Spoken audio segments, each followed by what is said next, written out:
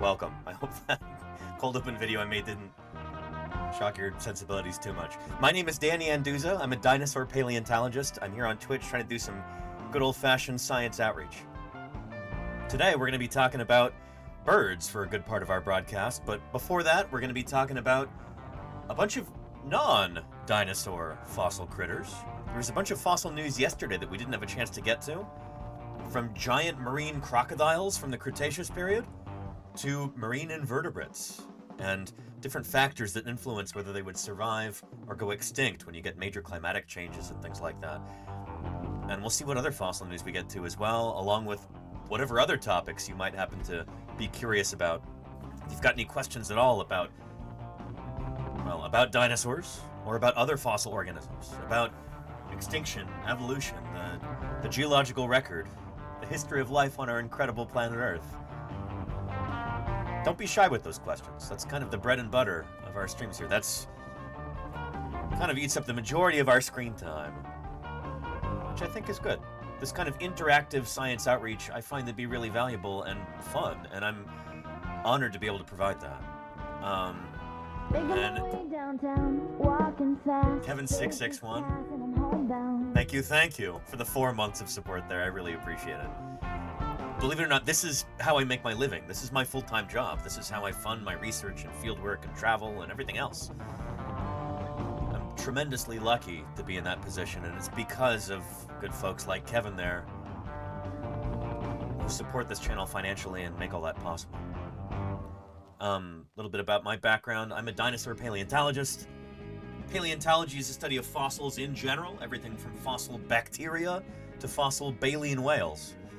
Dinosaurs are just the tip of the iceberg, but I happen to study the tippy top of that iceberg, metaphorical iceberg.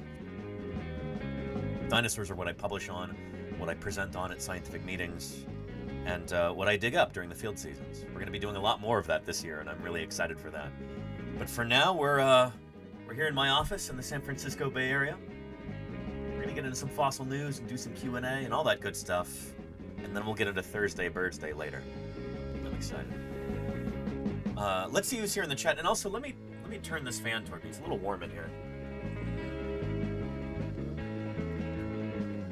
That's better.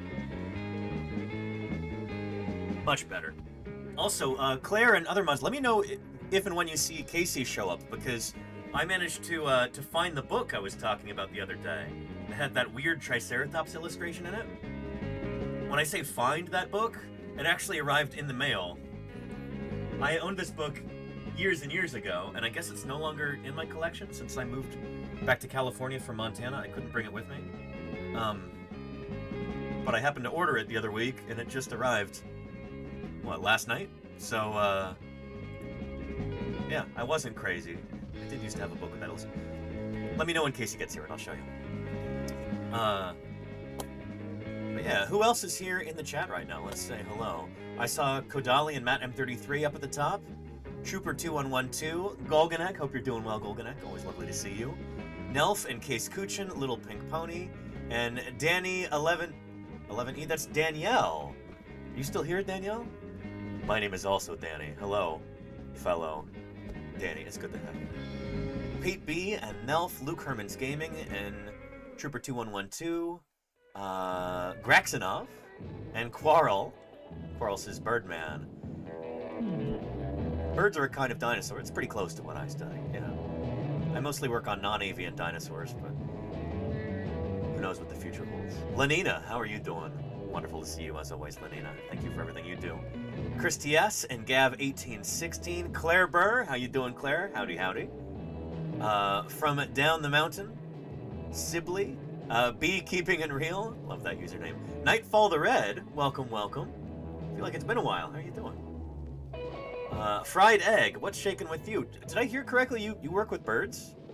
You're somebody who works with modern dinosaurs? Very cool. Yeah. Sharp Shintalk. Oh, very, very cool. Semi14, hello, hello. Red Mascaria, what's shaking? I hope that wasn't too scarring, Semi14. that cold open video. I had an idea for that one morning, and I'm like, I think it was when like an hour or two I'd already. It was easier to make than I thought it would be. Social Alien, hello to you. Chaotic Kitten, Chaotic Time Traveler, MX Googie Shilling, hello. Scrolling. And Luke Herman's Gaming says, do you often get the question like, that's cool and all, but what is your real job? What do you mean? When I tell people that I'm a paleontologist? Not really, yeah. For some reason, people in the general public, when I talk to regular folks, at the train station, or at a party, or at the grocery store, or whatever, it's like we get into a conversation because they ask me about my t-shirt with a dinosaur on it or something like that, or whatever. People generally seem to have the impression, for whatever reason, that paleontologists get paid a lot of money. They're like, oh wow, you must get paid a lot when you find a dinosaur, right?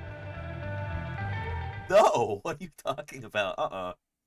Shoot, I know paleontologists who also work as baristas or like shopkeep, like they stock shelves at a store, or they have like a separate teaching job, or other things like that. Like it's often very difficult to make ends meet as a paleontologist, even if you manage to get a paying job, and there are fewer and fewer paying jobs nowadays. Most of academia is like this. It's not good. I'm incredibly lucky to be able to make my living doing science outreach full-time, you know?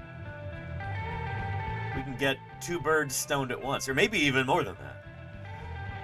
Actually, way more than that. Doing outreach, and fieldwork, and research, all at the same time, you know? Being able to fund the rest of my work through outreach is... It's such a fortunate position, and I'm incredibly grateful, and I try to never forget that, you know? It's so easy to get jaded as an academic, and it's... You gotta fight that as much as you can, as much as is possible. I'm very lucky, and I try to always remind myself. Dino Sprout, how are you doing? Welcome to Paleontologizing. Howdy. Haven't seen that name here before. Welcome to Paleontologizing. Yeah.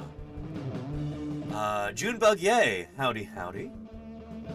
And Fried Egg says, if only wildlife/non-human biology scientists were paid a lot of money. You know what? I wish we lived in that world. I absolutely do. And that's... Someday, inshallah, we will live in that world, you know?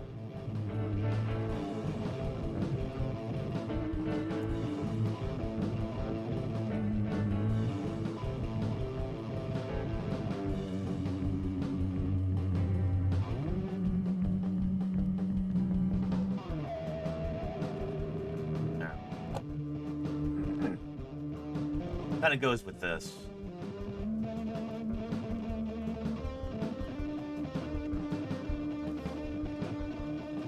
It will be a great day when our schools get all the money they need, and our wildlife biologists, and our paleontologists, and our historians, and librarians. It'll be a great day when they have all the money they need, and the Air Force has to hold a bake sale to buy a bomber. You know? Amen to that.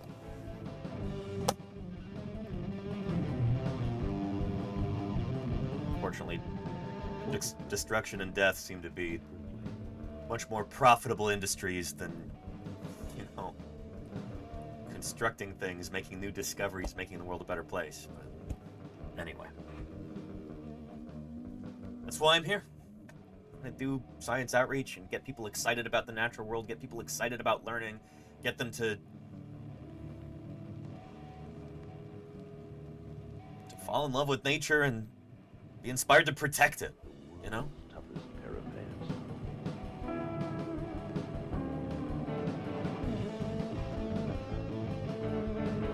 I believe very sincerely and very earnestly and very strongly that the more we destroy nature, the more we destroy ourselves. And eventually it's going to reach a tipping point where our species can no longer hold on this planet because we've just destroyed our life support system on Earth, you know? There's a lot of people who want to accelerate that process as much as they can. And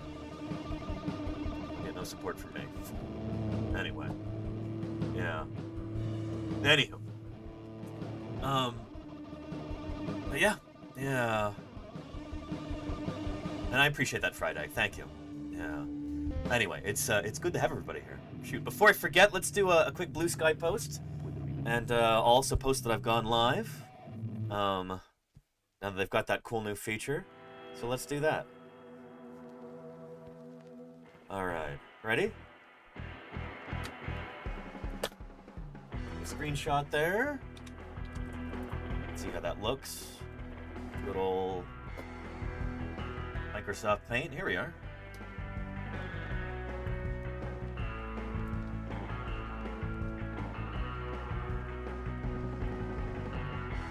There we go. Save as.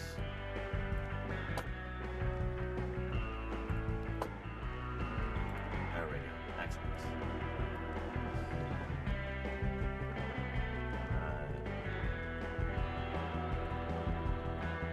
There we go. Oh, and hang on.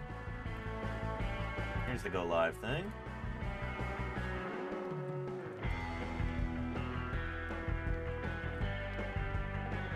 Paleontologizing. Beautiful. We're going to be going for at least that long. It won't let you do 5 hours. I guess 4 is the maximum. Usually stream for 5 hours here. There we go. Alright.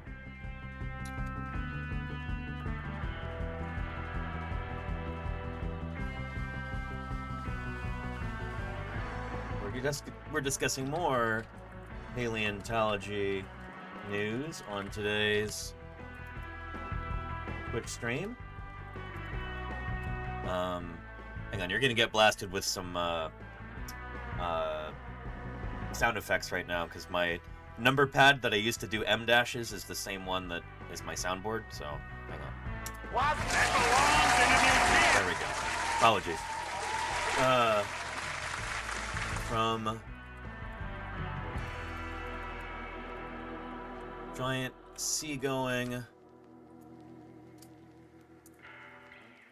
from giant flippered sea crocs to patterns of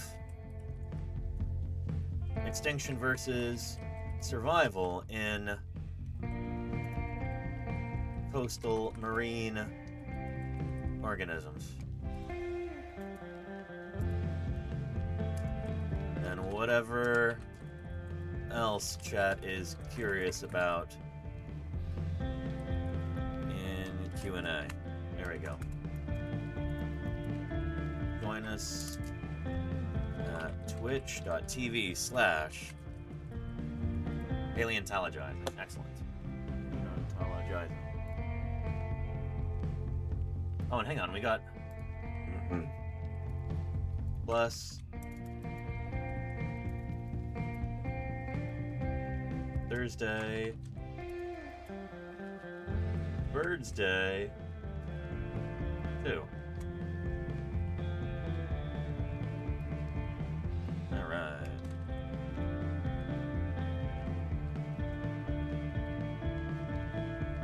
With 3D printed croc skull.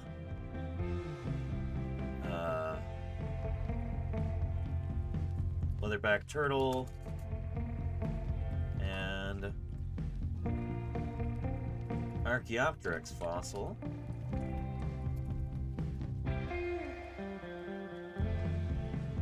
Alongside other paleo miscellanea. There we go.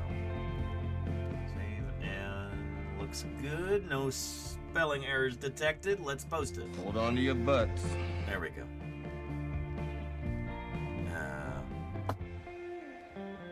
And let's see here. And Luke Herman's Gaming says, but seriously, do people often think paleontology makes you rich? Do these people not watch Jurassic Park? I mean, no, apparently. I don't know. People I encounter who think that paleontology must pay well. Well, I think part of it is... I think a lot of folks, when they hear that you're in one of the sciences like that, they're like, oh, science, you must really be really smart, you must get paid really well. And just because you're in the sciences, A, doesn't mean that you're really smart. And B, it definitely doesn't mean that you get paid well. To be fair, I'm, like, my daily life, I'm encountering a lot of people who obviously don't have an advanced degree. Normal people. I think it's really important. I wish that more scientists would interact with... to a certain extent, I think a lot of academics do have kind of an insular day-to-day existence. They're not encountering a whole lot of other people outside of academia on any given day. And it shows sometimes, Not to call anybody out, I'm not trying to rebuke anybody, but...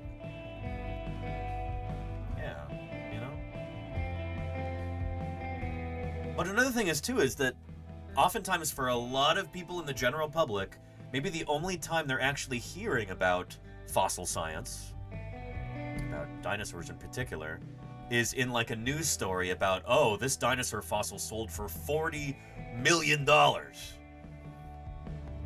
And they get some sort of impression that, like, we're getting paid that as paleontologists? And that's absolutely not the case. This is like private dealers who are making all that money from auction houses. None of that money goes to paleontological research, with very, very rare exceptions, So I think that's a huge part of it, is dinosaur auctions, once again, poisoning the well for everybody. But anyway, yeah. Coral says, I only interact with smart people, I don't leave the house. Okay. But yeah. Anyway, good question, Luke Herman's Gaming. I appreciate you asking, and I've done some thinking about this, and that's... Like, how in the world would you get the impression that we as paleontologists make a lot of money? Like, it's one of the reasons why I think it's so important to show people what it's really like to go out there and excavate fossils, Because, here, let's get this set up for viewing properly. There we go. When I can stream live from the field, that's a big deal because we can show people what it's really like to go out there and do field work, and they think that it's like in Jurassic Park where they have, we have ground penetrating radar that we use for this and that, and it's absolutely not like that, Like, we are living hand to mouth out there in the field. Usually with shoestring budgets. Hey, Nick, we got a question for you, Nick Oliver. Satori says, what's up? Oh, what's up, Satori? She should be out here. What's that? She should be out here. We just graduated together. You should be out here. Shoot, what are you doing? We got a spot for you on the crew. Yeah, especially if Nick can vouch for you. But she wants to know, have we got any Hyolithidians out here? I saw Nick's presentation about them. You all are doing really cool work. No hyoliths here, unfortunately. Hyoliths? No real cool stuff here. So, those aren't invertebrates, are they? Yeah. Paleozoic invertebrates. Oh, okay, nice. Yeah. Nature's little ice cream cones. Right, okay. Shoot. Anyway, we got a question from Fried Egg. How do I stream from the field? Well, it's live via satellite internet. I'll see if I can find you. If I scrub through here, I might be able to find where I actually show you the camera setup and all that. But it's a little Sony action cam, like a $50, like 720p camera. And, here we go. Attached to a mobile encoder and a battery setup and all that. Yeah. Here we go. Drinking some water. That's water. That's not an opium pipe. I want to make that very clear. I want to check on my battery, too, just out of curiosity. How are we doing in terms of solar power? The sun is up there now. Hopefully we're still getting some decent juice. What are we at? 81%. Input 0 watts. What are you even doing? Uh-oh.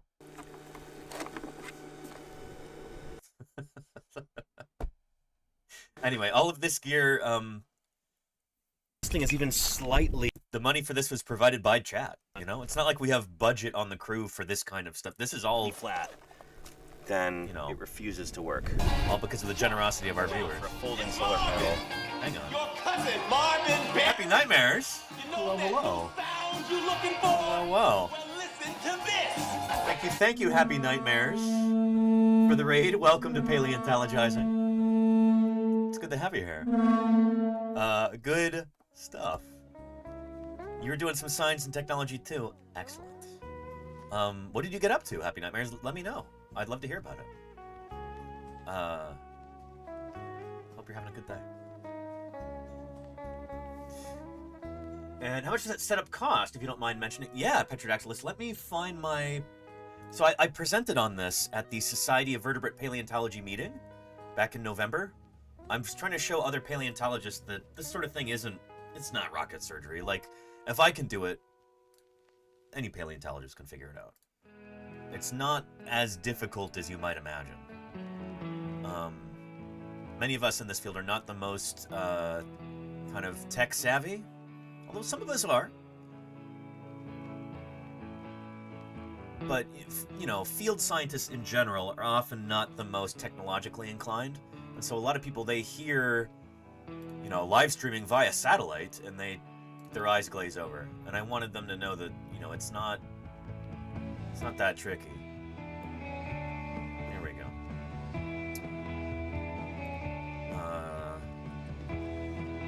So this is the poster that I presented at SVP in Birmingham, England, not Birmingham, Alabama, this past year. So, like, you could do this too, other paleontologists. And here's the setup. Equipment, right here.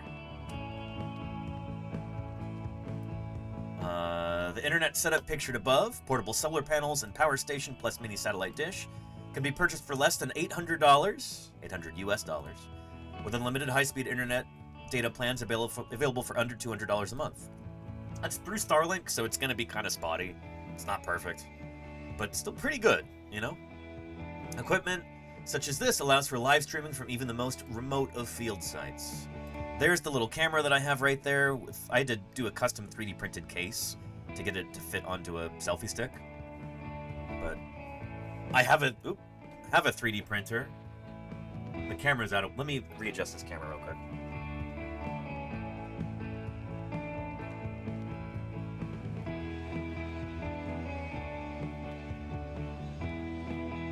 And actually, that reminds me, shoot, I need to print another one of those camera holders now that I've got the smaller 0.25 millimeter nozzle on the printer. Gotta remember to do that. Anyhow. Yeah, and then I've got a little shotgun mic on top and all of this, but it's not that difficult to pull this sort of thing off. You know? I think I even make the case here somewhere on the poster that you don't have to start off with all of this equipment either. You can just start streaming from a phone or something. Yeah.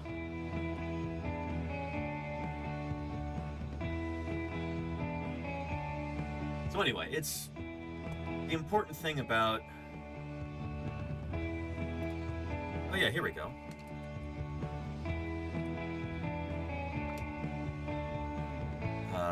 Although paleontologizing fieldwork live streams employ a specialized videography setup, complete with a designated audio-video encoder device, live streams from the field can be broadcast by simply using a smartphone and live stream app, you know?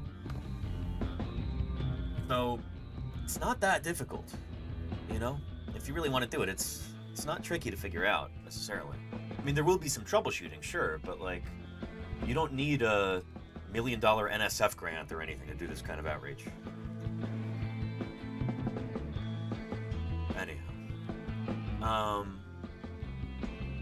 Anyway.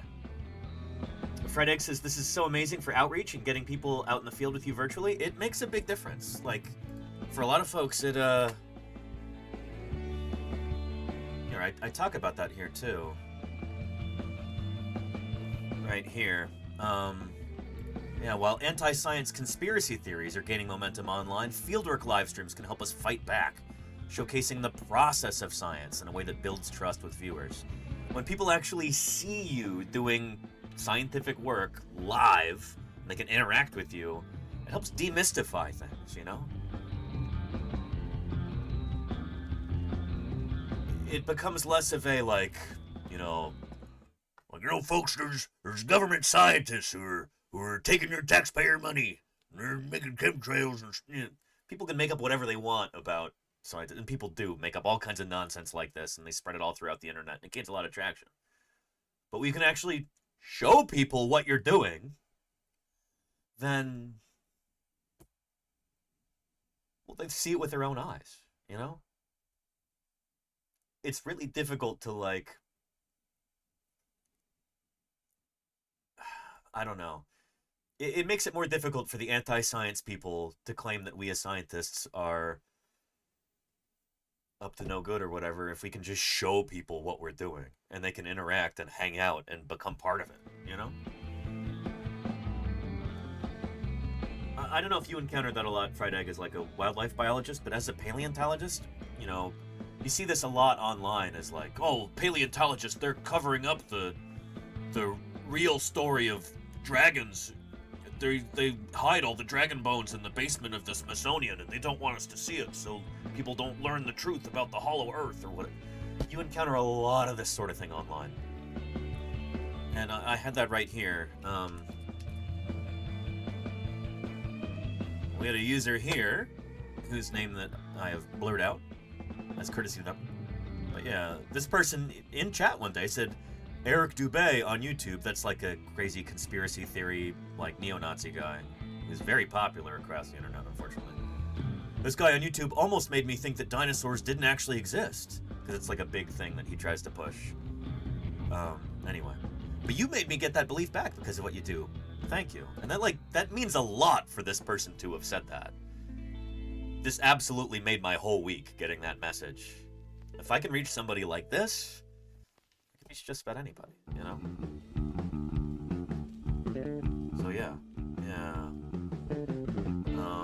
I know, pterodactyls, yeah. But the power streaming, exactly. Yeah. I do deal with a lot of people misunderstanding bird banding. So when we would have groups visit it was always nice to communicate and give them an accurate idea of what we're doing. Exactly, Fried Egg, yeah. I'm hoping to do the same thing this year with leatherback turtles. And we'll see whether or not it'll be possible to stream that. But putting trackers and tags on them to help study their migrations and population dynamics. But the bird banding thing, it'd be nice to do that, to stream that at some point too. Where I used to live, on the other side of Oakland, 2020, April or March of 2020, there is a mated pair of peregrine falcons who nest on a big bridge between Oakland and Alameda, California. And I used to live in an apartment just across the way from there. I could see them from my window. And I saw these people climbing up there with harnesses and helmets and stuff like that. And it turns out that they were going up there to band the peregrine chicks. And they do this every year. Last year I missed it because I was in the field, but one of these days it might be really cool, if the timing lines up correctly, to broadcast that live. I think that would be really neat. Talk to them about it, but we'll see. It's not the safest thing to do, to climb up the side of a big bridge like that. Yeah, here we go. Here's the bridge right here. That's the Fruitvale Bridge, connecting Oakland over here and Alameda over here. And I'm taking pictures here through my, by sticking my phone up to my binocular eyepiece. But yeah. Here's the chicks right here. So, these folks are working to put bands on them, so that they can track these critters. Really cool.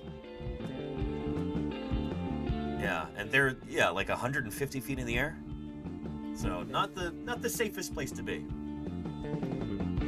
Yeah. We actually get tons of people joking about that. I cannot stop thinking about live streaming banding for the past month. Friday, send me an email if you need any pointers or anything. If you're eager to do that, if I can offer some advice or something to you, I'd be happy to. Paleontologizing@gmail. Should be easy enough to remember. So yeah. Props to you for keeping your bins on you. I mean, I saw this going on. I ran over there with my binoculars. This is before I had a decent spotting scope, too. Nowadays I do, and I think I even have like a phone mount for it, so... Yeah. And Alexander Morrison. I think that is a goniophoid skull. It's some sort of, I think Cretaceous croc skull. I forget exactly who it is, but yeah. Yeah. Welcome, Alexander. I thought you'd be excited about that. I was thinking of you when I put that up. Yeah. Yeah, good stuff. Yeah. And it's the new sea croc. Oh, that's the thing. Like, you know, it's not a new sea croc. It's an old one in terms of stratigraphy. And it's been previously described Dacosaurus. We've got a brand new lengthy description, maybe even a monograph, describing all of its anatomy, so I thought it'd be cool to cover that today. It's not the sort of thing you're going to see in the news, but it is a new publication detailing the anatomy of this animal, and that's really important. And holy cow, Kit Boga! It's a dinosaur! Thank you. Dinosaur sucking up boys! Holy cow. What? Welcome, Kit Boga and Raiders. Out of the ground is a slow process. I'm going to turn the alerts off for just a minute because we're going to have a whole bunch of them. Thank you for all the follows, Kit Boga. How was your stream? Raiders, how was everything? How was, I'm going to turn off our... There we go. Turn off that as well. Welcome, everybody. It's wonderful to have you here. My name is Danny Anduza. I'm a dinosaur paleontologist. I'm here on Twitch trying to do some good old-fashioned science outreach. And I'm so glad you're here.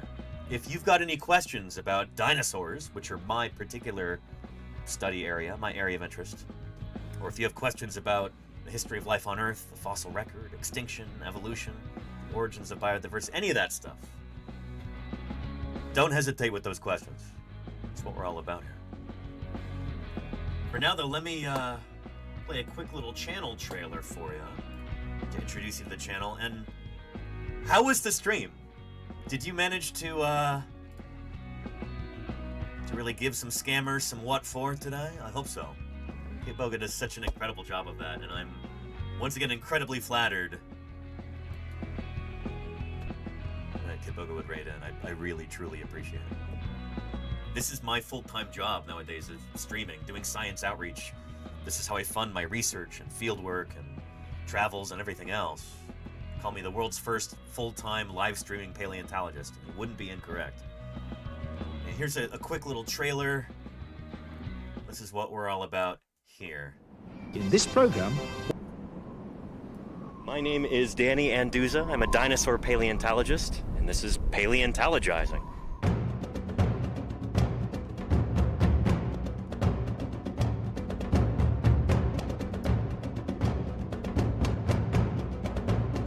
Science isn't just test tubes and beakers and white lab coats. What we're doing out here is science, too. We're testing hypotheses by excavating these fossils. Join me for museum tours, interviews with other paleontologists, audience Q&A, 3D printing. It's pretty big. Who thought this was a good idea? And of course, live dinosaur digs. A limb bone from a new duck-billed dinosaur. I invite you to tune in and experience the adventure of fossil science. That's what we do here. I spent 11 weeks in the field this past year. 11 weeks, and broadcast nearly every day from the field, live via satellite. I'm gonna see if maybe we can beat that record this year. It's gonna be tough. 11 weeks is a long time. But, yeah. Not only are we doing that, but I've got kind of a new obsession, fascination over the past year. It's these guys. The world's largest living turtle, the leatherback. Last member of its lineage. These critters go all the way back to the Cretaceous period, to the age of dinosaurs. And they're still around today. I show this to people and they go, dude, that's not real, that's AI, right? No. These animals travel the world's oceans today. We share our planet with these creatures right now. But maybe not for much longer. Their numbers have been declining at an alarming rate, and they could go extinct within the next few decades if we don't do something ASAP to save them. So I've been doing my utmost to get involved with leatherback research and conservation, and we're going to be having a lot of different streams this year all about this. To be clear, this is not a dinosaur, it's a turtle, but it's kind of straight out of a time when dinosaurs, the non-bird dinosaurs, were still around. I've absolutely fallen in love with these animals, and we're going to be doing a lot of work with them over this coming year. In fact, just this past December, just a few weeks ago, I did a special interview with Scott Benson, who's a leatherback researcher. We sat down to talk about these critters, and this was a ton of fun. Heads and things like that got a hard shell, Oh, these guys on and here. this is actually covered with skin. So if you scratch it with your fingernail, it'll actually bleed. We even did a tier list. Yeah, this We're is looking a at- bad one. The flippers Yeah. could be maybe it's a tad long. This is from an artist. We did a tier list looking at different plastic leatherback models. Not bad, not bad, not bad. Looking at them based on their flippers would probably be a little bigger. their accuracy and everything. It was a lot of fun. So anyway, I'll give you a link to that if you want to see. But anyway, that's what we're all about here. Welcome, everybody. Holy cow. Let me look through and see if anybody's got any quick questions or anything. There's so many new questions, so many new follows. Thank you, everybody. Holy cow. Yeah. How big is this turtle, says Pashka TLT? Huge. Leatherbacks are the world's largest living turtle. They're one of the world's largest living reptiles. Apart from crocs, different species of crocodile, they are the biggest reptile on our planet today, at least in terms of weight. Yeah. These are enormous animals. Here's a picture. This isn't even a particularly big one right here. But he's been nicknamed Bumpy. This is an individual turtle who's been caught 2 separate times by this research crew off the coast of California. It's actually not too far from where I live in the beautiful sunny San Francisco Bay Area. It's from right over there, really, in like the Gulf of the Farallones. Anyway, Bumpy is his name, and there's Scott right there, who I was interviewing in that video.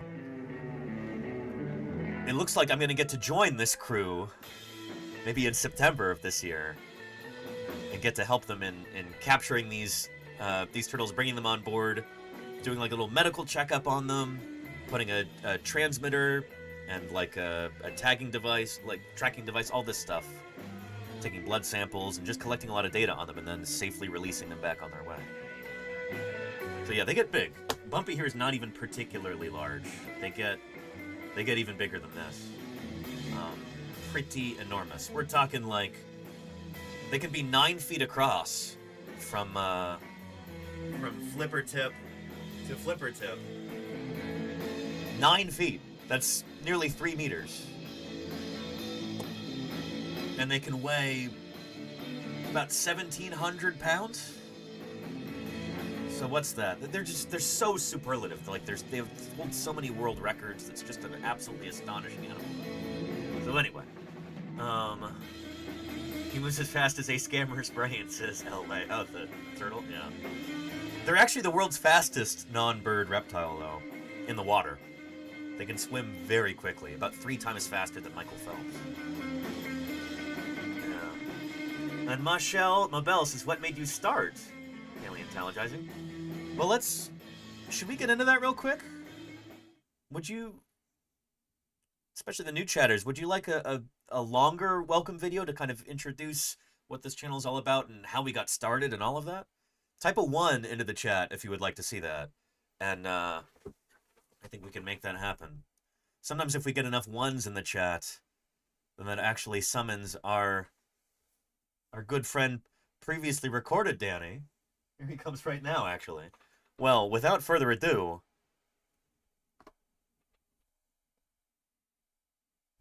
let's let previously recorded Danny take center stage here. Thank you again so much, Kid Boga, for the raid. I appreciate it more than you know. And previously recorded Danny, take it away. Hang on, that didn't work. Take it away, previously recorded Danny. Thanks, present day Danny.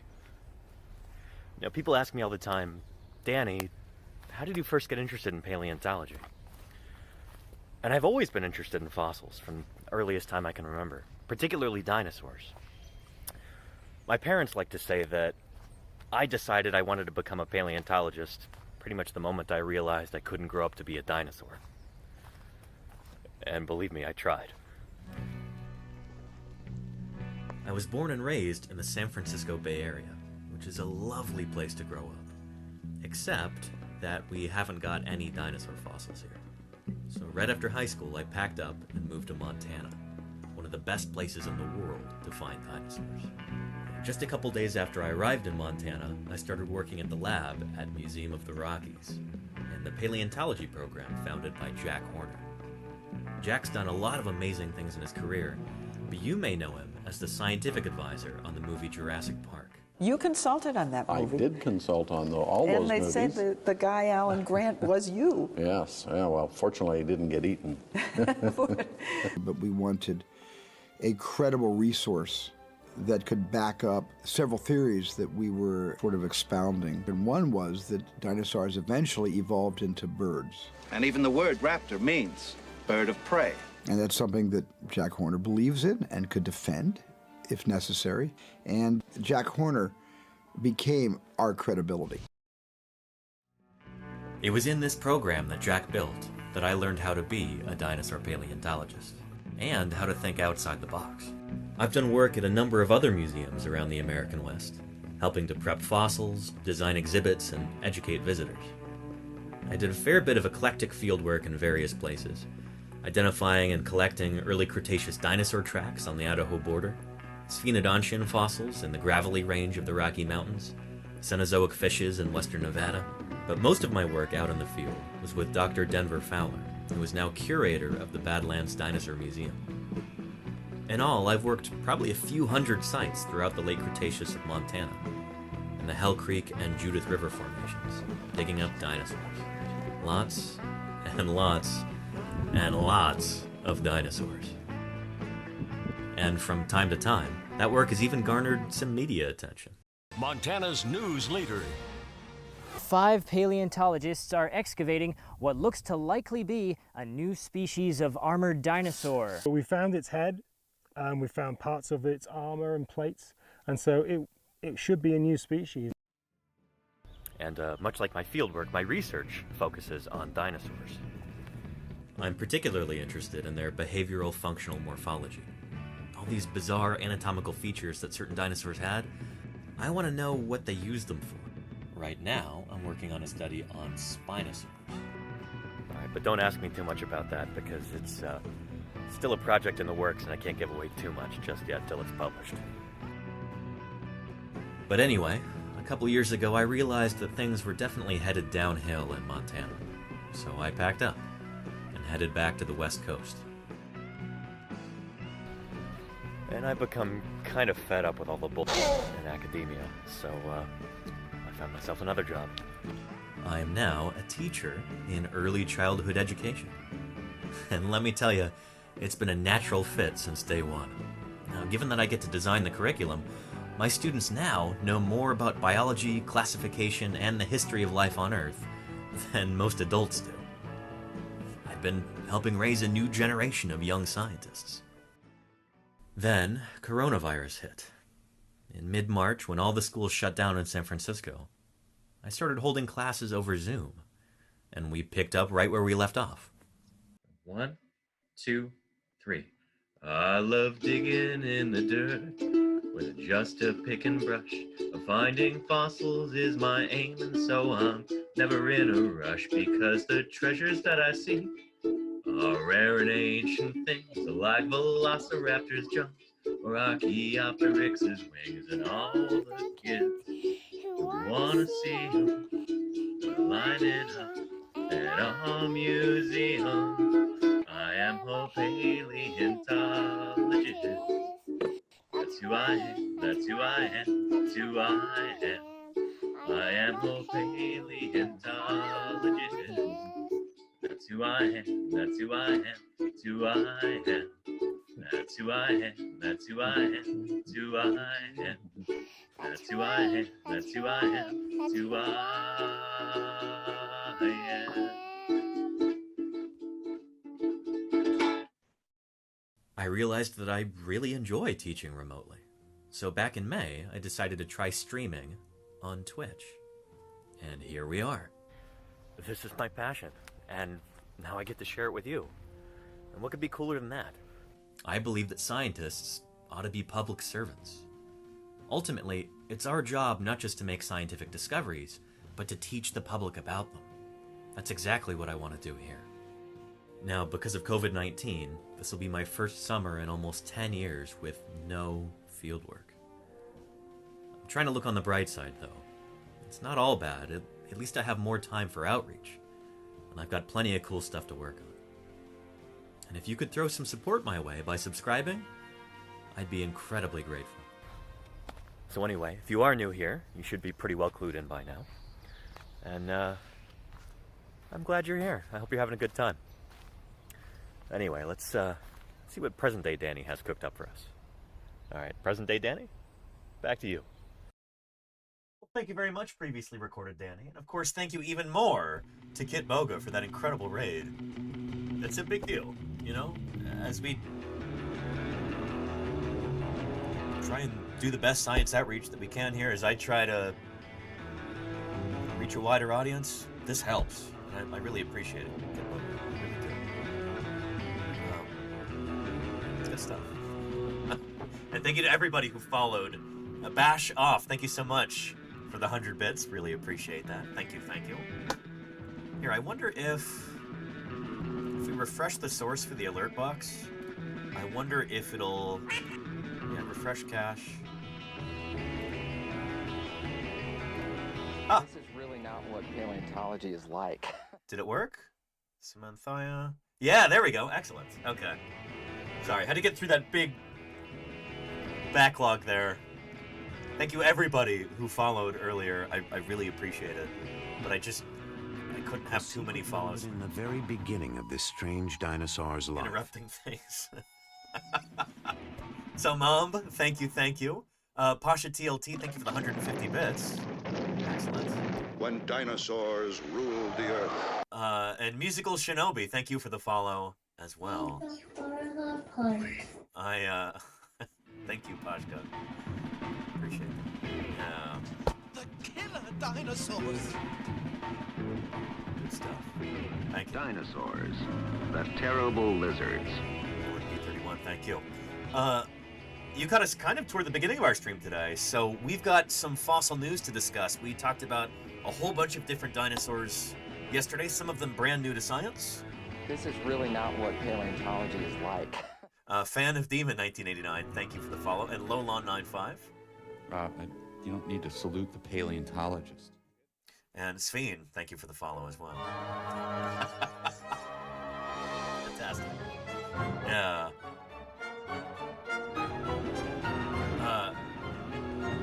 Let me show you something, because here's something that some of you new folks might find surprising. This actually has to do with my own research. When you find something like this, it may be something that's never been seen before. Let's take a guess. Like, let's have you guess, chat. How many new species or genera of dinosaurs do you think were published in 2025?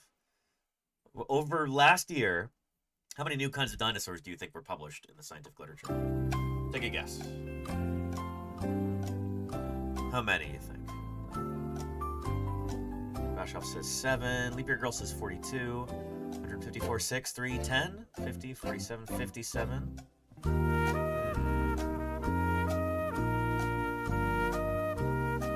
25, says Afru.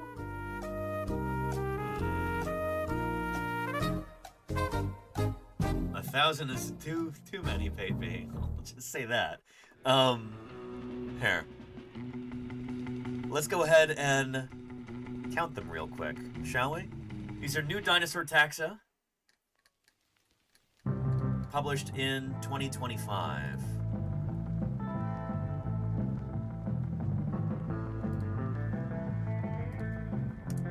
Here we go. So starting with Ashishlosaurus as 1, we have 1, 2, 3, 4, 5, 6, 7, 8, 9, 10, 11, 12, 13, 14, 15, 16, 17, 18, 19, 20, 21, 22, 23, 24, 25, 26, 27, 28, 29, 30, 31, 32, 33, 34, 35, 36, 37, 38, 39, 40, 41, 42, 43, 44, 45, 46. 46 new dinosaurs published in 2025. That's actually pretty good. That's approaching the record. I did a project about this that I presented at the Society of Vertebrate Paleontology meeting in 2024. It was the previous year, like up until the previous year. Trying to catalog how many new dinosaur genera and species had been published each year over the past decade. So let me find that poster for you real quick and I'll show you. I tried to make this as visually interesting as I could. Should be in here. It's under the research folder, hang on. Just trying to find things on my desktop is not the easiest. Here we go. I called the project The Pace of Dinosaur Discovery.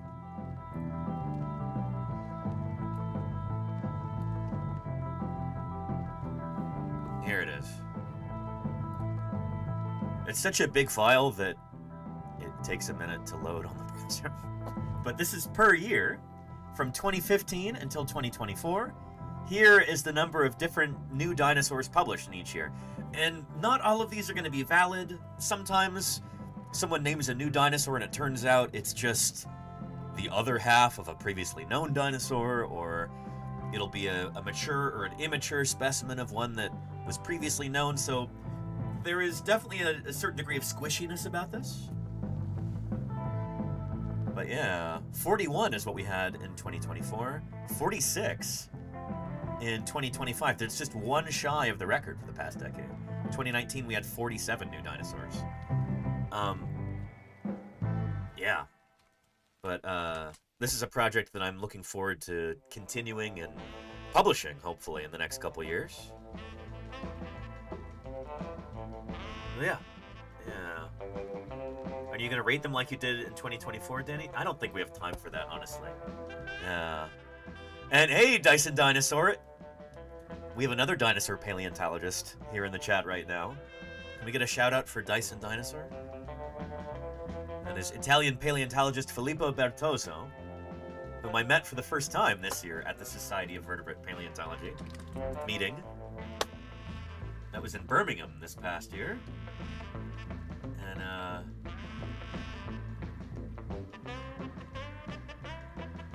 where's me and Filippo?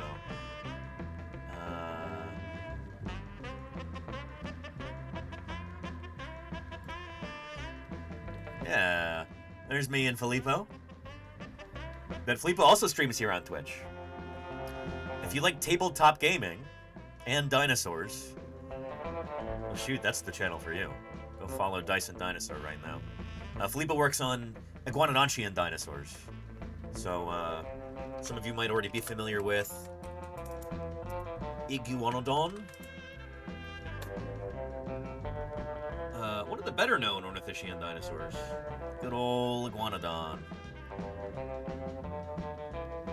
works on this guy and its relatives. Oh, there we go. There's a beautiful iguanodon representation there. I think this is Iguanodon bernicertensis. This is a really high quality model here. Iguanodon. So anyway, go follow Filippo. He's one of the world experts on these critters, and he does English language live streams on weekends. Otherwise, a lot of his stuff is in Italian, but I bet you if you were to ask a question in English on any of his streams, and ask nicely, he'll answer you in English. You gotta be nice about it.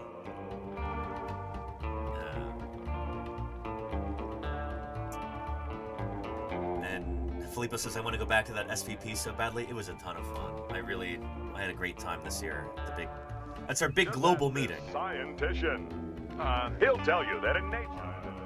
Dr. Irrefutable, thank you for the 33 months of support. Utah raptor is the most dangerous dinosaur around. There's Papa Jim right there. Jim Kirkland is the state paleontologist of Utah, and I do a lot of work with him during the summers. If you stick around here on this channel, you'll get to know Jim really well. We'll probably bring him on for another interview at some point soon. But, Look at this graph!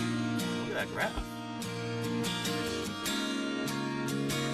Wow. Pashka, thank you for showing us that and for following. Yeah. 2 dinosaurs at home myself. What kind of birds are they, Pashka? Yeah. Later on in today's stream, we'll be doing Thursday Birds Day. So, stay tuned for that. If you love birds as much as I do, we have a tradition that we do every Thursday where we'll go over a bunch of photos that different chatters have taken of birds. And we'll talk about those birds and how they're related to one another and all that good stuff. Sidewards says, what's your favorite Jurassic Park movie? Definitely the first one, Sidewards. Yeah. And like we were talking about in that video with previously recorded Danny,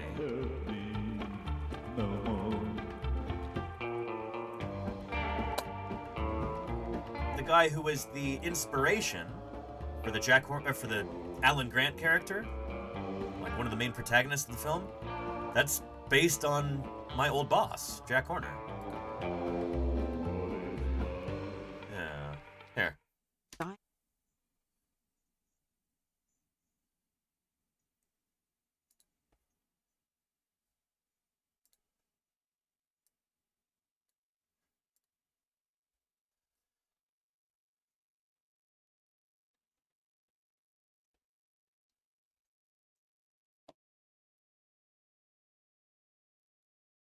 Yep. You saw this in the video earlier, right?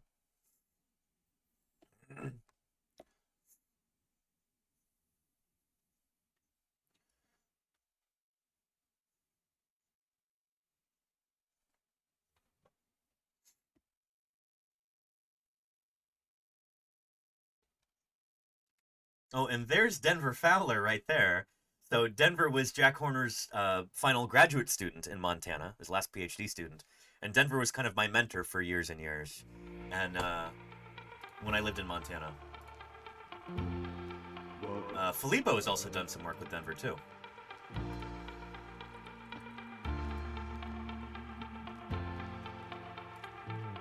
Sized one.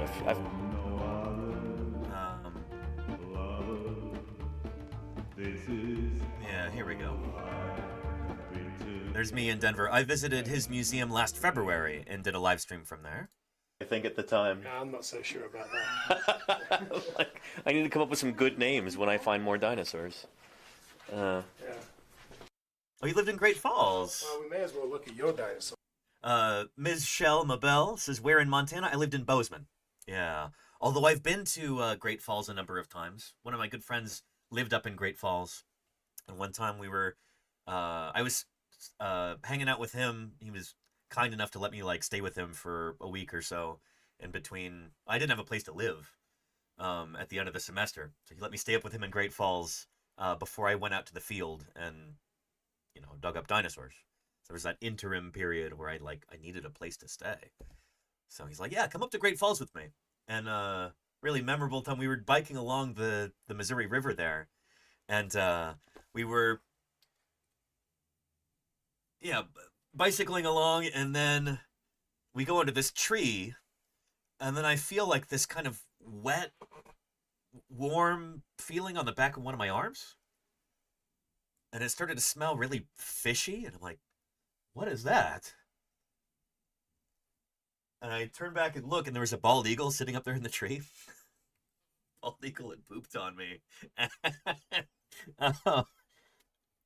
I wasn't upset or anything. It was almost like getting a blessing or something like that, you know?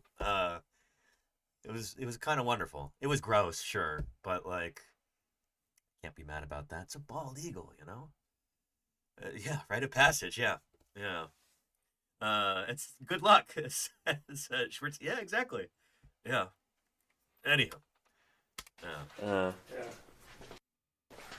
Oh, well, we may as well look at your dinosaurs then. Oh yeah, I almost forgot.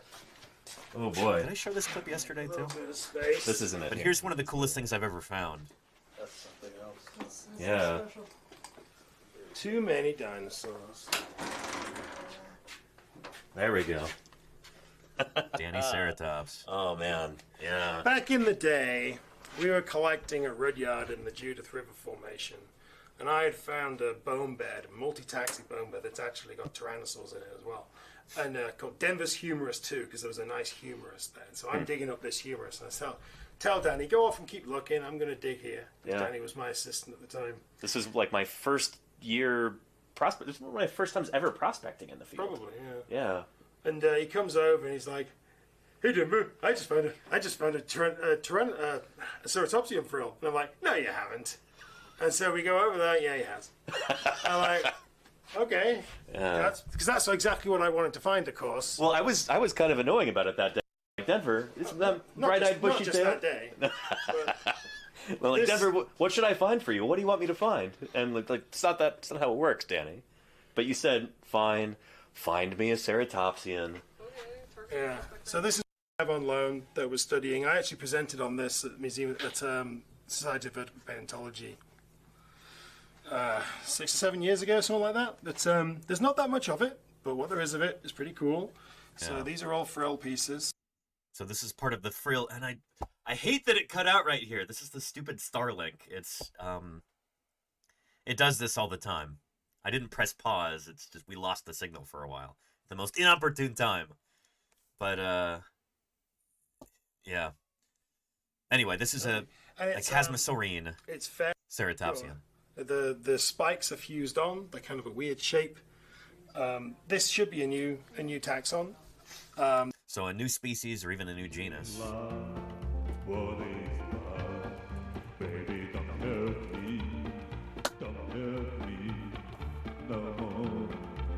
This is Chasmosaurus here, and our critter, we think it is the oldest Chasmosaurus ever found. So that's the cool thing about paleontology, is that we can see evolution happen when we study fossils. You look at the fossil record, and you can see creatures changing over time. If you collect enough fossils, and if you're careful enough about documenting the geology so you know exactly when in time they're from, you can line them up and then you can watch evolution take place if you have a big enough sample size. It's really cool stuff. And so, in this case, thank you, Naders, for the follow. Welcome, welcome. In this case, we've got what looks like a member of this lineage, the Chasmosauridae. Let's get that unblurry. That's better. But we've got the oldest one. So it's going to be a new species of Chasmosaurus, we think. So Denver is going to eventually publish on this. He's got so many other dinosaurs that he's working on that... yeah. There are specimens known from the same kind of horizon, but they're fragmentary and reconstructed incorrectly. There you are. Here's the cheek spike. Yeah. Beautiful little cheek Right spike there. on there. Fused on. again, indicative of adult. And then this bone here looks like a rib, but actually we're really lucky. This is the parietal. There's not that much of it, but there's enough of it to see that it is the predicted shape of like an ancestral Chasmosaurus. Yep. So we can look at Chasmosaurus and we go, well, you know, they seem to be doing this over time, kind of moving in this direction. We would expect a Chasmosaurus earlier in time to look like this, and that's exactly what we found. The parietal, that is this bone up here. So it's at the top of the frill there on this critter. So we've got one now for the Daniceratops specimen. And yeah, really, really important. This is the parietal. There's not that much of it, but there's enough of it to see that it is predicted. Oh shoot, there's Chasmosaurus right there in the in the alert. Thurs, thank you for the follow. Welcome to Paleontologizing. Shape of like an ancestral Chasmosaurus. And I presented on this with some drawings by Danny actually about 6 years ago or something. And so yeah, this is another thing I got to write up. But I've got a bit more, a few more ceratopsid people around these days. There's not just. And Pashka says, what's the evolutionary task of that large sail at the top of the head? Yeah, we call it the frill. Yeah, here. Ceratopsian horns and frills. So these big plant-eating dinosaurs, it's kind of astonishing just...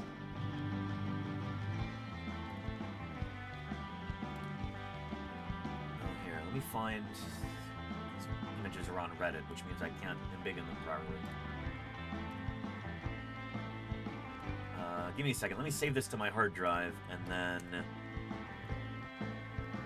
Dinosaurs are kind of funny. I mean, you know... They are, aren't they? Thank you for the follow there, Hungry Like a Fox. Appreciate that. There we go. So ceratopsians are our horned dinosaurs.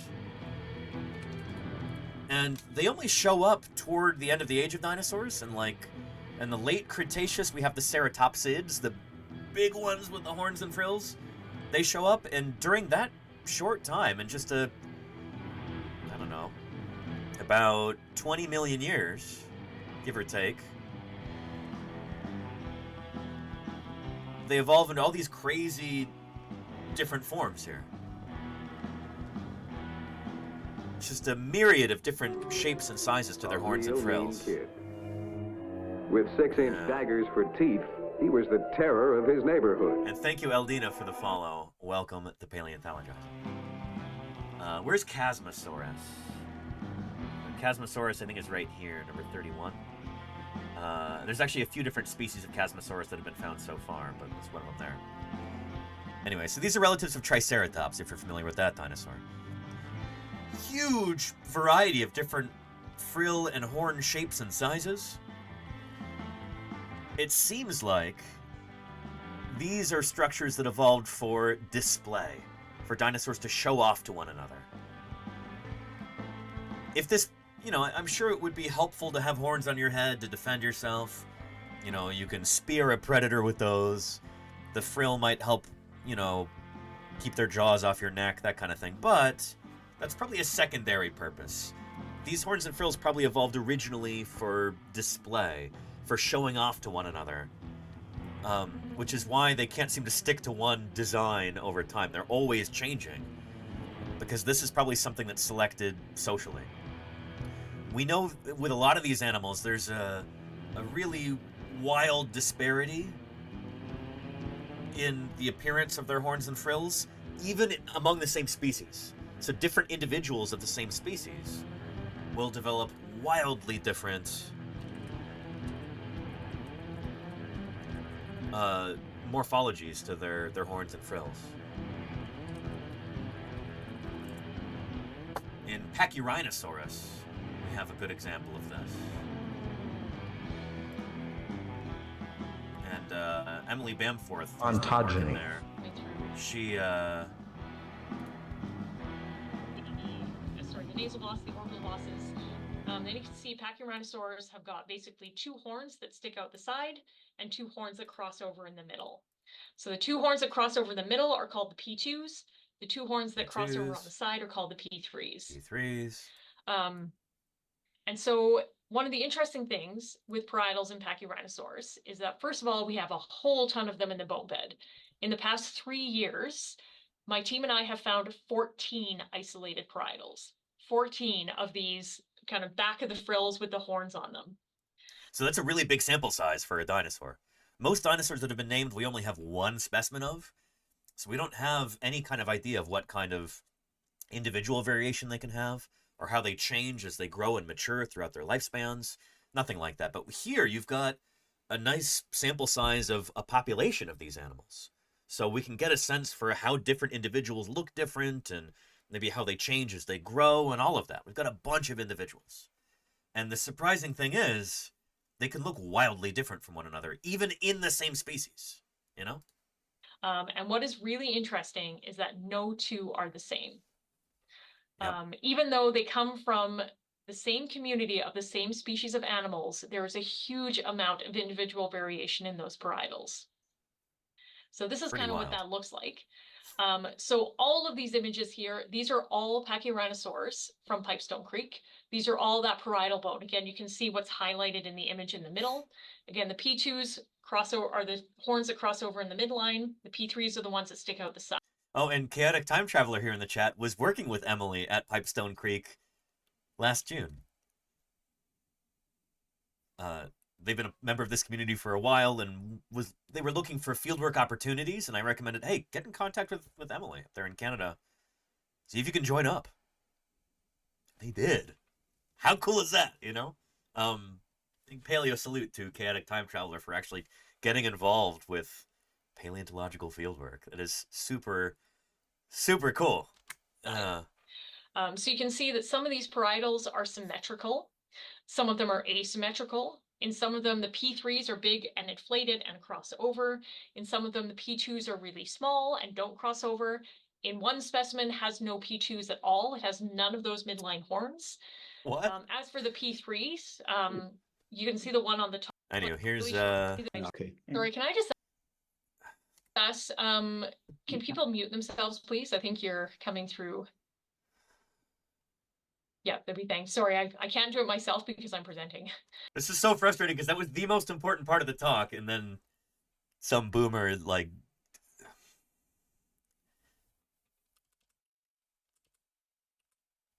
This is ruining Huge things. amount of variation in these parietal bones in Pipestone Creek. Yeah, leave the light on the front there for Lizette. Yeah, okay. Sorry, can I just ask, Anyway, it's so frustrating. This is the one clip from this whole talk that I like to show people, and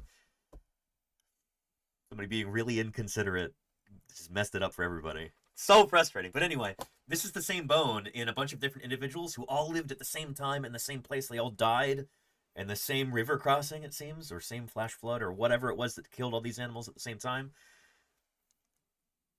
Wildly different shapes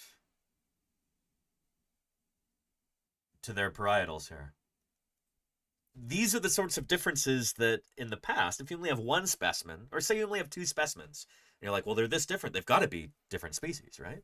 Different genera. Paleontologists have been in the habit of naming different ceratopsid dinosaurs based on differences way more subtle than this. So to see one population within one species be this variable, it kind of should make us reconsider, you know, if they can be this different, then maybe there should actually be, you know, maybe some of these species we think are different are actually the same thing, if they lived at the same time. So that's important to think about. But anyway, the reason for bringing that up is that I think it demonstrates that these structures that they evolved, these big frills and horns and stuff, the fact that they're so different on an individual basis seems to demonstrate, I think, that this evolved for display. These animals are showing off to each other, and those features are so different because they're using this to recognize other members of their herd. These are probably very, very social animals. They've been found in big groups. And so, unlike mammals, you know, we are mammals, Mammals are most of the big animals walking around today. Maybe there's even dinosaurs.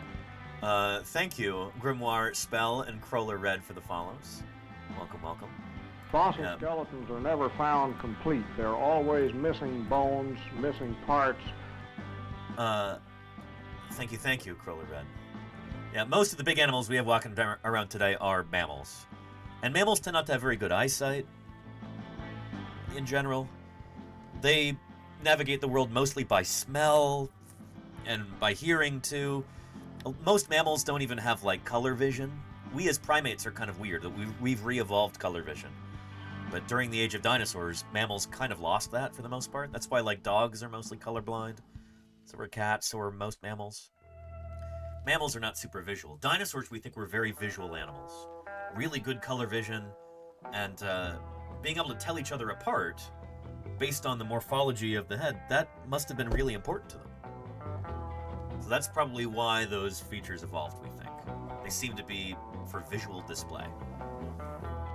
And the way that I see it, like a lot of the reconstructions you see... Real dinosaur?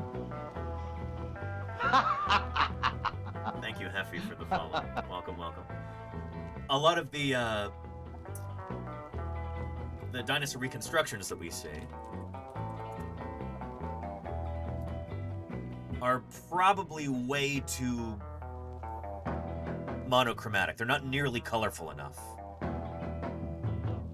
Like, these animals were probably really showy with their horns and frills, probably brightly colored, really flashy. I kind of doubt that these animals had a tremendous amount of camouflage because they're huge creatures. It'd be really difficult to hide. So I don't know how good camouflage would... how much use camouflage would really be for animals this big. I don't know. And how do you know, as a scientist, that dinosaurs could see color? Ooh, freaky feline, excellent question. For stuff like that, like trying to figure out if extinct animals had color vision, it presents kind of a challenge, right? We often bring a thought experiment to bear on stuff like this, or a kind of framework for organizing our thoughts, called the EPB, the Extant Phylogenetic Bracket. So if dinosaurs have something that we're curious about, did they have color vision? What were their eyeballs like? Eyeballs don't really fossilize very well. We don't have any fossil dinosaur eyeballs.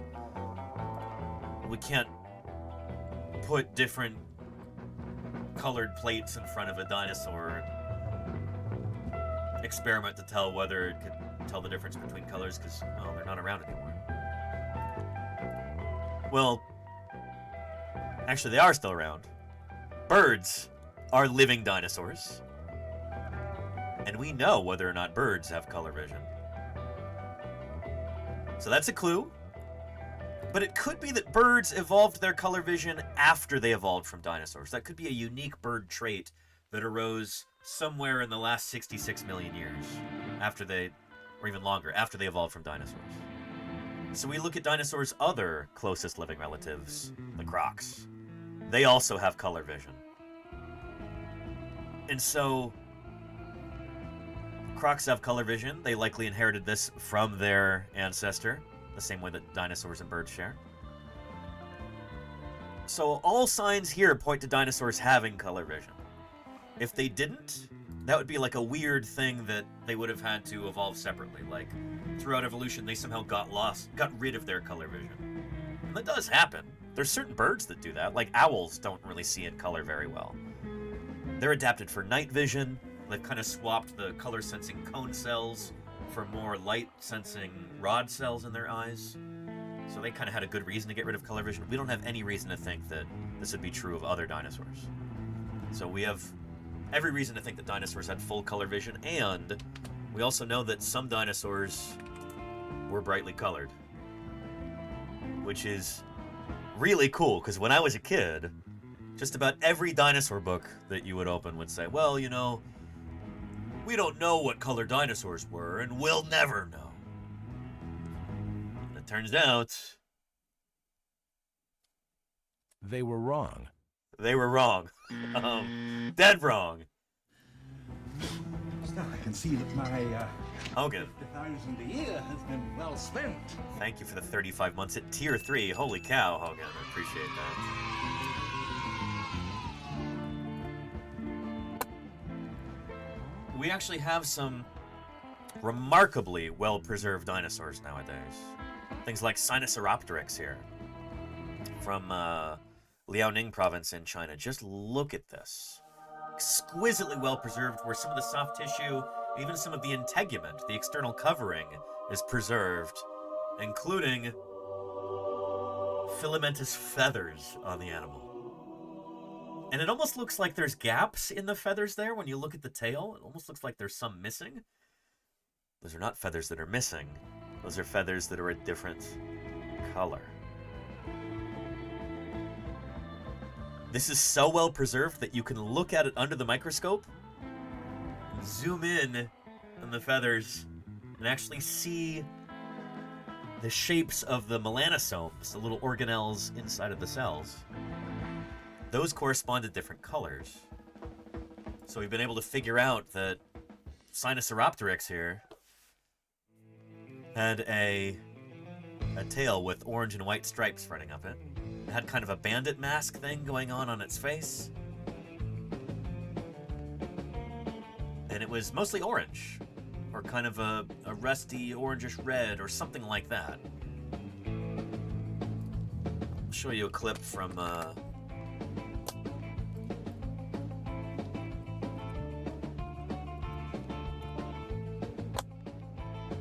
documentary. Here we go. Biologists for decades. What Yeah. color were dinosaurs? Yeah, let's fast forward a little bit and just get to the punchline here. Yeah.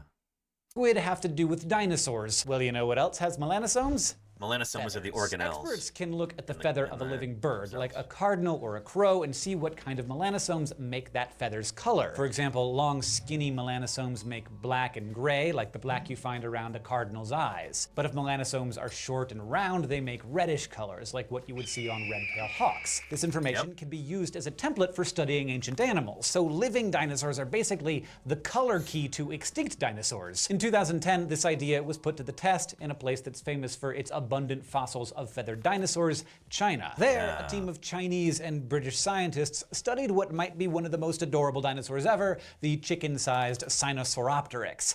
Yep. Sinosauropteryx was the first non-avian dinosaur to be discovered with structures of feather-like fluff back in 1996. And after studying the melanosomes found in that fuzz, researchers determined that Sinosauropteryx was ginger. Its downy coat was apparently reddish-brown over most of its body, but its tail was a little different, alternating between light and dark bands, giving it some extra flair. Vinther and his colleagues used this same technique to reconstruct the plumage of another feathery pigeon-sized dinosaur called Anchiornis. And it turns out that this dinosaur looked kind of like a punk rock magpie. And there's even some debate as to whether or not Anchiornis is a dinosaur or whether it's also a bird. All birds are dinosaurs, but Anchiornis might actually be straight up a bird. That's the thing, is that the link between, the transition between dinosaurs and birds is not super well understood, still a little hazy, and this animal is so incredibly bird-like that it kind of blurs the line between what is a non-bird dinosaur and a bird dinosaur, a bird. Yeah. Mostly black and white on its wings and legs with a splash of red on its top. After this, the colors of more dinosaurs were soon revealed. The four-winged Microraptor, it had dark iridescent plumage, kind of like a raven, and one specimen of the little horned dinosaur Psittacosaurus was even found to have melanosomes in its skin, revealing that the dino was dark on top and light underneath. So, yeah, it had some counter shading. Psittacosaurus is interesting because one particular specimen of this animal, this is going to sound like a joke. It's not a joke. One particular specimen of this animal actually showed us what a dinosaur butthole looked like. The cloaca.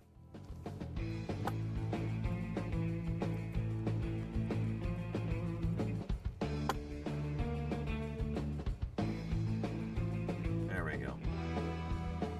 So one specimen actually has soft tissue preserved around the animal's bum, and it shows that it seems to show that it had the same kind of opening like we see in a lot of birds and in crocs too. So yeah. I don't often like to talk about this one, not because it's gross or makes people giggle or anything, but because this particular specimen was stolen from China, and there's definitely some ethical questions about this. Anyway, I think it's being held in either Germany or Italy right now, but like, there are strict laws prohibiting the sale and export of Chinese vertebrate fossils, and yeah. Anyhow. Oh, in Frankfurt, Germany. Thank you, Dyson Dinosaur. Yeah. I want to say it was held in Italy for a while, but now it's in Germany. Thank you, Filippo. Appreciate that. Yeah. Petrodactylus says, does that often happen with Chinese fossils? It does, yeah. Chinese and Mongolian fossils and Brazilian fossils and occasionally even Canadian fossils. So yeah. Anyway.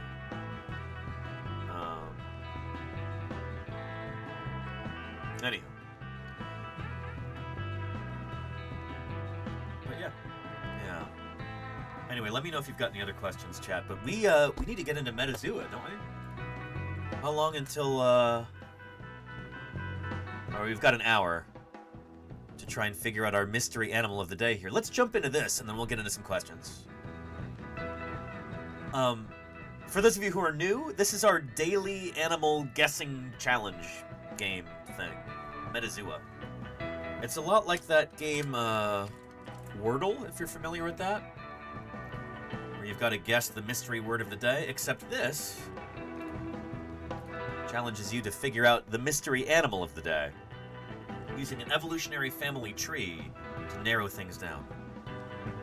Before we get into it, I should explain that as scientists, we classify living things, animals and plants and fungi and protists and other organisms. We classify living things not based on their appearance or their vibes or whatever.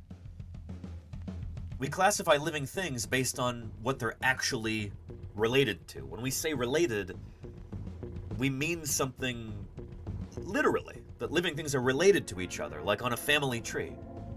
In the same way that you're related to your siblings, if you have siblings, or your cousins, if you have cousins. You share a common ancestor with those other people. You share at least one of the same parents with your siblings. You share at least one of the same grandparents with your cousins. It's the same thing with all living things. As far as we know, all living things on our planet, from kelp to quinoa to octopus, they all came from one ancestral organism about 3.5 billion years ago. And life has been diversifying and splitting and evolving and branching out ever since then into this grand diversity of life that we have today. It goes all the way to all the way up to us as human beings.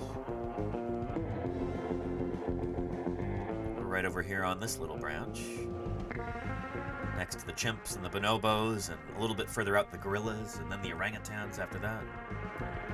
Chimps, bonobos, gorillas, orangutans, and then you get to the other apes and the other primates, and all of them. You can keep going out until you get to all life. So this is something that I dearly wish were taught properly in schools, because it usually isn't, especially here in the States. A lot of folks really hate this idea. A lot of very powerful people are terrified of this concept for a number of reasons. I mean, for one thing, it's like if we're all related, not just all human beings, but all organisms on our planet, then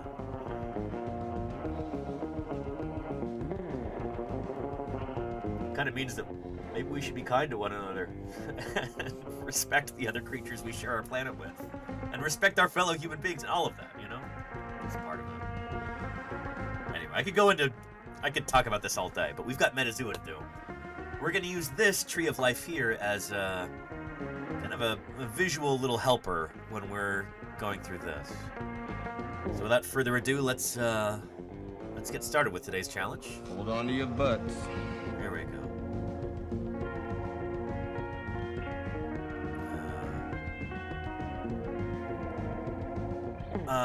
I usually like to start with a mammal for this.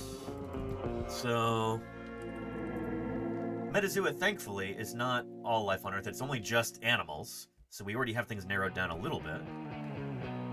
There's over 1.4 million species of animal that have been named so far. And, yeah. Thankfully, there's not that many programmed into Metazoa, but the game is heavily tilted toward mammals. So give me the name of a mammal, like a placental mammal. Not a marsupial, no pouches, not an egg layer, no monotremes, no platypus, no echidnas. And we'll start there. Slow loris is a good one, Raw Man. Although they don't have it. That's a kind of primate. And Drunky Kong, lol, says otter. That's a good one. That's a kind of caniform carnivoran mammal. We'll do sea otter. I got to look at some sea otters in Monterey, California at the end of December, and that was magical. We'll start with sea otter, and we'll see if that gets us anywhere close. Hold on to your butts. There we go. Okay. Not the closest, but still pretty okay. So, we guessed sea otter, and Metazoa says, nope, it's not a sea otter. Best I can do for you is, Eutheliostomai. So these are the bony fishes. The way that this game works is you make a guess, and then Metazoa will show you the most exclusive evolutionary group that includes your guess and the mystery animal of the day. So, like, it's got to have this is the most recent common ancestor of the sea otter, and our mystery animal is a bony fish. So we guessed sea otter here, which is Anhydrolutris, I think is the genus and species name. Sea otter.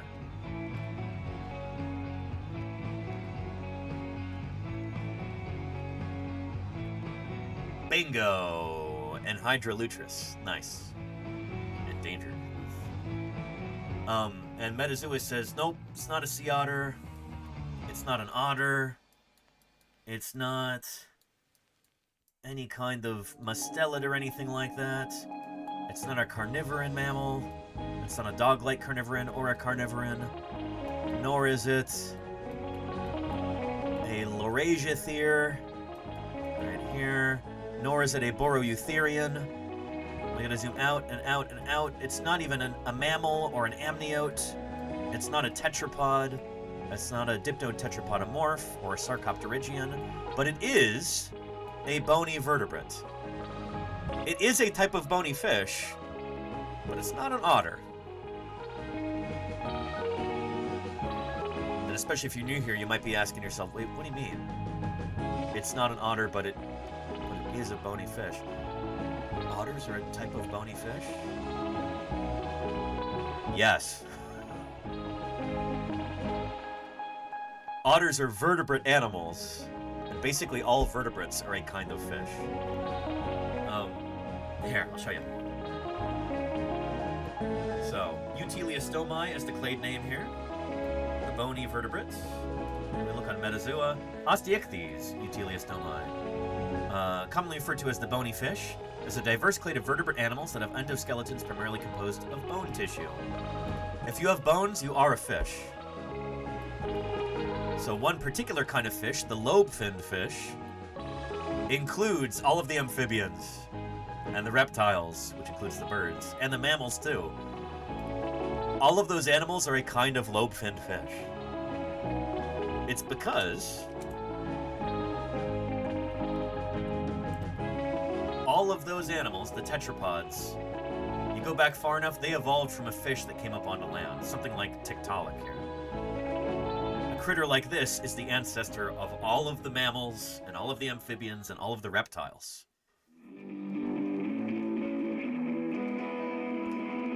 Our ancestor would have looked a lot like this. Yeah.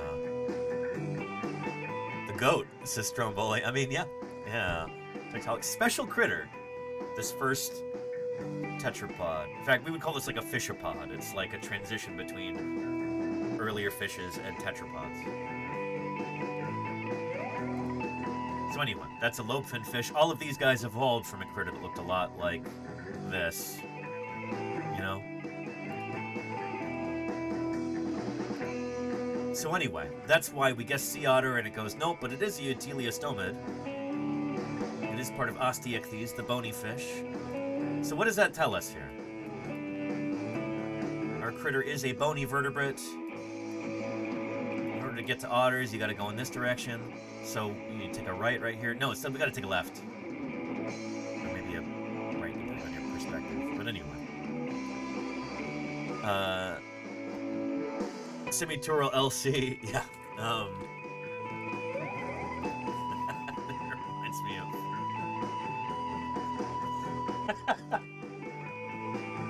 That reminds me of this. People joke about this online all the time. If you had a time machine, what would you go back and fix? Push him back in.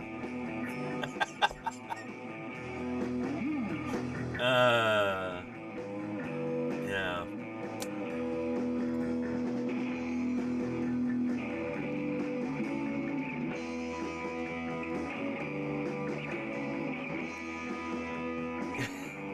Reminds me of this too. Yeah. Oh, this is not exactly correct. If I'm gonna... If you'll allow me to be pedantic for a second, and go, well, actually, this is not the grandpa of every land-dwelling animal on Earth, because it does not include the arthropods. There's other land-living animals that did not evolve from this, namely critters with more than 4 legs. Your spiders, your insects, your millipedes, crustaceans that come up onto land, they did not evolve from a fish. They're a separate origin of land-living animals. So yeah, arthropods are another branch on the tree. Exactly, Claire. Yeah. Anyway, so back to Metazoa. You can see why I like to leave myself more than an hour to do this. Even though we try and get it in as few guesses as possible, it still takes a while, because I'm using this as like a teaching opportunity. So, You're not doing so badly yourself for a paleontologist. well, thank you. I appreciate the kind words there, scary robot. And the follow, too. Welcome to Paleontologizing.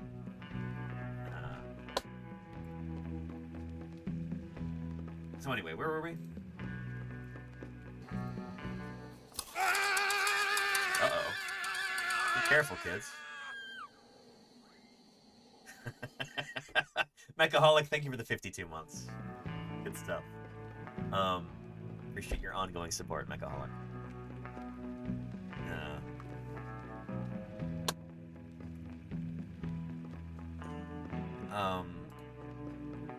Yeah. So our critter is a bony vertebrate, but it's not on the lobe-finned fish branch. It's instead got to be a different kind of bony fish. The other fishes, basically every other animal you think of that's a fish, would be a ray-finned fish, as long as it has bony bones. This doesn't include the sharks and the rays. Those guys are up here. They're on a different branch. They went off in their own direction with their cartilage skeletons, and they've been doing really well ever since then. But we're talking about the other bony fishes here. We know that our mystery animal has got to be in this group,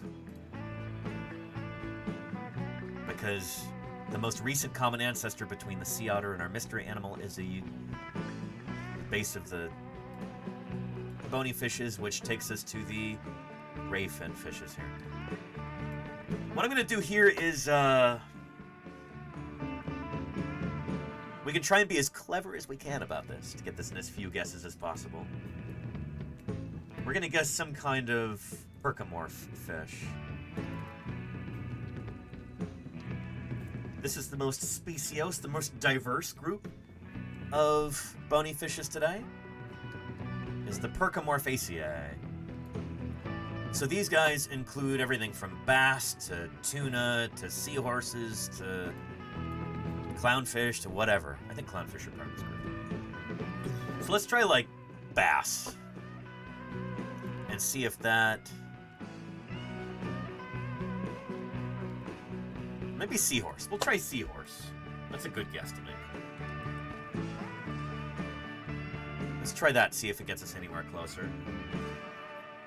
And, okay. Interesting. Interesting.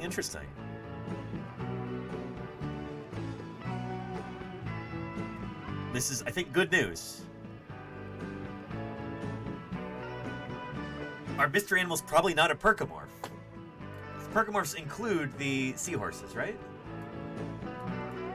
Right? Unless I goofed that up.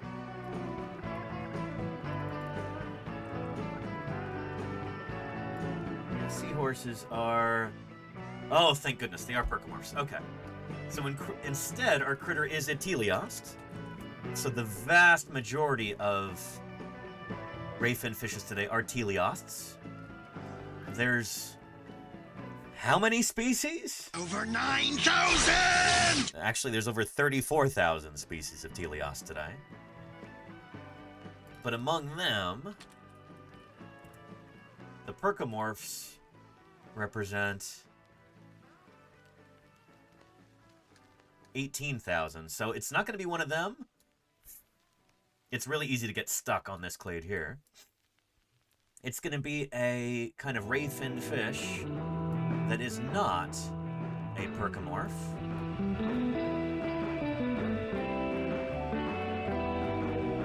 You gotta go all the way back to here. It's gonna be something more primitive, more early branching. It could be something like a moray eel. We should try that. And see if that gets us anywhere closer. Let's try moray eel here. Hold on to your butts. Let's see. Oh, no.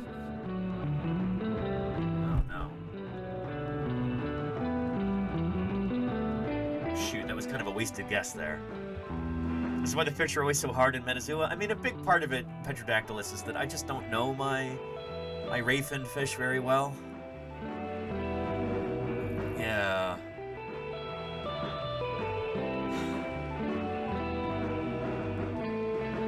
We at least know that it's part of Clupiocephala.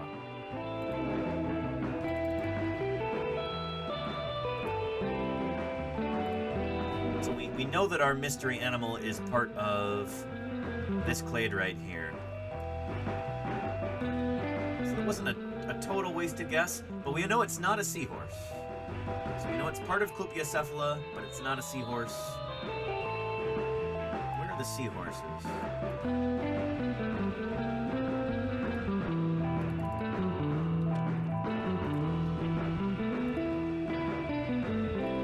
Okay, those are down here.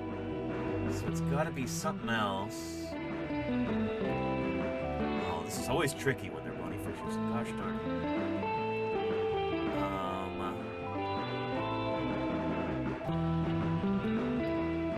Yeah, let's zoom in on the seahorses and just see where exactly they are. We know it's between the seahorse clade, which is the hippocampinae. It's between here and the base of the Clupiocephalans. So let's see.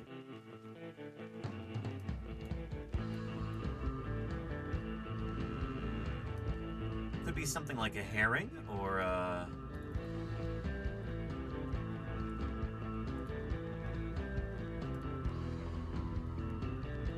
It could still be like a tuna or something. We had tuna was our critter yesterday. Could be something like a mackerel or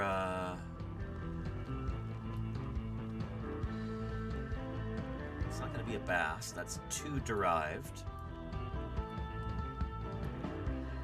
Sandfishes, cardinal fish. Split fins, gemfish. are these guys? Oh yeah, here's that one I can't say. Family-friendly channel. That's not even gonna be in Metazoa. It's too obscure. Yeah, and it's not a percomorph, right?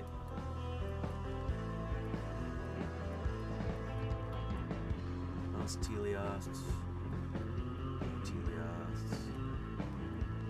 Butocephalans. Oh, I bet you it's some kind of carp or something like that.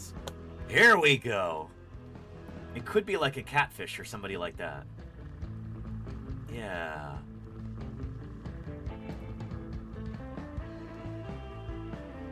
Let's try catfish. There's this group of fishes that I've been talking with my colleagues at Berkeley about a lot lately. There've been multiple presentations on this group of fishes, and they're called the shoot, what are they called? They've got very prominent. Well, they've got very specialized ears, and that makes its way into their name. They're like the Otara something or others. Here, if we look up catfish on Wikipedia, we can go over here. The Odophysons. Here we go. Yeah. Odophysi. It's got to be one of these guys, I think. So anyway, let's guess catfish. That might be... Okay, it's in Metazoa. Let's see. Hold on to your butts. Could be that. Let's see here. Okay, it's a member of this group. That's part of the Odophysi. Yeah.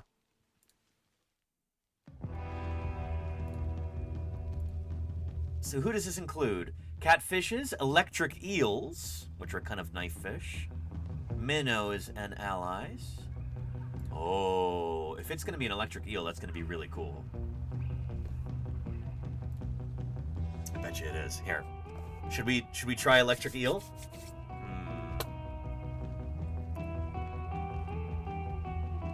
They have electric eel. They don't have minnow. Okay. I bet you it's going to be an electric eel here. Oh boy. Let's see here.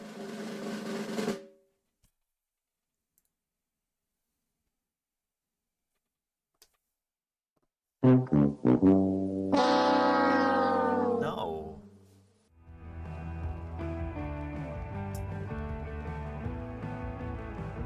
Okay. Not an electric eel. And I just Hakuna Matata. How are you doing? Welcome, welcome. Yeah.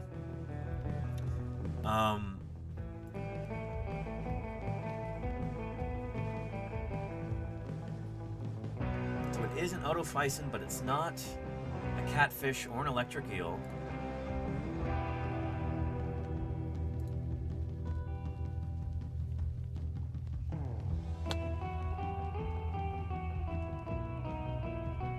Cypriniformes. Oh, these are the carp, I think. It could be a carp. We know it's not a catfish. Who are these guys? These are the piranha and tetras. Could be a piranha. They'll have that. That'll be in the game. So it could be a piranha. Or it could be... Does this include the carp? It does include the carp. Okay. Whoop. Carp is an option, and piranha is an option. Oh boy. Which one should we do, chat? Should we do carp? Or people are going to say piranha, huh? Or should we do piranha? Poll? I don't know. We'll just see. We'll see what people say in the chat. I don't want to do a whole poll. Laminator says carp. Okay. Oh, piranha was not... That was a restricted term? What's up with that? And Lenina, thank you for not giving it away. Petrodactylus, yeah.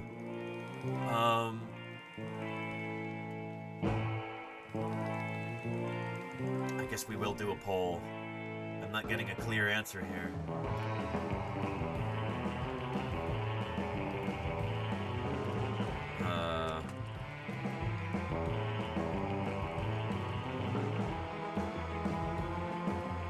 Carp or piranha? Spell that right? Okay. Start poll. Content does not meet guidelines.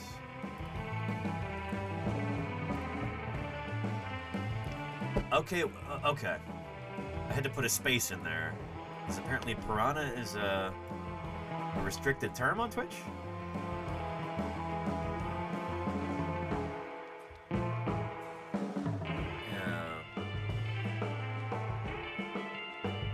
You can only pick one first, Nightfall. I'm trying to do this in as few guesses as possible. Alright, so far Carp is winning, but Piranha is catching up. They are neck and neck right now, 12-12. Piranha pulling ahead by a rostrum.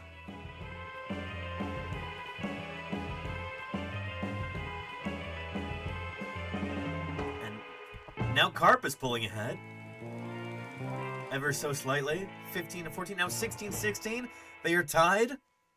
Piranha pulling ahead by 1. Oh man, is this going to end up tied? Nope. Piranha won. All right. We will guess Piranha.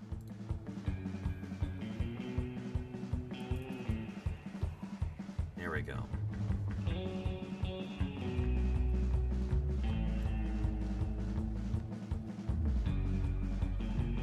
There we are. Hold on to your butts. Piranha. And... no.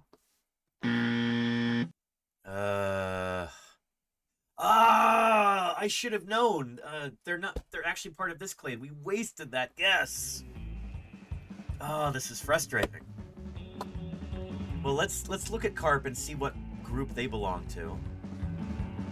They're the Characiformes.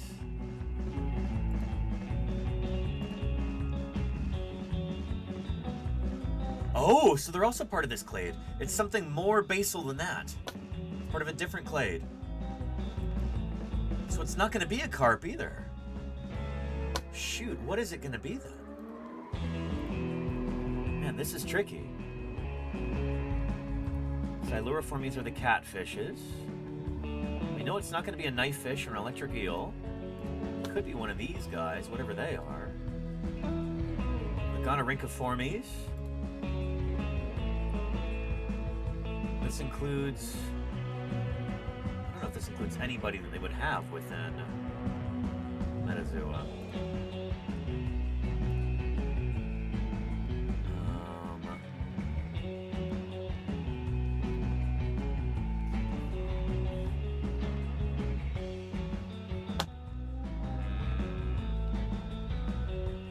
Alright, we could probably take it, it's not one of them.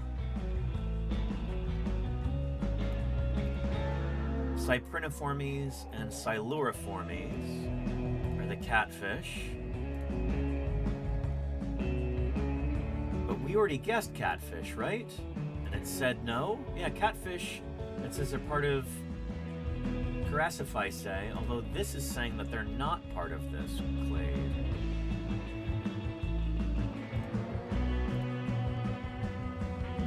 It's gotta be one of these guys, right?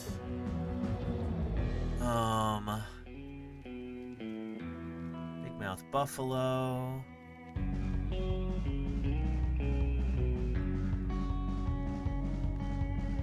Cichlids are not part of this group.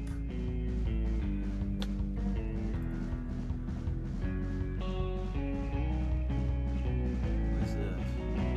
Pacific redfin. I doubt it's one of those. Could it be a loach? Do they have loach in this? Or suckers? They don't have loach. They don't have suckers. Who could it be? This is one of the toughest ones I've done in a long time.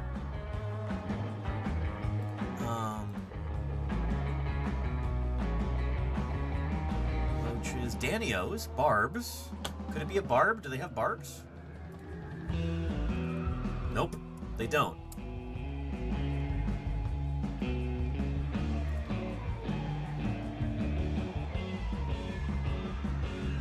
What in the world?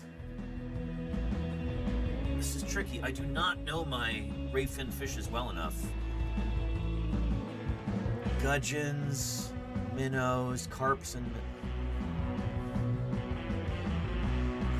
minnows. Hang on. Are we missing a super obvious answer here? Chat, what's a kind of carp that people don't think of as a carp? It's very popular in captivity. Lots of people have them as pets, and then they don't take good care of them. Yeah. Goldfish. Goldfish. Is it a goldfish?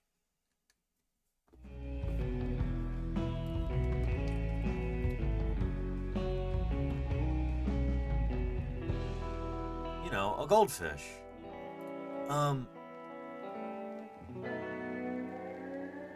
They're a kind of carp.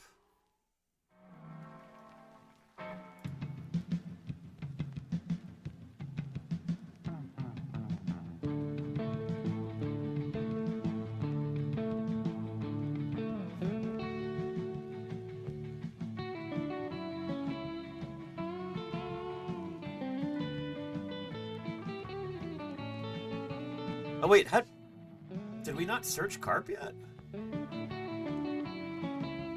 I thought we did, but we didn't. Otophysi, Chirasophysi. Okay, hang on a second. Let me get my wits about me here.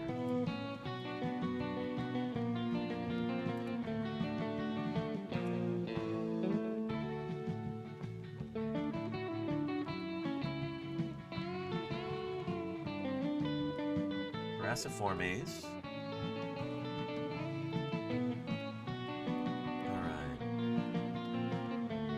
Want a group outside of this.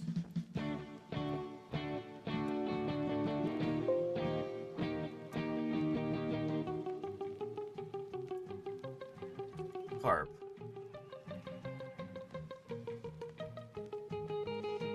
Alright, Cyprinidae.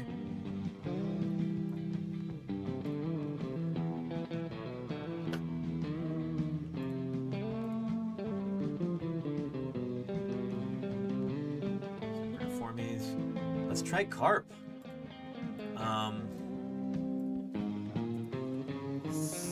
Hold on to your butts. It could still be a goldfish, which is a kind of carp, but let's try it. Here we go, finally! We got it. It took 7 guesses, but we finally got it. Oh, boy. Sorry that took so long, everybody. Shoot. But there we go. We got it. We got it. Here, let's post that to Blue Sky real quick.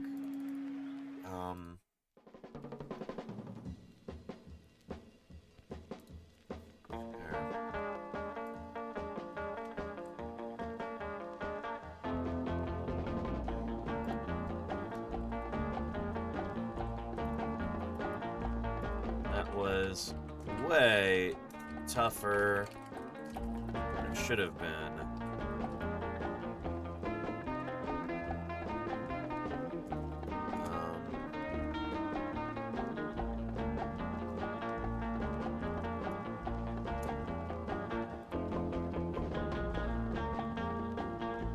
Face exhaling emoji.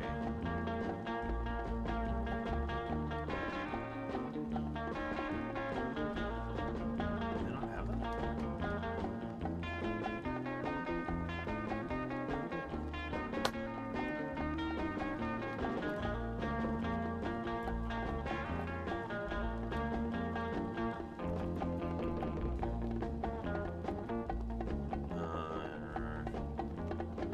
Let's see. That'll be fine. Okay. Anyway, Ramen says there's too many fish. I mean, there are a lot. That's the thing, is that teleosts are a super diverse group of fishes.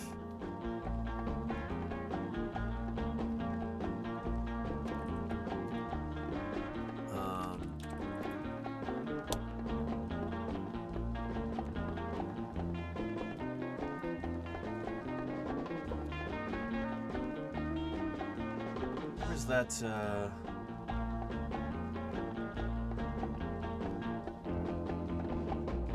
we were looking at a diagram about this the other day.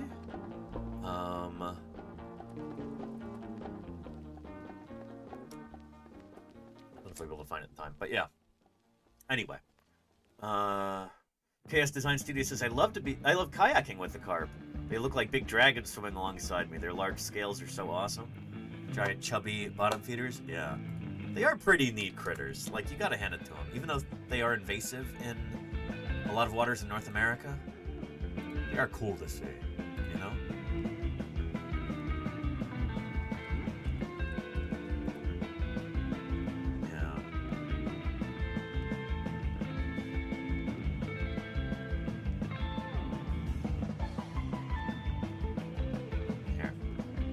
Wildlife biologists are warning about an invasive fish species that threatens to permanently alter the Great Lakes ecosystem. Scientists fear the Asian carp could collapse the food chain and wipe out a multi-billion-dollar sport fishing industry.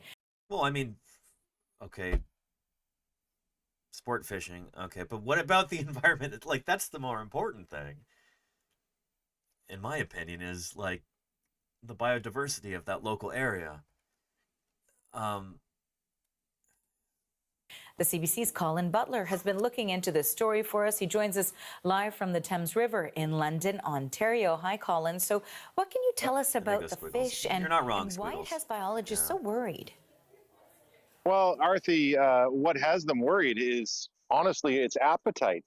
Think garbage disposal with no off switch, or a Hoover vacuum cleaner with a grudge. This thing is about 1.5 meters in length it can grow to. The adults weigh about 40 kilos, You're not wrong, and it Sparky. can eat and eat and eat about, well, half its weight in vegetation and insects. Hey, and that's what they were brought baby. to North America to do. They were brought to aquaculture facilities so that they could clear the weeds from those ponds. We're going to give you a clip from Nicholas Mandrak. He's a professor of biology at the University of Toronto, Scarborough. And he says that these fish, when they put them in fish farms, are capable of taking those ponds and eating them right down to the mud. Oof. In aquaculture facilities, when there's no vegetation for them to eat, they throw It's a dinosaur. Surprised Ghost Hunter, thank you for the follow. Welcome to Paleontologizing. It's good to have you here. Are ghosts in season right now? What's the bag limit on them nowadays? And you can only shoot the male ones, right? You don't want to reduce their populations? cabbages in it. This is a dinosaur. That's not a dinosaur. This is a dinosaur too. Bobby Bin, thank you for the follow. Welcome, welcome. That first one was a dimetrodon. That's a kind of synapsid. Anyway. Eat the cabbages to give you an idea of how voracious their feeding is. Now, cabbages, it sounds like feeding hippos at the Toronto Zoo, doesn't it, Arthi? That's sort of the problem here. So what they're worried about is if these things get into wetlands, they're not just going to nibble around the edges of where all the native fish spawn, take shelter, and use as habitat for their young. They're actually going to devour the heart of it.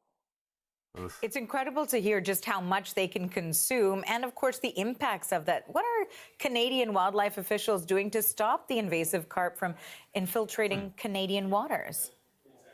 Well, they're going on patrol, Arthi, and they're doing it on rivers like this or on the Grand River in Dunnville, which... Anyway, I'll give you a link if you want to watch the rest of this, but... I mean, carp are a major problem when they are...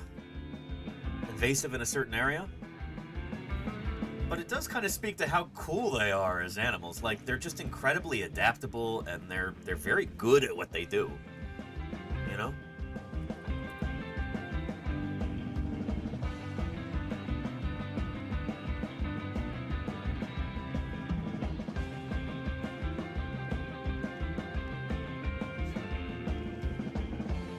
Find you a decent video here.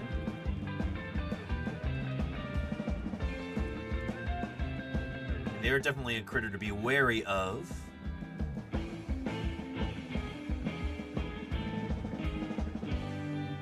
But, here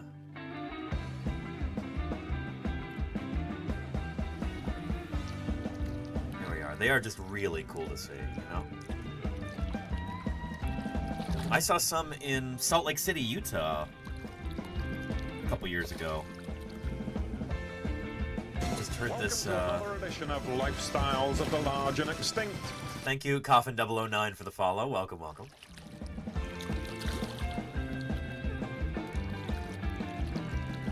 Yeah, I was going on a morning walk through this, like, park area with all of these reeds, and it was kind of a wetlands area, and I heard all this splashing, and there's just these big old scaly fishes flopping around in there, and they were carp. I think they were spawning at the time. But, yeah, they were really noisy. And I'm sure they're not native to that part. I think they were Asian carp, so not native to Utah. Anyway, interesting animals. Interesting animals. As tall as a two-story building, he could kill almost anything that crossed his path. Hopefully not me, Murph. Thank you for the 43 months of support. 43 months, I keep coming back to the same beach. Maybe it is the surf rock. There you go, Murph. Yeah. I appreciate your ongoing support and everything you do to keep this channel going, Murph. Appreciate you.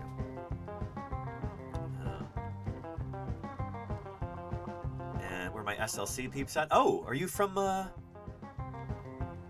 Great Utah Valley there? Drunky Kong? I spent a lot of time around Salt Lake City, and yeah, I've got some friends who live there. Nice. That's where the Utah Geological Survey is headquartered as well, and I do a lot of work with them over the summer. Yeah, I spent a good deal of time in Salt Lake. That's often my base of operations for the summer. I've got some good friends who live there. Anyway, we're going to get into some fossil news in just a little bit. Now that we're done with Metazoa, finally. But, yeah, before we do that, I gotta go run to the bathroom. And ever been to Vernal? I spent a lot of time in Vernal, yeah, and I have some friends who work there, too. Yeah, we did some live streams from Vernal a couple years back. Let me find those. Here. Vernal.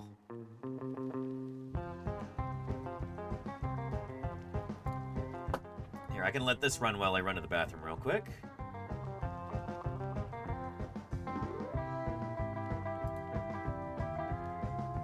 There we go. I'll tell you the story. So back in... There we go. You know, here in the United States... I'll be right back. North America, we're very spoiled. We have a lot of dinosaurs. Other places in the world, they don't necessarily have that. But Diplodocus is one of those examples. This particular specimen, nicknamed Dippy the Diplodocus, is really like an American dinosaur ambassador that kind of showed the world what dinosaurs looked like. I'll tell you the story. So back in the late 1800s, there were American paleontologists striking out across the West in kind of the Wild West days, looking for strange and interesting and impressive fossils to bring back to the East Coast to put in their museums. And at one point, there were some researchers who were out there looking for sauropod dinosaurs. And they actually got some funding from the, super wealthy industrialist Andrew Carnegie. He financed their work and financed the discovery and excavation of this dinosaur skeleton. This is back in a time when dinosaurs were still fairly new, and most people in the general public had never seen a dinosaur before. Now, some people here in the chat are going to be familiar with the Crystal Palace dinosaurs in England, how they were kind of like a way to introduce the general public to what scientists thought dinosaurs looked like at the time, way back in the 1850s. this is arguably far more important than the Crystal Palace dinosaurs.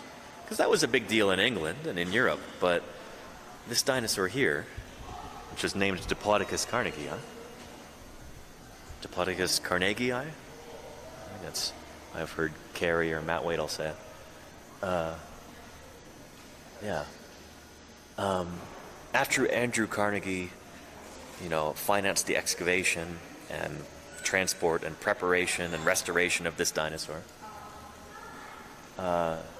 he actually paid to have a bunch of replicas of it made, mostly out of plaster, and then sent to various heads of state around the world. Yep. So you will see. Here, I'll pull up another clip real quick to help explain this from a documentary.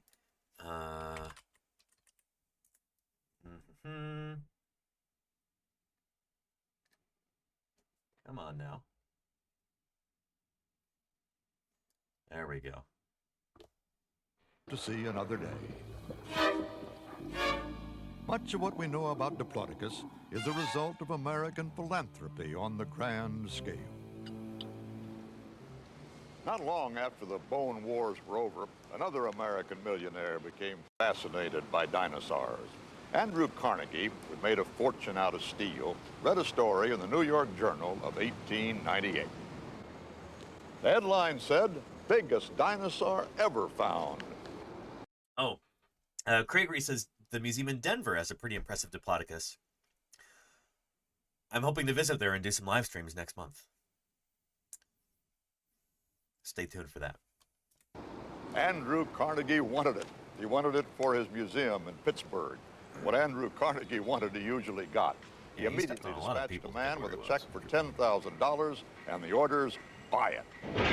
In 1895, Carnegie had made his fortune in railroads and steel, and he decided to give to Pittsburgh a palace of culture. And the palace had 4 columns. One was art, another was literature, another was music, and the 4th was science. Science. In 1898, science meant dinosaurs. Yep. So this is the original right here, Nightfall. The original is in Pittsburgh. It doesn't look like this anymore. It's, here. It's been remounted in a much more accurate pose with a better skull on it right here. More accurate to what Diplodocus' skull actually looked like. The one that you see in here is kind of a semi-speculative replica, and I actually have that right here.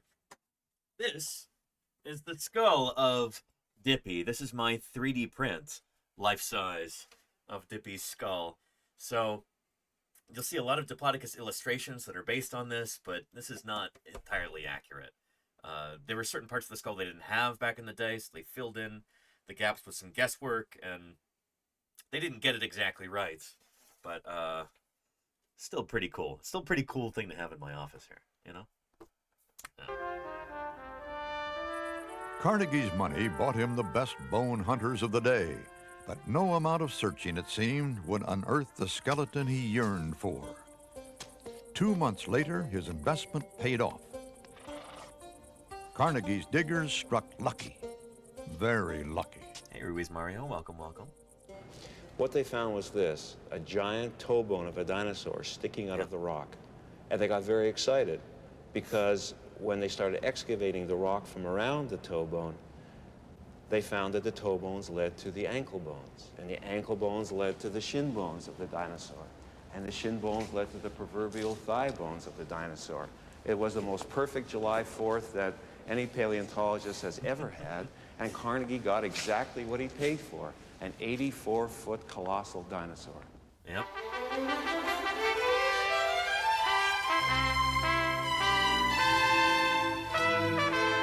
There's my president.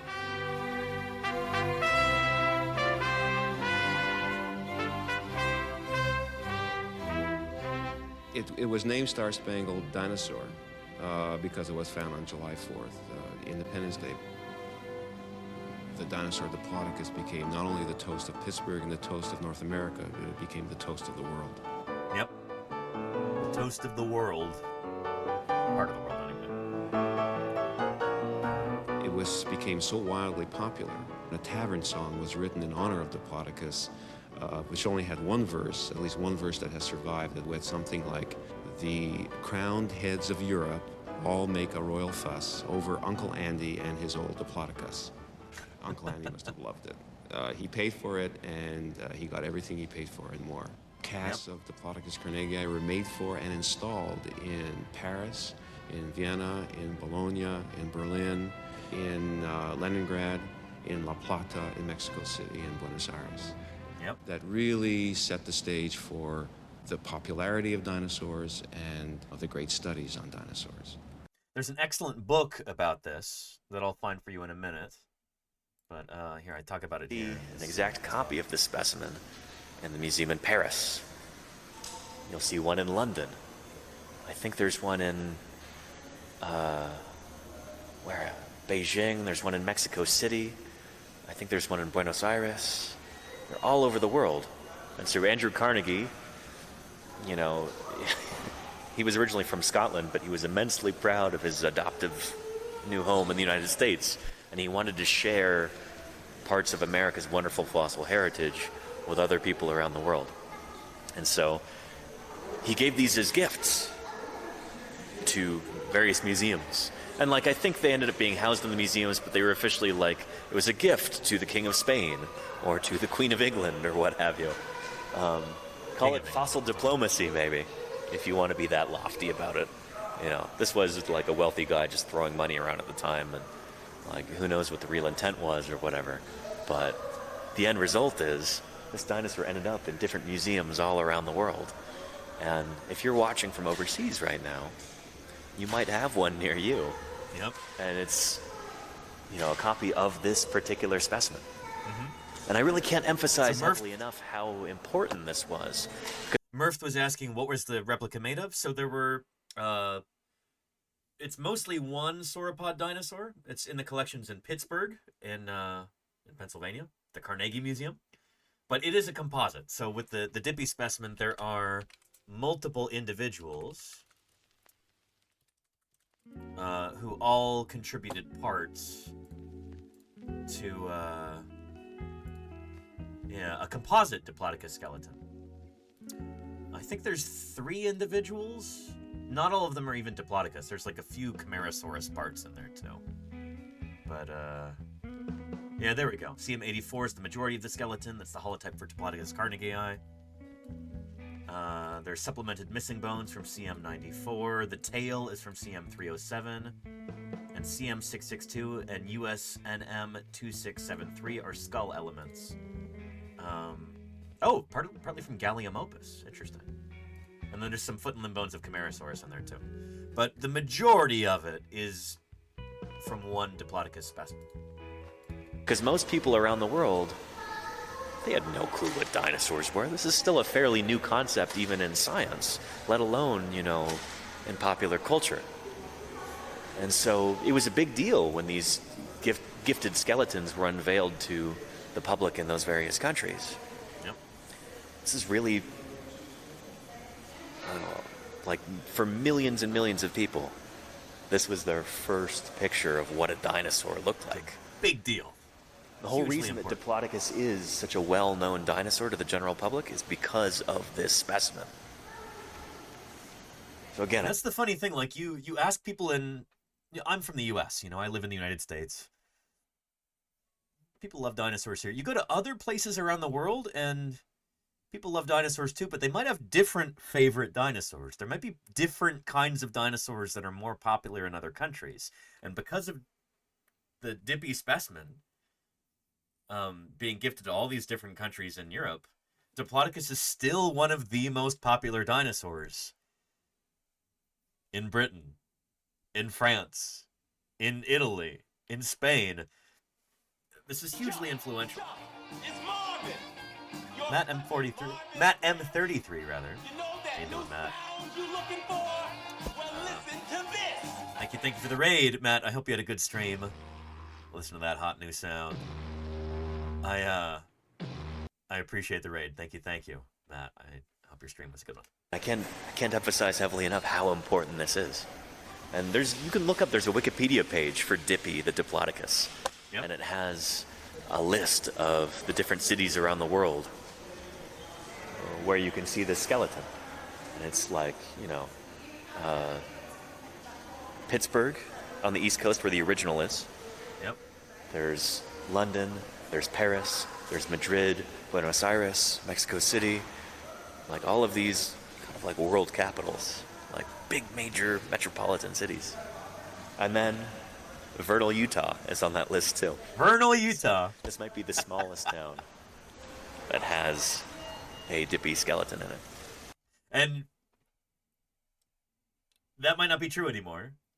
I'm not sure what's bigger, Vernal or Price, Utah, but both of them have casts of Dippy. The one in Price is they're looking to raise money to mount it.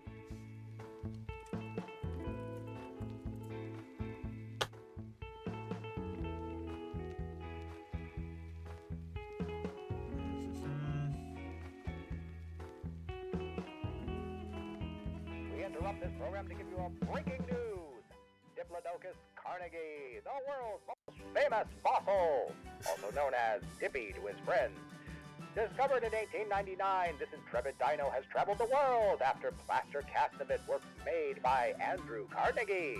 It traveled to Paris, the United States, even to the court of King Edward VII of England. And Dippy has really cool exhibit here. They did this exhibit on like a shoestring budget, to the point where I have photos of it when I went there in 2023.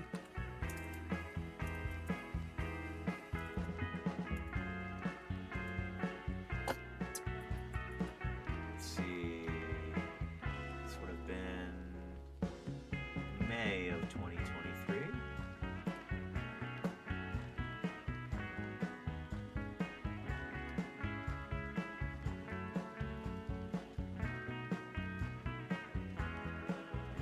Find those Dippy photos. Man, that was such a cool field conference.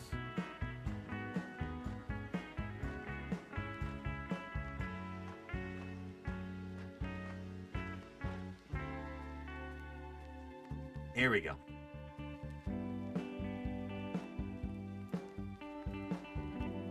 So I was there when they were still putting things together.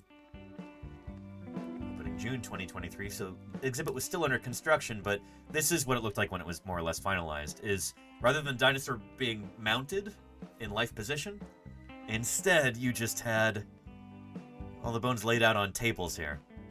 So you could actually walk around and look at them up close and everything.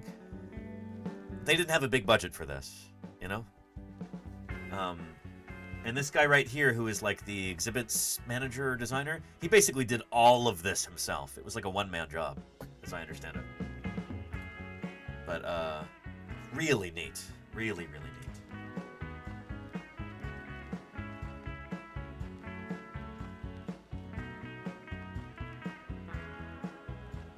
Yeah, very cool stuff.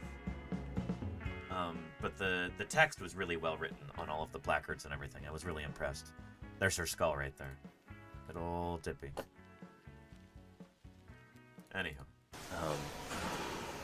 This might be the best one, too, just in terms of how it's posed and everything, and the fact that... And I don't have the lower jaw for this. Walk right underneath no. For the croc skull. I mean...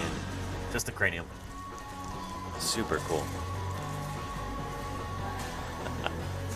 So that's neat. It's really cool. I mean... Really awesome. Anyway, I'll give you a link to this VOD here. Do we have any questions right now? Just, are you headed to the quarry tomorrow? We are, yeah, at Dinosaur... Yeah, Dinosaur National Monument. We went there the next day after this. So anyway, Dippy's really cool. Anyway, are Price and Vernal, Utah, like pretty much the same population?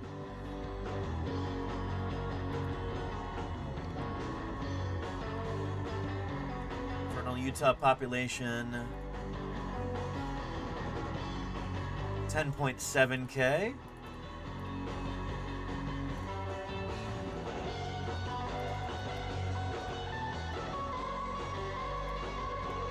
Price 8. Oh, so Vernal's bigger than Price. Okay. By about 2,000 people. Yeah, interesting. So yeah, I guess Price would actually be the smallest town that has a Dippy cast like that. But I didn't know that they had it at the time. All those pieces were like in storage. It was not on display until very recently. Oh, we have a Casey in chat. Excellent. Thank you, Claire, for letting me know. Casey, how are you doing? Casey, was it yesterday or the day before? I was looking for that weirdo Triceratops illustration in a book, and I was looking through my books here, and I couldn't seem to find it. Well, I found it, and I'll grab it in just a second. But first, we were talking about Dippy the Diplodocus, and so I wanted to recommend these two books. If you want to read more about Dippy the Diplodocus, here's two excellent books on the subject. Bone Wars by Tom Rea. This is the 20th anniversary edition, with a foreword by Matt LaManna. We've worked with Matt in the field. Everybody loves Uncle Matt from the Carnegie Museum in Pittsburgh. Matt worked with us in Wyoming for the past 2 summers. Had him on stream many times. Anyway, he wrote the foreword to this, which is really cool. The Excavation and Celebrity of Andrew Carnegie's Dinosaur, Bone Wars. Really well-written book, especially if you're interested in like the history of Wyoming. In addition to the history of dinosaur paleontology, this is a must-read. And then there's also this, An American Dinosaur Abroad. This also is about Dippy's story, but focuses on the casts of Dippy that were sent to different museums across Europe and North and South America. Cool stuff. Both excellent books. But anyway, Casey, I was looking for that book with the weird Triceratops drawing in it, and even afterward, I couldn't find it. Couldn't find it anywhere. Until, I think it was last night, actually. It showed up in my mailbox. What? It turns out it's a book that I had a long time ago, and I had recently reordered through Thrift Books, and it happened to arrive last night. So I hadn't realized that A, it wasn't on my shelf, and B, I had so recently reordered it, and it is now right here. So let me show you that weird Triceratops illustration with the head, like, it's almost sausage shaped, where like there's skin extending off the frill going into the back. It's so weird. But I love this. This is extremely out of date now, but it's called Archosauria, A New Look at the Old Dinosaur by John C. McLaughlin, who I think was like a wildlife illustrator back in the day. But yeah.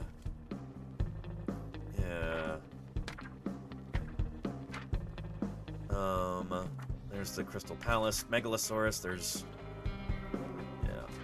So a lot of these are like very old-fashioned looking illustrations. I gotta say, Casey, you're a much better wildlife illustrator than this guy. And he had several books published, apparently, so I'd say that bodes well for your future in this industry. Look at the T-Rex here looking awful goofy. But yeah. How old is that book, says Mother of Cats? This goes back to, what's our publication date?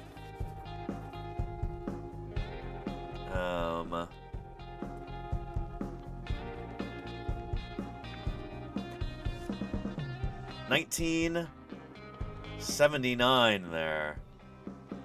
So kind of a while ago.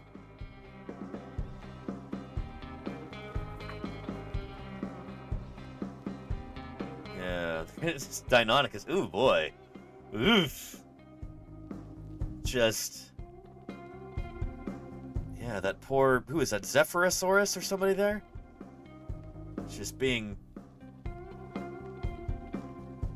Ugh. He's been working out since I thumbs. There you go. Yeah. Yeah, don't let this happen to you, chat. Holy cow. Anyway, where's our Triceratops here? Look at this! Just... What? I mean, like... Ew! Yeah. This is why I wanted to show you this, Casey. What?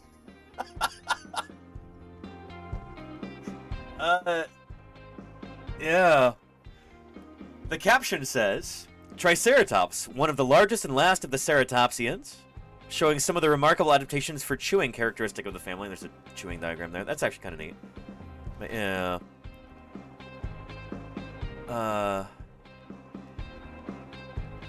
Yeah. Far left, Triceratops as a great fossil lizard with the muscles of the cheeks and rear of the skull omitted in the classic restoration.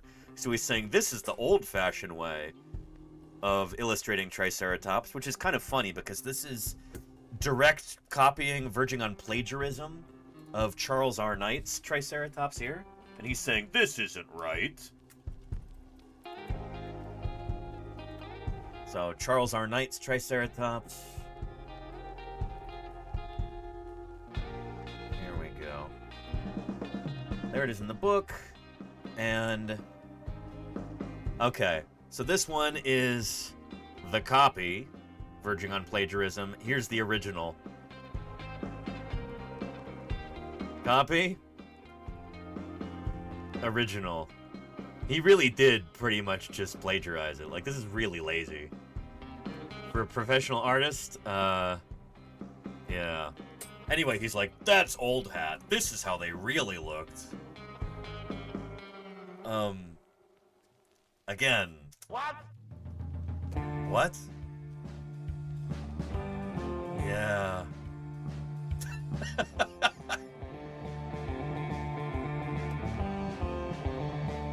Anyway, the book is Archosauria by John C. McLaughlin.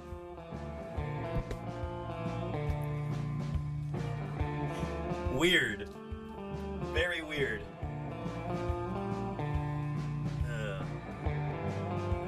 Oh boy. Anyway, archosaurs are the group of animals that include dinosaurs and crocs and, well, and birds being a kind of dinosaur. Okay, let's jump to Archosauria on our Tree of Life. Today, this only includes the birds and crocs because the non-bird dinosaurs are extinct. And this tree only really shows extant animals, non-extinct ones.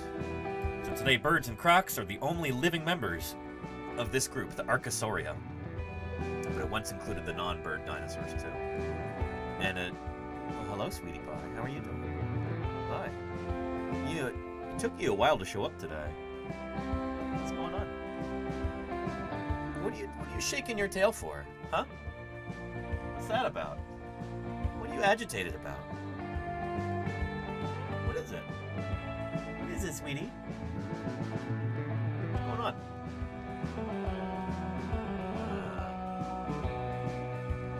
This is one of my landlords here, chat. This is Ms. Sweetie Pie. How you doing, sweetie? Hi. The ponderous Trachodon, 32 feet long and 14 feet high. 1,500 teeth, and not a single cavity. Thank you, Cozy Iced Coffee, for the follow. Welcome. How are you doing, sweetie? She's come here not just looking for cuddles, but looking for payment, too. She's like, it's time to pay rent. All right, sweetie. All right.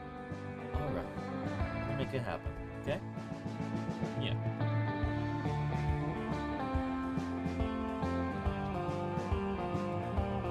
We'll make it happen. Yeah. Oh, yeah.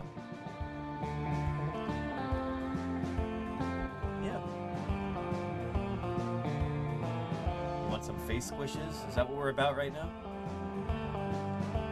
We can do that. Yeah, come here.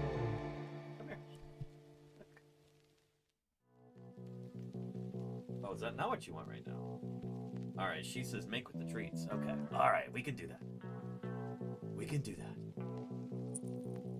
Yeah. Oh, look. Already, you're flinging saliva across my desk. She's drooling. She's drooling. She says, give me those treats. All right, let's pay rent.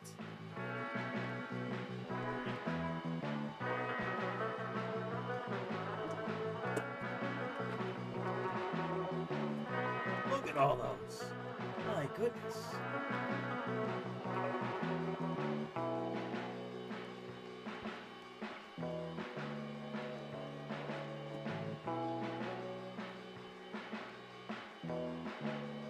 Good stuff? She likes when I deliver them to her like this. Kind of requires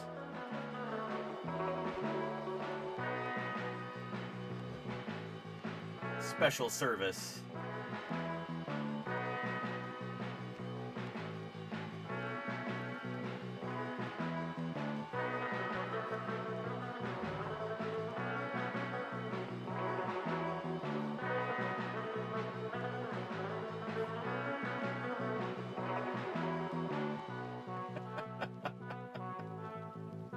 Manual feeding, yes.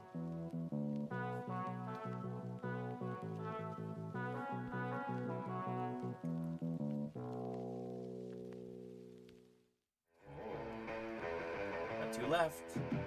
Is your penultimate one?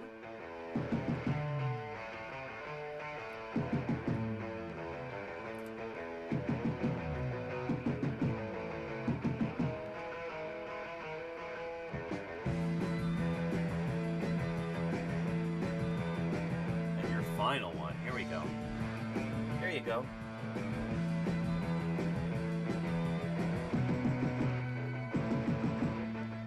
How's that? Good stuff?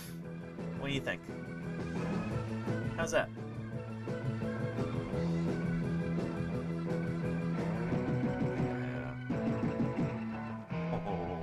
Myosaurs always ate their vegetables. Green Samus. Green Samus. Thank you for the follow. Welcome to Paleontologizing. You want more? Okay, we can do that.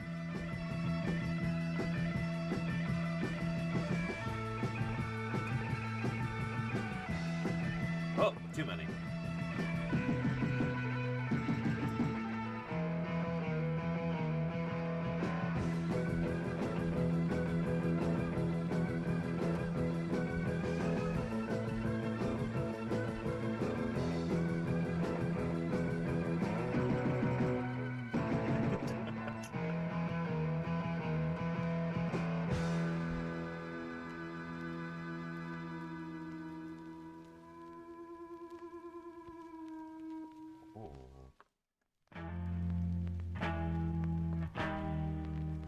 Making a mess on my desk. Yeah. I do like when I feed her individually like this, she doesn't make as much of a mess.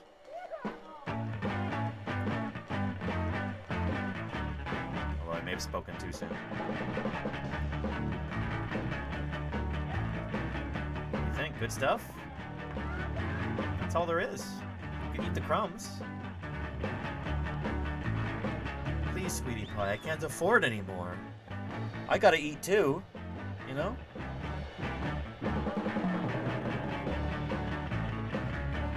Don't eat me. I need those fingers. Oh, there she goes. Ladies and gentlemen, an NB's sweetie pie.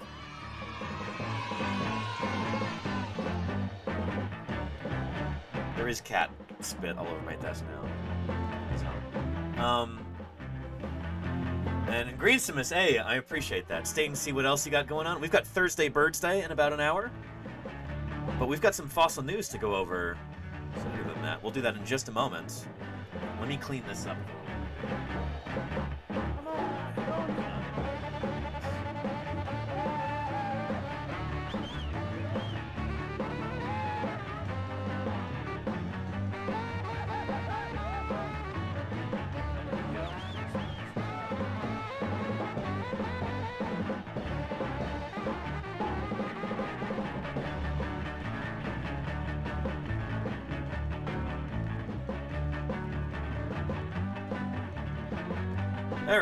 Okay.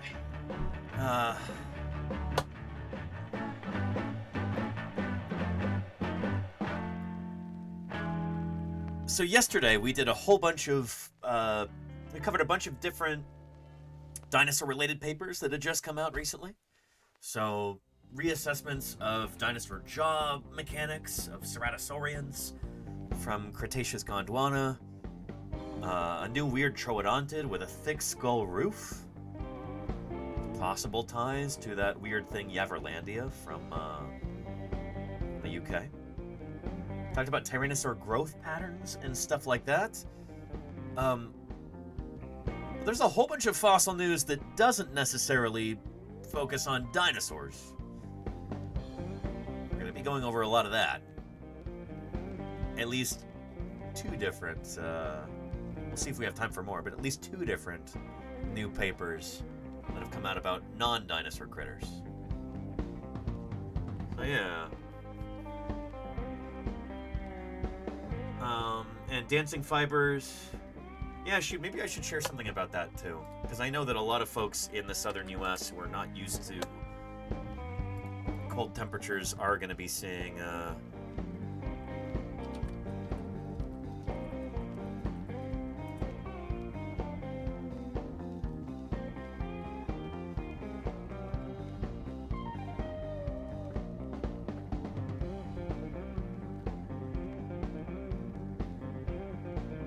There we go. Here's a real short video about this. Today, NBC5's Maria Guerrero has the checklist that you need to make sure everything is protected from your home to your car.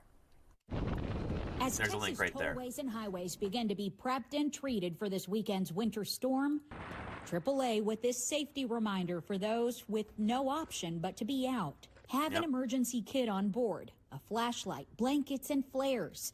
Anyway, I've always got these things in my car anyway, and I don't even live in a place where it snows.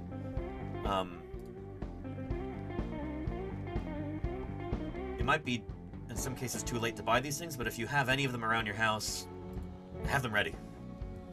Yeah. Anywho.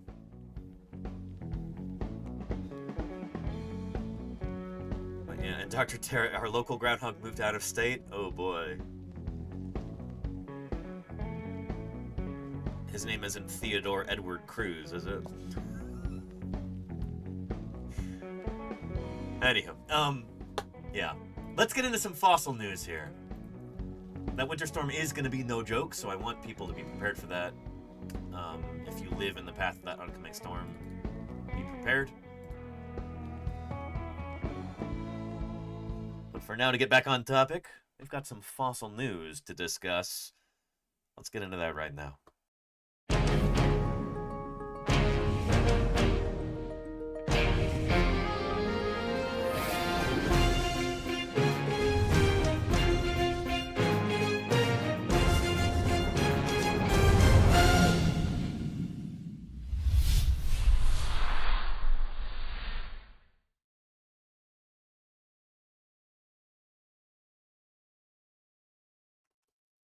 All right.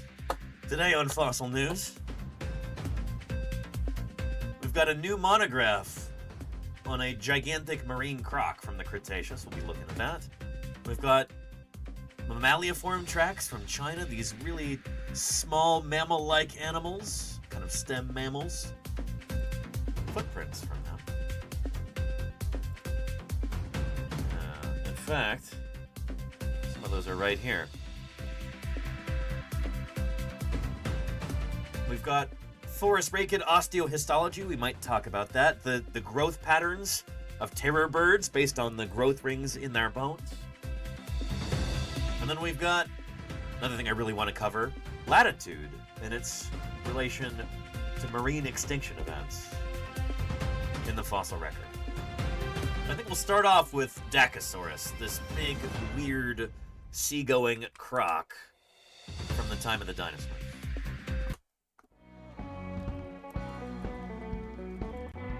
This critter has been nicknamed Godzilla, which I think is kind of a goofy nickname for it, but yeah, a giant marine crocodile-like animal. So a crocodilomorph or crocodiliform or Suchian of some kind. I don't know exactly where it falls out in the phylogeny, but they get even bigger than this, to my knowledge. We now have a more complete record of what it looked like. I love to share this kind of science because it often doesn't get enough attention. And so I think it's important to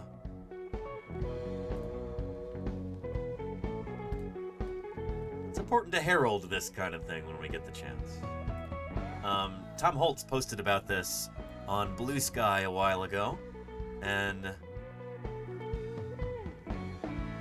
oh, the link is working now. Okay, nice. Anyway, I was like, that DOLI link seems to be broken, so I found one here. Anyhow.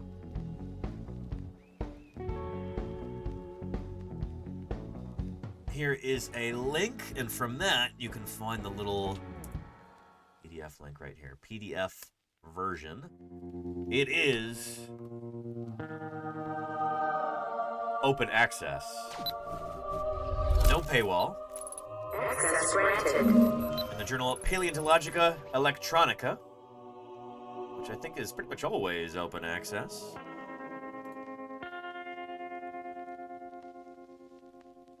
This is not the sort of thing that's making a big splash in the news right now, but this sort of science is incredibly important. Oftentimes you'll have a new and exciting fossil critter, and it'll make a, no pun intended, big splash when it first comes out. Like it'll literally be on the cover of National Geographic. Right?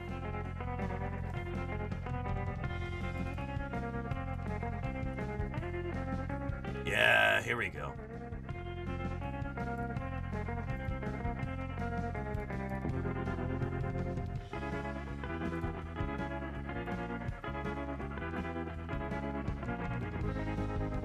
Pretty dramatic. Scientists bring Godzilla back to life. I don't know why they called it this, but anyway. Yeah, this is from December 2005. This is a big deal. And we've learned a bit more about this animal since this first came out, but now we actually have a complete morphological description of Dacosaurus maximus, with further insights into their paleoecology. This is the kind of follow-up science that, again, does not get enough attention most of the time. I've not seen anything in the press about this. I searched Dacosaurus in Google News yesterday. Nothing since, like, 2014. It's important. These guys didn't have feathers. This is a marine croc, but a Thalattosuchian. Check out those jaws and those teeth right there. Oof.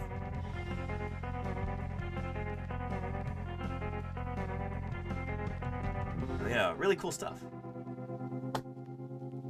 And I didn't know this. The specimen DMA JP 2009/001 was discovered during dredging, luckily receiving only minor damage from the excavator before it was recognized that the anterior and posterior parts form a single fossil. The carefully restored fossil skeleton appears to be the longest single vertebrate fossil from the entire Solnhofen archipelago known so far. Wait, Solnhofen? I thought this critter was from South America. Dacosaurus is from Bavaria? What? I didn't know this. Have we got any Germans in the chat?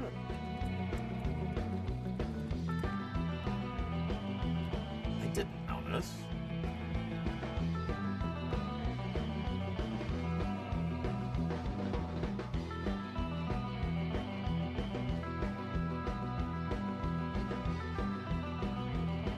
Western Europe, England, France, Switzerland, and Germany. I thought it was from the Cretaceous too. Was I totally wrong about this? Shoot. Shows what I know, I guess, when we're talking about marine crocs. Wild.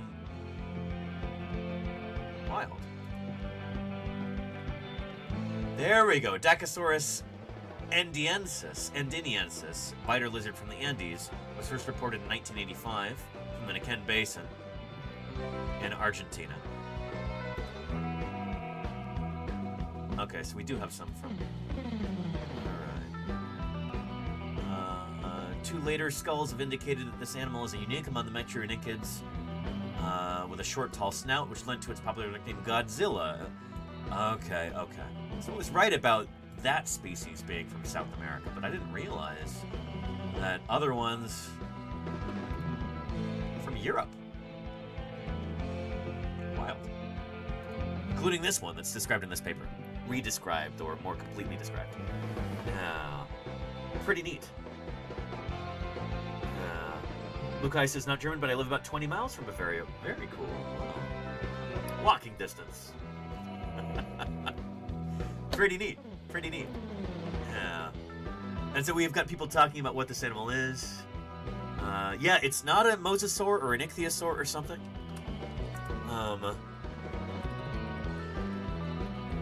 Thalattosuchians are marine crocs. Some of them look a little bit more crocky than others. Over time, these animals become better and better suited to life in a marine environment. And so we think that some of them start off with the scutes, the osteoderms, like modern crocs have. You know, you look at this and you go, oh yeah, that's a croc. You look at this and you go, what? What is this?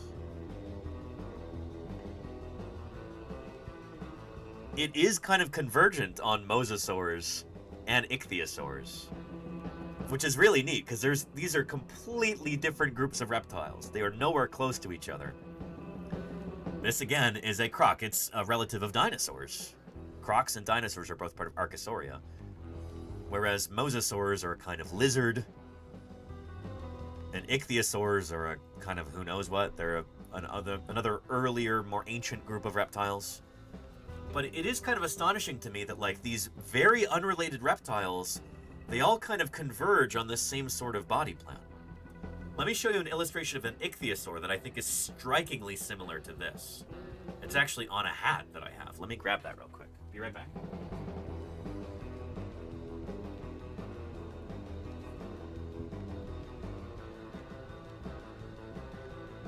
There we go. So, take a mental snapshot of this right here. All right, you got it? Now check this out. This is a simpler illustration. It's an embroidered hat, but this is an ichthyosaur. A completely different group of reptiles, and it's evolved a very similar body shape. Again, this is a croc, and this is an ichthyosaur. And this might be Temnodontosaurus crimson, yeah. I got this at the exhibit at the Nevada Museum of Art. They had a big ichthyosaur exhibit that just closed about a week or two ago. Temporary exhibit on ichthyosaurs from Nevada. Super, super cool. I talked about it a bunch of times on stream. I think it's officially closed. But yeah. I had to buy this. I thought this was so cool. It was a little pricey, but like, awesome, right? Yeah. I'm glad you like it, Petrodactylus. It turns out to have come in handy right here. But, wrong button.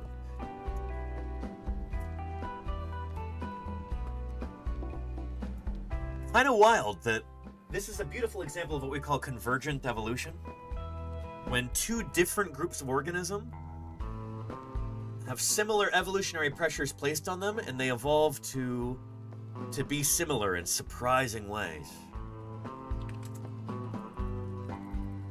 This is something we talk about a lot on these streams. Convergent evolution.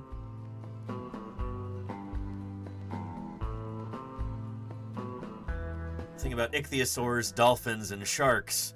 These animals have wildly different origins. Ichthyosaurs evolved from some kind of almost superficially lizard-like reptile on land. Dolphins, as a kind of whale, they evolved from a hoofed mammal that looked kind of like a weird wolf with hooves on land. And sharks evolved from earlier cartilaginous fishes. So these animals have totally separate origins, yet they've all converged on a similar kind of body plan. Converged, hence convergent evolution. Ichthyosaurs and dolphins here are another classic example of convergent evolution. This is really neat too. Even among mammals, you can get like really bizarre convergent evolution. These are placental mammals, which are mammals that, you know, like, these are your more standard mammals. And then these are Australian marsupials. They all have pouches. In Australia, they didn't have a lot of placental mammals to start with, and so each of these like different niches, these different ecological jobs that on other continents are filled by other kinds of mammals. In Australia, they've got their own homegrown examples that are all marsupials. So, anteaters, you've got numbats. For moles, you've got marsupial moles. Instead of mice, they have marsupial mice. For climbers, they've got whatever this is, spotted cuscus? Huh, I'm not even familiar with these guys. Flying squirrels, you've got sugar gliders, or flying phalangers? I've never heard that term before. Right here. That's convergent evolution. There's a job to be done. There's an open niche. Somebody is going to evolve to fill that. And so you get these striking similarities between unrelated animals. That's convergent evolution. This often results from, like, there's some kind of gap. There's some kind of opening, you know? It's some kind of, you know... It's free real estate. There's some free real estate somewhere, and somebody jumps in to take advantage of that. Evolution will mold them into a shape that is suitable for that, that niche. Raven Guard, 52 months there. I appreciate that. Thank you for the ongoing support, Raven Guard. Wonderful. Yeah. Tiger cat, is that a quoll? I don't know, Rushwing. I'm not sure what that's supposed to be. Probably is a quoll. Yeah.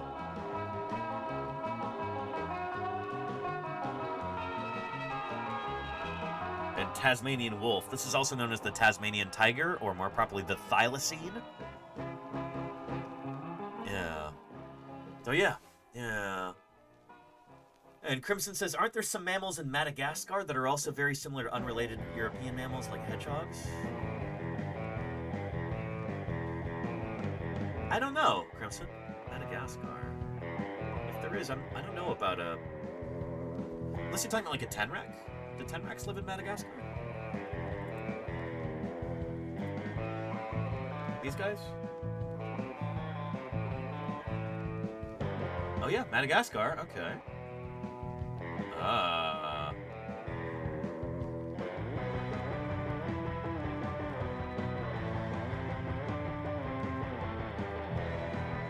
Yeah. Is it tenrecs? Is that what you're talking about? And the gorilla lemurs. Yeah, there you go, Dr. Terry. Yeah. Yeah. It is a Mesozoic-looking mammal, Claire. A tenrec is a kind of afrothere. So even though it looks vaguely like a hedgehog or something, it's actually more closely related to an elephant or a manatee.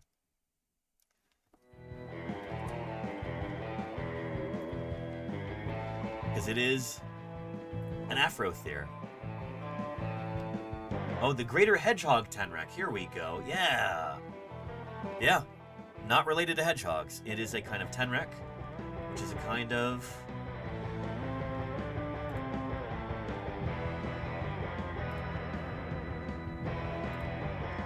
afrothere. There we go. So the Afrotheria are all of these animals. Sengis, aka elephant shrews. These are here. Aardvarks, elephants, hyraxes, manatees, and then you get tenrecs and golden moles. This is such a cool group, and yeah, this is another wonderful example of convergent evolution. Aardvarks are not related to anteaters, and yet they have evolved a similar kind of body plan.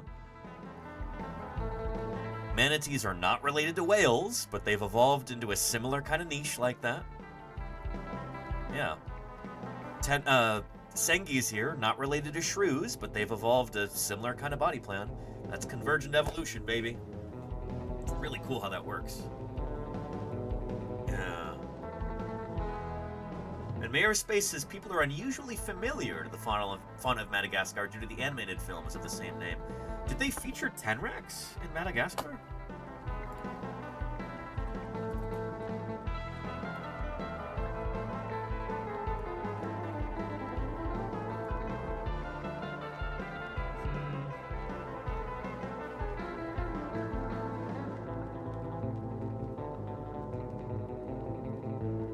Madagascar Wiki. Oh boy. Badgers, beavers, bees.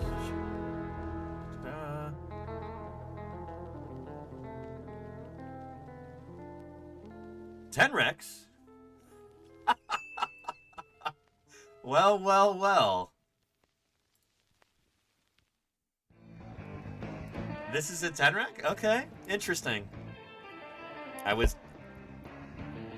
I think I only ever saw the first one, and that was probably when I was a child. Interesting. It's got to be in one of the sequels or something, right?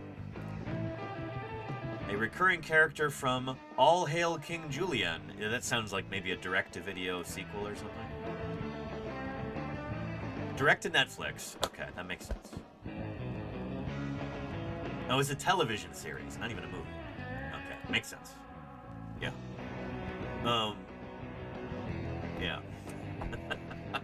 But you know what? That's cool that they're actually featuring real animals from Madagascar as characters in that. You know, they didn't have to do that. For me, that's like a baseline thing. It's like, of course you have to do that. But a lot of movie studios just wouldn't care. I mean, for crying out loud, you have that in The Lion King. And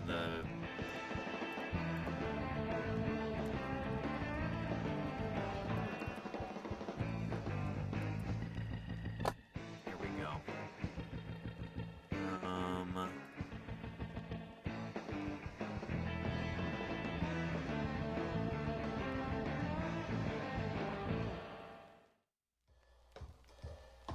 Yeah.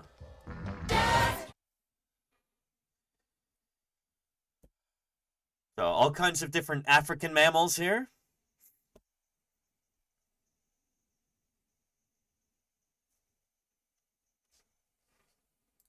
Oh, hang on, this is not the... Here's the one. Sorry, I guess that song had a reprise? There we go.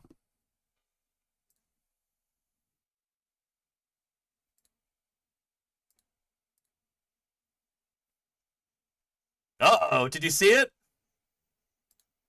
Did you see it, chat? What was the egregious error there? What was it? What was it? Did you spot it?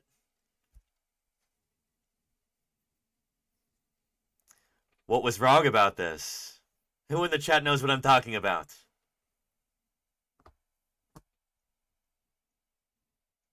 Oh, come on, somebody does. Claire knows, I think, because we've talked about this before, years ago. Anybody else? Come on, somebody knows. Somebody saw it. Alexander Morrison saw it. Yes, indeed. Ding, ding, ding. Here.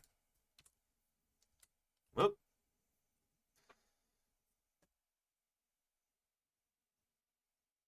There it is. See it? Giant anteaters do not exist on this continent. Not in Africa. They're not from Africa. They're from South America, you know? Completely wrong. Completely wrong. This is like a boneheaded mistake, you know? It's like if you have a movie about Australian wildlife and then you throw an elephant in there. Like, what? You know?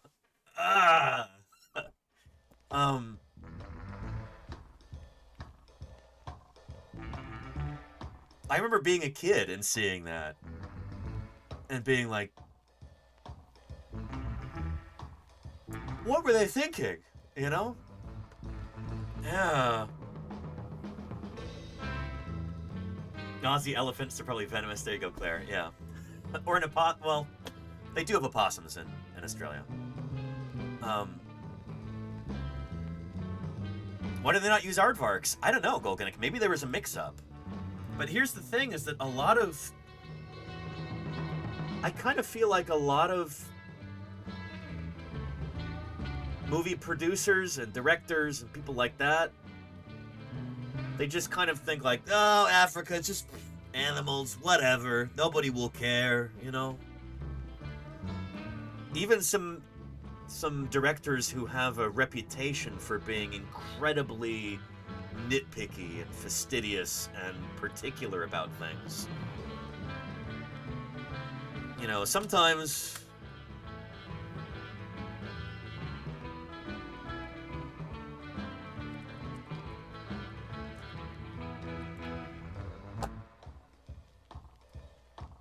some of these people even turn out to be hacks. Hot take here.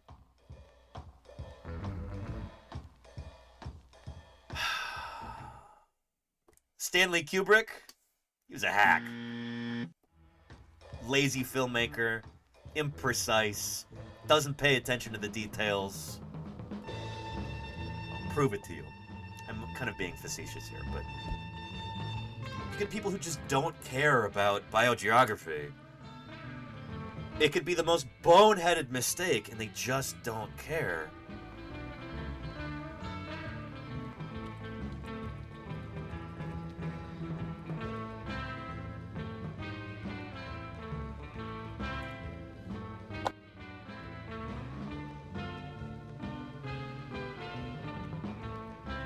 So you're familiar, of course, with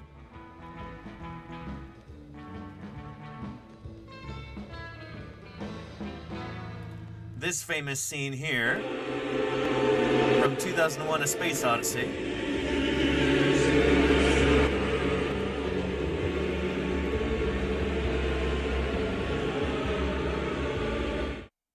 There we go.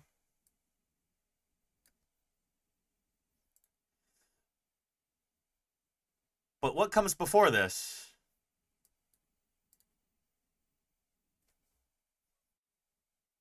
Tapirs! In Africa? Tapirs do not live in Africa. Tapirs famously have never lived in Africa. Tapir fossils have been found in North America, where they first originated. In South America, we have tapirs in South America now. Tapir fossils have been found in Europe and in Asia.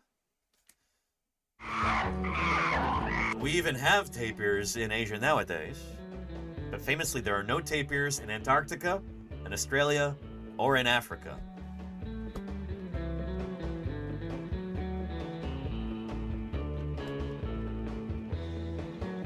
It turns out that in the original novel for 2001: A Space Odyssey, there were warthogs. Instead of tapirs, there were warthogs. And I guess Stanley Kubrick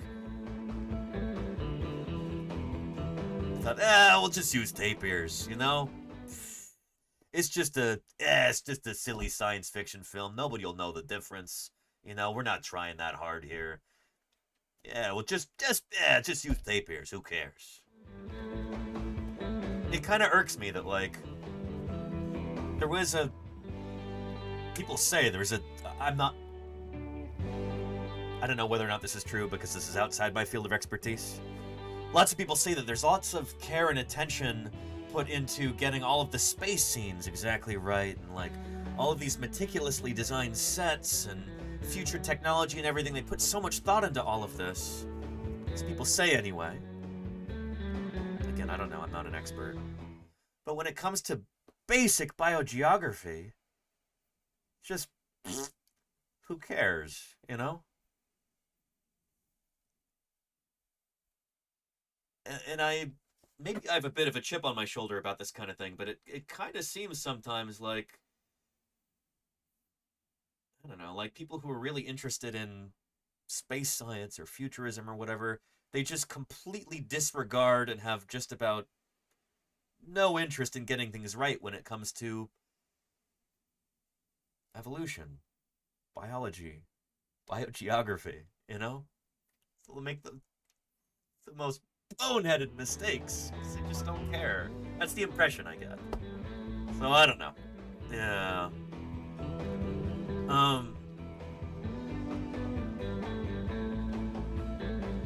Anyhow. Yeah. That's my soapbox then. Further Drop says James Cameron fixed the night sky in his movie Titanic when he was called out on it. Yeah, that's a famous story with Neil deGrasse Tyson. Let me see if I can find that. Here.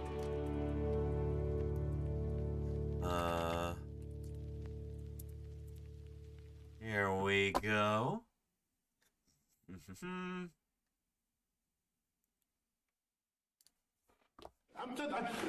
I got angry with Jim Cameron about Titanic. That's how I got angry. Did I tell you? I didn't tell you the story. You did not. Oh, no, can I? I've never seen you this angry before. Hold me back. I can't wait to see what you have to say about Avatar. You might turn blue with rage. Go on. So what was your problem with Titanic? There's a colleague of mine who saw Avatar, and he got home and he told his wife he wanted to paint her blue, and that didn't go over very well.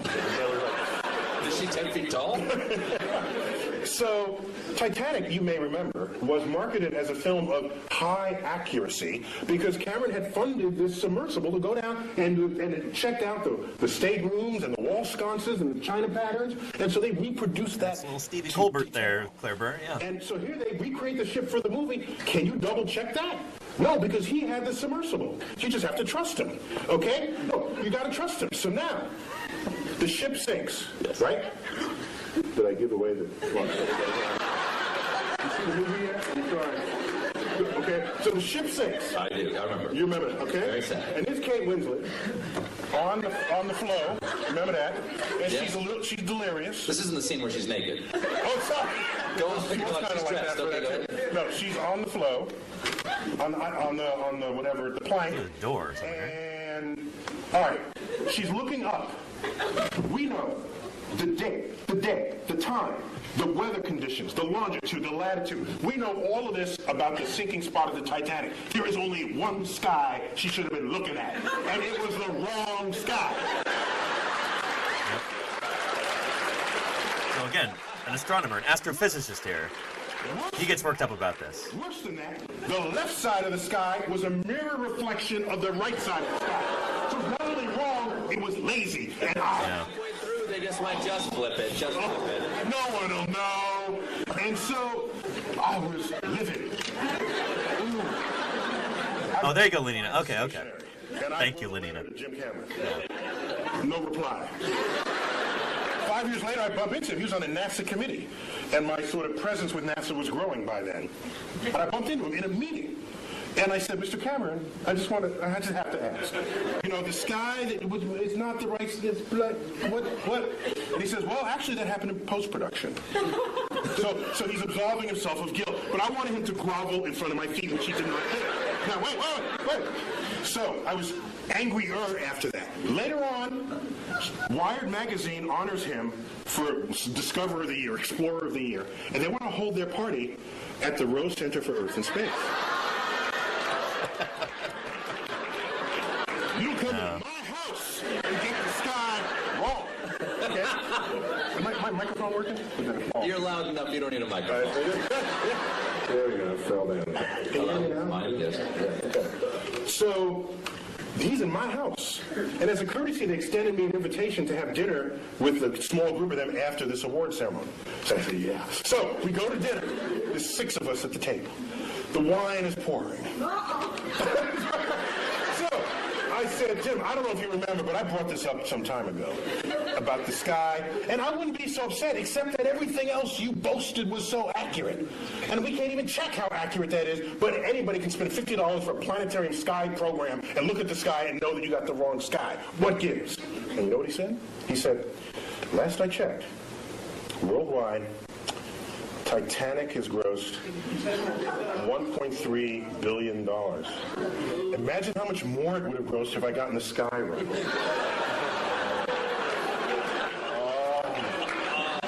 Oh, man. So sorry.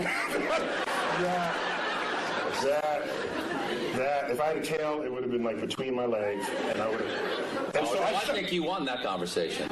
No, actually, I did. He retreated into his bank account. Good point. That money will all eventually be gone, and he would still have gotten the sky wrong. Oh, that's an interesting point. That's right. The sky will outlive even James Cameron. However, as dejected as I was, 2 weeks later, I get a phone call. Forgot the guy's name. He calls me up and says, "Hello, it's Dr. Tyson." I said, "Yes." He said, I forgot his name, Johnny Smith. "I work in post-production for Jim Cameron. He is releasing a 10-year director's cut anniversary edition of the Titanic, and will be adding new footage from the deck. And he tells me you have a sky that he can use."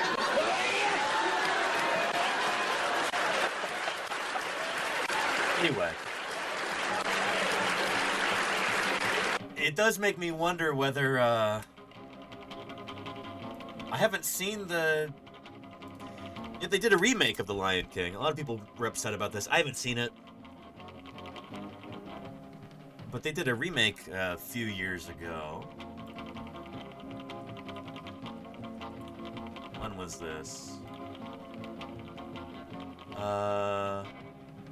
2019. Yeah.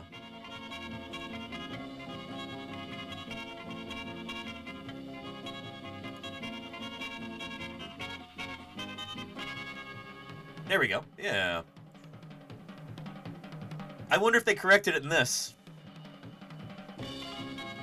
Because the animals, they took pains to make them look accurate and everything.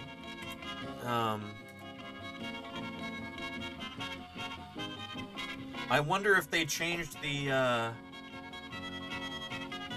anteaters to aardvarks, or if they just left the anteaters out altogether. I haven't seen it, but I wonder if they did.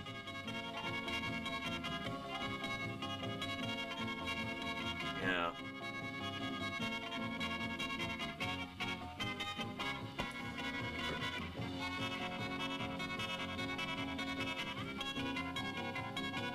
Anywho, I think it's important to get these things right if we can. Like, these movies are big budget things. There's a ton of people working on them. Like, you would think somebody would point out when something was that wrong.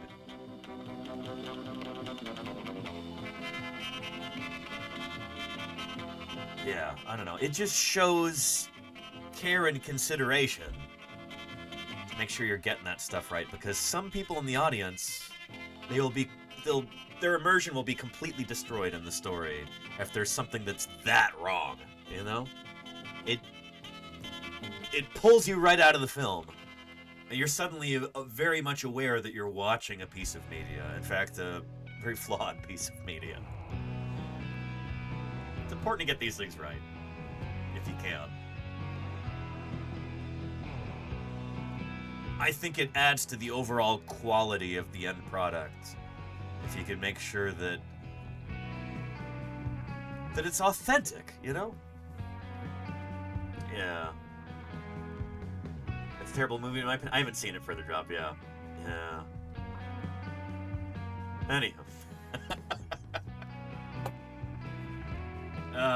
How did we get here from Dacosaurus?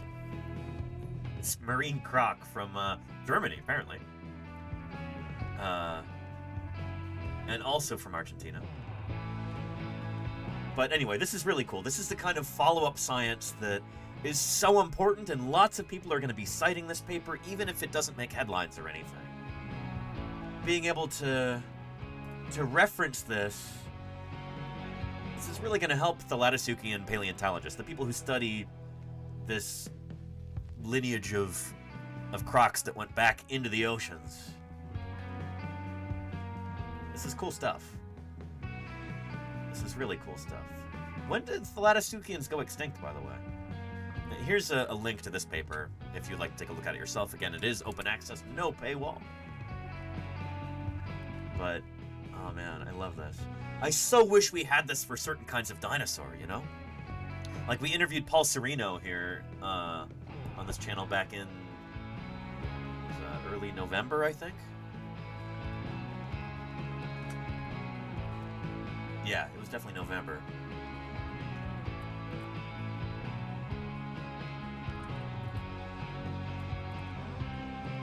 Here's a group of dinosaurs that I work on, the Spinosaurids. 1998, I think it was published. Yeah.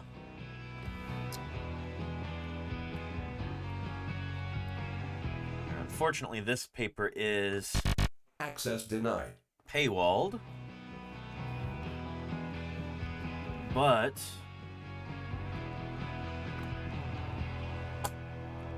I've got it here on my hard drive.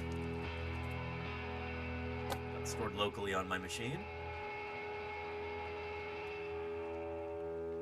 Suchomimus is a really cool dinosaur. And it garnered a lot of attention when it was first published.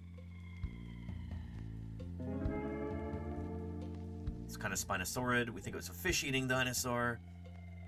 Really cool, really fascinating animal. Here is the original descriptive paper for Suchomimus.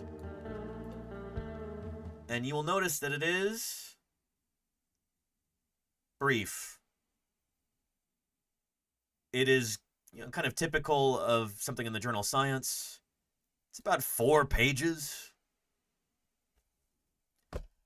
Incredibly important animal, and this is really the only thing that's been published on it. I mean, there is a furcula, a wishbone, and there is a short paper about that too.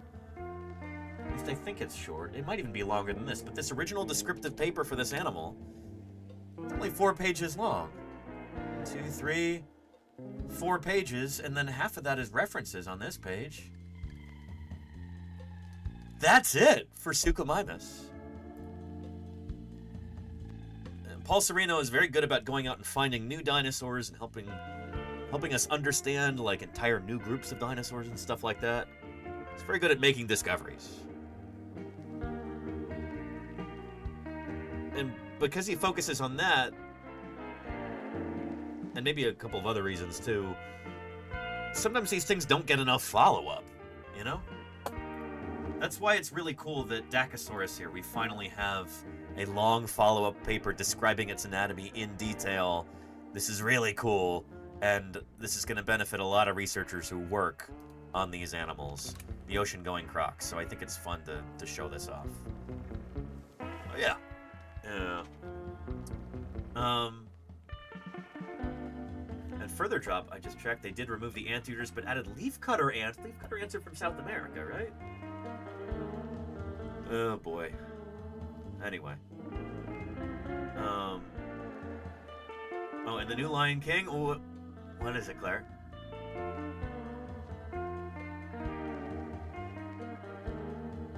No anteaters?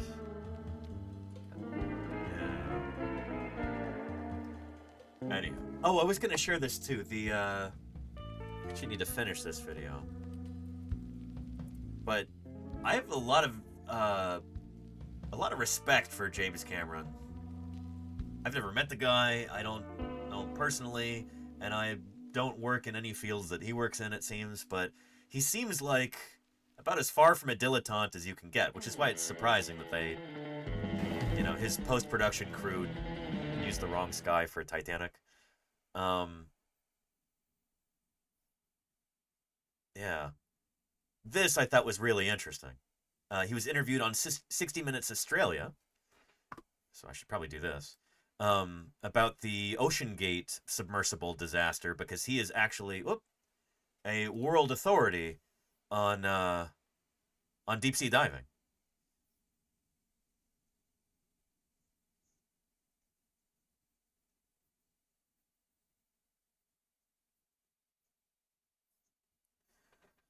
So this is a guy who is a movie director. Titanic and Terminator 2, I think, and Aliens, a bunch of other films like that. Avatar, did I mention Avatar? He actually is like a world authority on this kind of thing, though. Like, he is a legitimate explorer and engineer, and he really knows what he's talking about, and that really comes across in this interview, so I think that's really cool, I'll share a link with you here. But apparently he's very well respected in those fields as well. And I think that's awesome, We need more people like that in the world, honestly. honestly.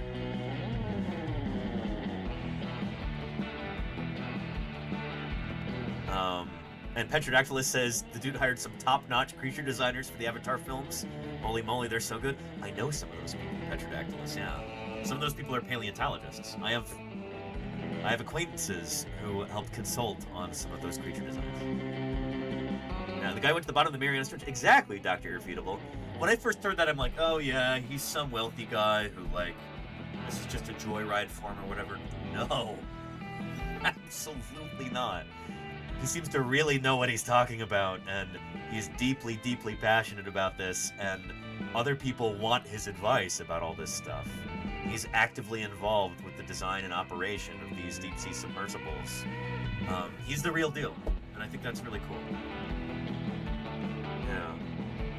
5 years, that's something cool, Claire. Thank you. Yeah. Yeah.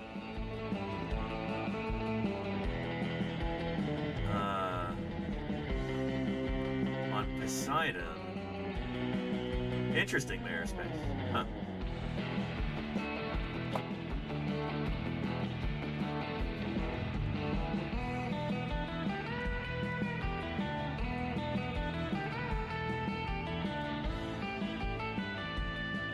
I'm seeing unmanned Russian submersibles and things like that. Poseidon submersible.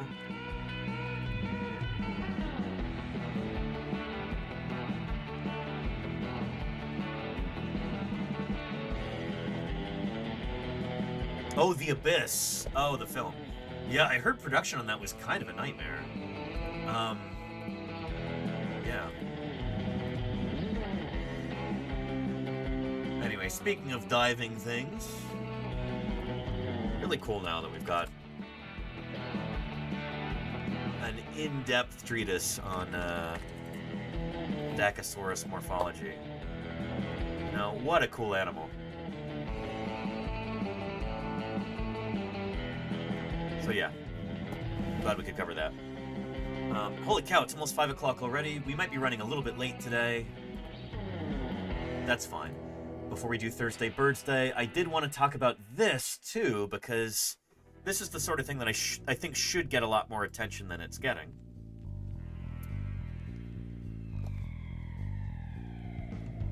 Here's the actual paper. I'll see if I can find a press release. Let's go over it real quick. It's not super complicated from what I understand, but it's one of those things where it's like, well, shoot, why did nobody think about this before? It's a beautifully elegant idea here. How much biogeography, like we were talking about with the tapirs and the anteaters and all that, how much that affects extinction risk in marine animals along coastlines that are oriented differently.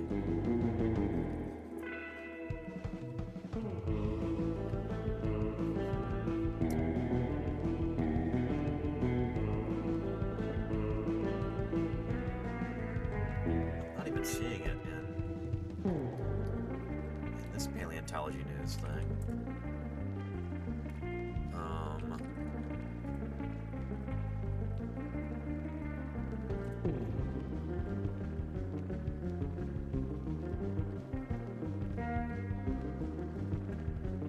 There we go. Earth.com. This is hopefully a neat little summary. Coastlines can trap marine species and cause extinction as oceans warm. As oceans warm, many marine species are being squeezed into shrinking habitats, with coastlines cutting off their paths to cooler, safer waters. This is the same thing, right? Yeah. When that escape fails, losses spread beyond wildlife, disrupting food supplies, livelihoods, and the coastal protection that healthy seas provide. Researchers at the University of Oxford found a simple pattern. Across shallow seas, east-west coastlines are linked to higher extinction risk, while north-south coasts offer safer escape routes. Did you get that? Chad, I wonder if anybody can explain why they think that might be the case. Why coastlines that run east to west are more dangerous than north-south. Why do you think? Anybody have any ideas here? about it in terms of cartography, maybe? Sparky Pogwash says, pirates? No, not pirates. Oh, Claire got it. You got it, Claire. The temperatures change more as you move north to south than east to west. That's it. Yeah. So, here. Species get stuck by latitude. So here we go. Here is kind of a simplified version. Why the orientation of coastlines affects which marine invertebrates are most vulnerable to extinction. From the east to west coast, this is running along the same line of latitude. So we know that on our planet Earth,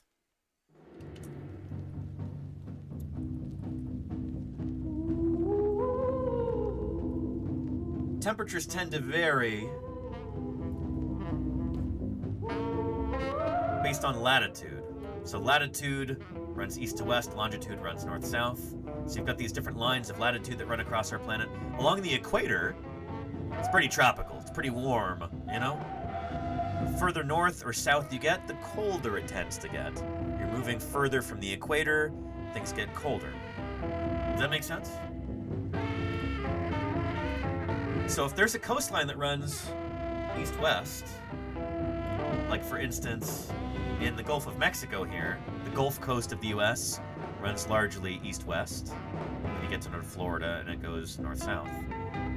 Along here, if it's getting warmer and warmer, as a marine population of invertebrates, if things are getting warmer, too warm for you, what do? In here? Where can you move? Normally you try to move north into cooler water, but you can't. That coastline runs east-west. So here, east-west coast, species can become trapped at one latitude and are unable to escape unsuitable temperatures. Whereas, if you're along a north-south coast, you can move north. Or in the southern hemisphere, you can move south. And you can adapt. And you can hopefully survive. Really interesting that there seems to be a pattern associated with this in the fossil record. Those species that are living on coasts that run east-west, they're more at risk of extinction. So there's nowhere to go when the temperature changes. Species in these traps may also fail to mix genes with colder water populations, limiting adaptation when change arrives quickly. Extinction risk from trapped coastlines grows during mass extinctions and during warming intervals. This is really interesting stuff. Is there a... I want to check and see if they've produced a video about this. I hope they did, because this is the sort of thing that...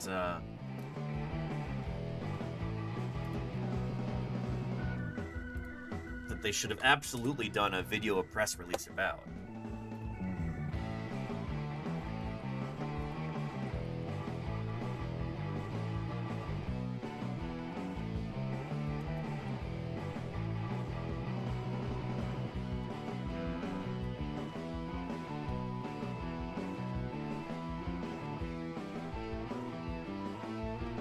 Not seeing anything here. That's frustrating. Yeah. I don't know. Oxford's got a lot of money. They should have... You would hope that they would fund better press than this, but at least we have press releases, you know? But this is really important. Previous evidence suggests that survival depends on whether species can move into cooler waters as the climate warms. North-south coasts ease that movement because the crossing latitude bands changes temperature, keeping organisms within thermal tolerance, a safe range for body function. This reduces their risk of extinction. Yeah.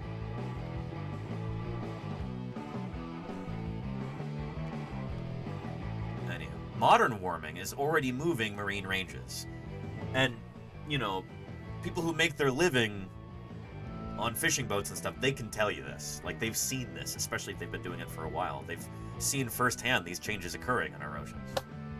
The Intergovernmental Panel on Climate Change reports summarizes the patterns across many studies.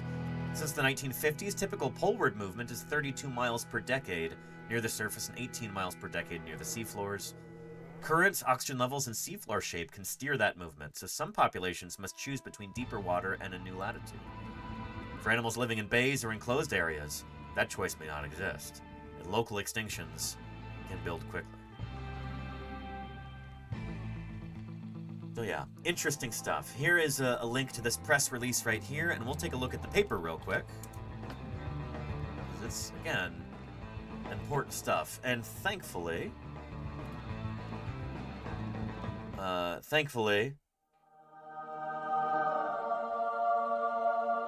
this paper is, well, hang on. Nope. Is it? It is open access, right? No? Check access. Oh boy. Shoot.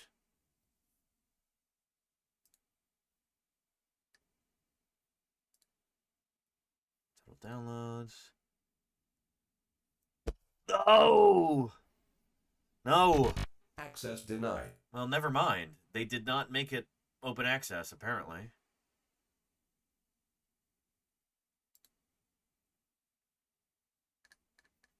Well, that's lousy. Never mind. This is too important to be paywalled like this, you know? That's really frustrating.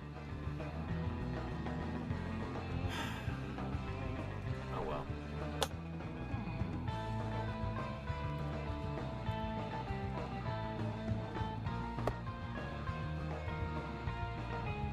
Sorry, everybody. Shoot, I presumed it was open access, and it's not. I'm gonna try and download this the next time I'm at my local academic library in Berkeley, but yeah. Well, I guess that means it's about time to get into Thursday Birds Day here. It's after 5 p.m. We've got about an hour to try and get this done, so, well, shoot, let's do it. Let's forget our troubles with our weekly bird appreciation event here. Thursday Birds Day starts right now. Hold on, something's coming out of here. Look, there's a bird, dude. It knows what's good. I'm telling you, I just heard it inside.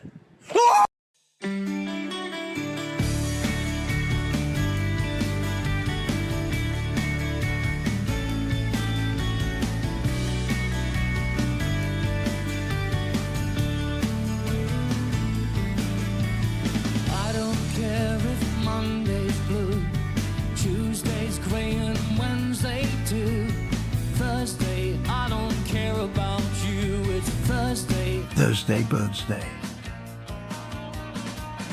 Birds are all around us in everyday life. But most of the time we hardly even notice them. Thursday Birds Day is a step toward correcting this oversight. Do you want to be part of Thursday Birds Day? I don't know. Here's how you can contribute. Go outside during the week and pay special attention to the birds around you.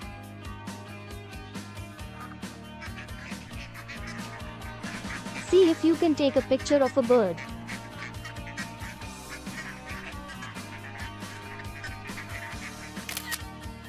It doesn't have to be a good picture, any old photo will do. Upload the picture to the Discord, and we will discuss it on Thursday. Simple as that. Thursday Birds Day is an invitation to go outside and appreciate the grandeur of the natural world. It's a reminder that, since birds are theropods, dinosaurs still enrich our daily lives. It's great! And finally, it's a celebration of the amazing history of life on our planet.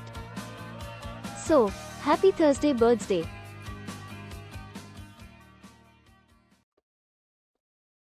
Happy Thursday Birds Day, everybody. Come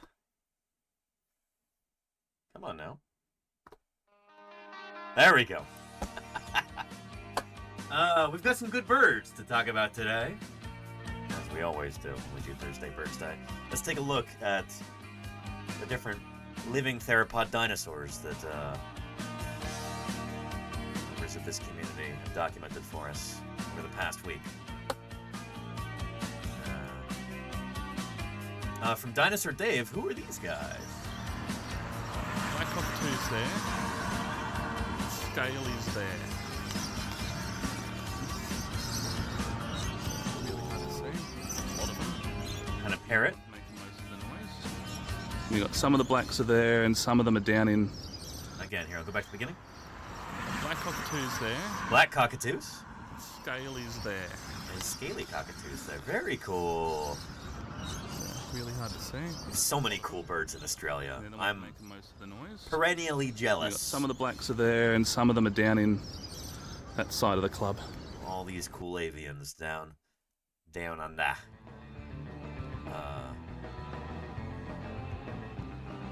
Really cool. Thank you, Dinosaur Dave, for showing us here. Let's go to our Tree of Life, and let's look up some of these birds as we go along today. Scaly cockatoo. Let's try black cockatoo. Here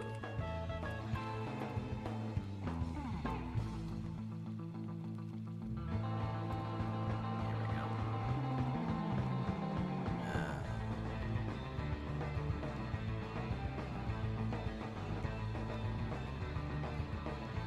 There we are.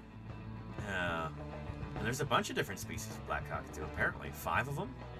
All in genus Calyptorhynchus. That's a cool name.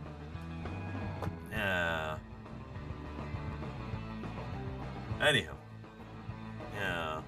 Oh, and Hibiscus Dacosaurus was the critter we were talking about today. There's a new monograph on that critter.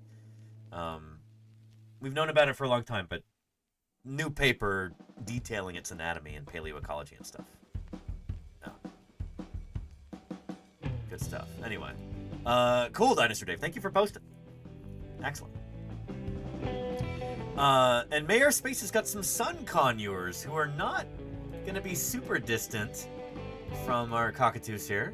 Sun conures at this Lido Zoo Aviary. Nice. There's so much personality. You gotta love the parrots. What a cool group of animals. You know? Just so charismatic. They're always up to something, you know? Sun conures. So there's gonna be a short hop, skip, and a jump to, they're calling them sun parakeets here. See? Right there. Pretty close in the grand scheme of things. Endangered, yowza. Aratinga solstitialis, interesting. But these are both part of Psittaciformes, which are the parrots. It's a big group.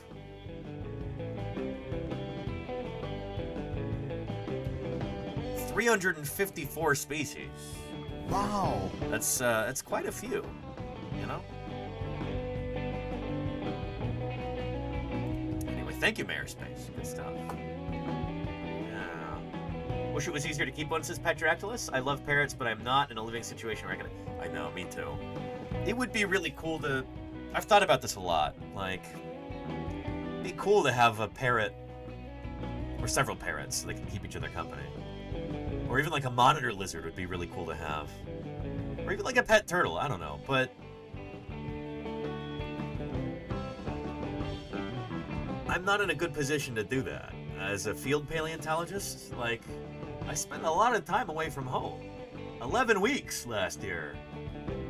I was just doing field work, and then I was away from home for several other weeks doing other things too. That's like a solid, almost like, be close to a third of the year I'm gone. Away from home. The cats here barely put up with that. And I don't know if I want to bring a bird or another kind of animal into a house like this. It's just teeming with cats. So yeah, I feel you there, Petrodactylus. Yeah. And birds are messy too, absolutely, Claire. Yeah. At least the cats only fling crumbs on the desk. Well, no, they have litter boxes, and they scratch up the furniture, and they leave hair everywhere, and they barf all over the place. And people talk about cats being clean animals, but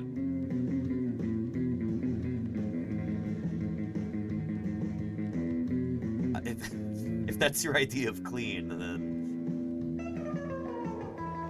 yeah, I don't know. But yeah. LJ's cat's watching the finches. There you go, Clever. Yeah. And Lordy says, "Who's insulting my cats now?" I mean, I'm sorry, Lordy. I know that I live here and that at any moment, you know, you could choose to bring down the hammer and you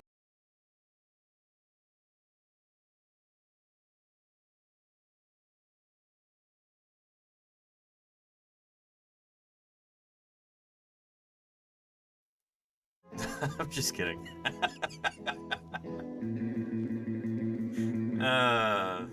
Let's get back to our birds. Thank you, Mayor Space. And Dinosaur Dave's also got a baby shoebill. Well, you didn't take this video, did you, Dinosaur Dave? We'll allow it, though, because the baby shoebill is really, really cool. But it's on TikTok, so I hope it doesn't have music or else it could get copyright struck. If we can avoid sending TikTok videos, I'd probably prefer that. Hang on here. Let me check. Hey there, little one. You're doing just fine. Okay, I think we're okay. Huh? Yeah. Rest easy. Baby shoebill. That's it. Good job. Easy there, little one. Just tucking you in. You're okay. Checking on the tiny dinosaur. That's it. Warm and snug. Good girl. I'm gonna let you rest. Oh. Hey there, little one. You're doing great. Look at that beak. Oh, look at that. First clatters. That's a big milestone. Easy now. Good job. Oh. It's okay, little one. No rush. See, I'm right here, nice and calm. This is cool. This little one is only 8 days old. Shoebills hatch blind and helpless, covered in this silvery down. Every touch helps them learn the world is safe. In the wild, so few survive. Hey there, little one. You did. Oh. And again, this is a shoebill, Balaniceps rex.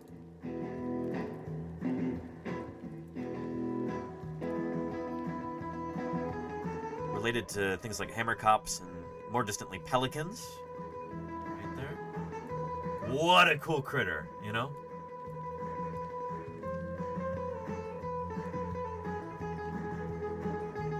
There's a reason we've got shoebill emotes. They're just such cool animals. Yeah. Just... people call them dino birds. Yeah. I mean, all birds are dinosaurs. But these ones... for a layperson, they really help hammer home that point that yes, birds are dinosaurs.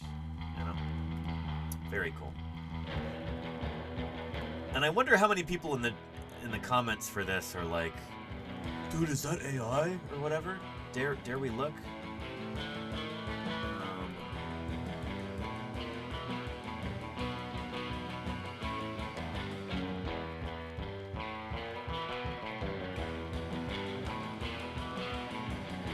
Are these AI? Oh boy. If they are, that's annoying. Because there are... baby shoebills, I think, don't often look this clean, but it is in like a veterinarian setting. So, veterinary setting.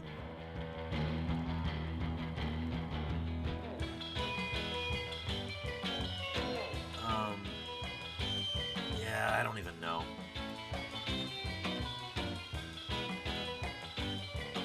Anywho, I posted something about related to this on Blue Sky earlier today. Yeah, that voice definitely was procedurally generated there. Dr. Tara, you're right about that for sure. But you know, it's TikTok. There's a lot of that. But check this stuff. Just check this out, though. I thought this was awesome. You don't gotta use AI, man. This stuff was just out here for free. Who can tell me what this bird is? Anybody know? That's right, Dr. Tara. This is Emu dromaeus. The emu. This is an emu who apparently has some sort of skin issue. So she hasn't got any feathers. And so the people looking after her have knit her a little sweater here. I think that is so cool. And Lordy pointed this out when we were looking at this earlier today.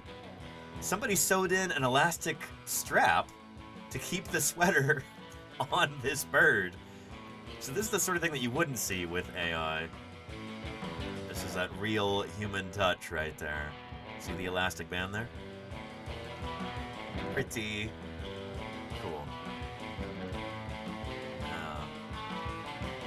Again, if you needed a reminder that birds are indeed dinosaurs, there you go.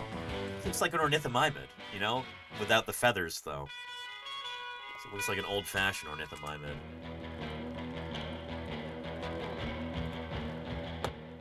Like an ostrich dinosaur, you know? Although, here's kind of an up-to-date picture of what we think ornithomimids probably looked like. This is the Hell Creek ornithomimid here. If you call it Struthiomimus or ornithomimus or what nowadays, but you might even have both in the Hell Creek. Kind of forget. But anyhow, this is looking much more like an old-fashioned ornithomimid illustration before we realized these animals had feathers. It reminds me of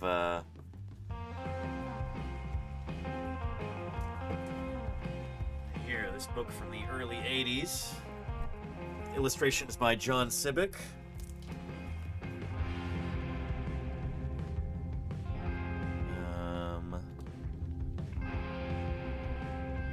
Here we go. Doesn't it look like this?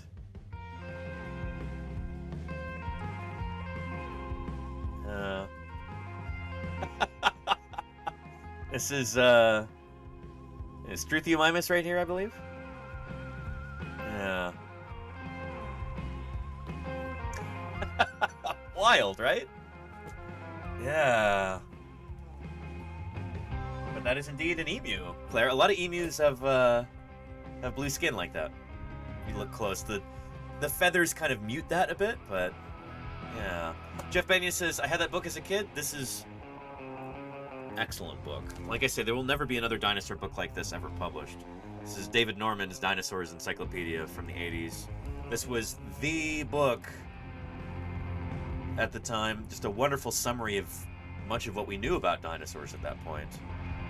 But we've learned so much since then. There have been so many new publications that you could never make a book this comprehensive again with this level of detail. The book would have to be 10 times longer than this right here. And by the time you get it ready for publication, it would already be well out of date. There will never be another book like this ever published, in my opinion. So yeah. Anyhow. Let's get back to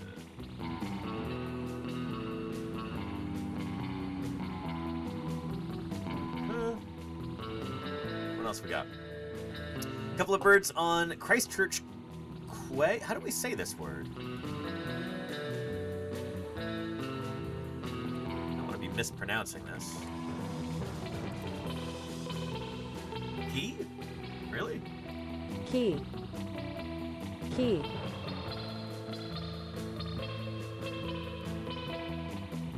Could be said as Quay or K, but no. How do you say this word, Chad? So this is in New Zealand, presumably Christchurch, right? Or no, it might be elsewhere. No, Christchurch is a town in New Zealand, but there's probably multiple throughout the world.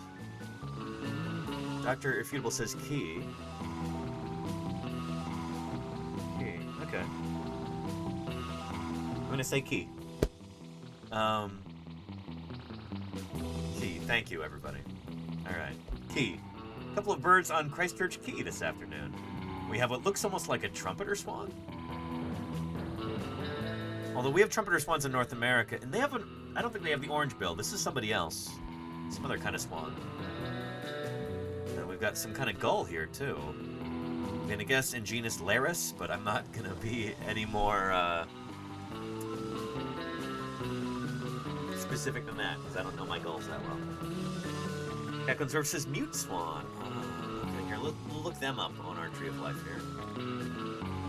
Mute swan.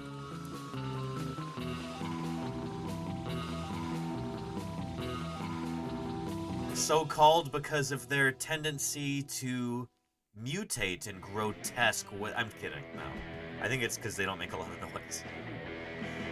Oh. Yeah.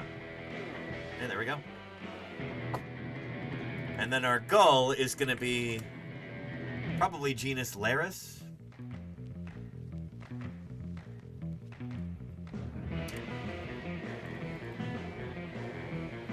Gulls and terns, Laridae. Yeah. And mute swans will hiss at you. They're meaner than geese. Interesting, Dr. Hobbs. Yeah. They're not, in fact, mute, but they're very rarely loud, if ever. Thank you, Cat. That's what I yeah. So our gulls and terns. Laridae is the family name. But I bet you gulls are one of these groups where, like, there's such a mess taxonomically, and there's probably so much, like, hybridization and stuff that, like, yeah. So laughing gull, Laris, Atricilla, Laris, Relictus for the relic gull. How far out do we have to go before it's no longer genus Laris? Laris minutus for the little gull. Oh, this kittiwake is genus Rissa. Rissa, Zima. Phaila?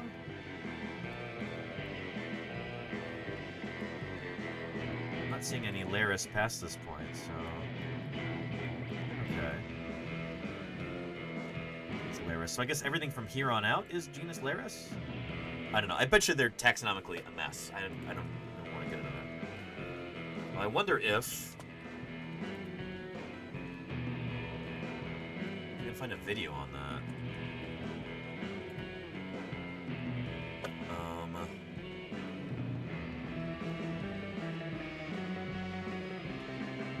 Be a better birder. Gull identification. Well, let's look at that.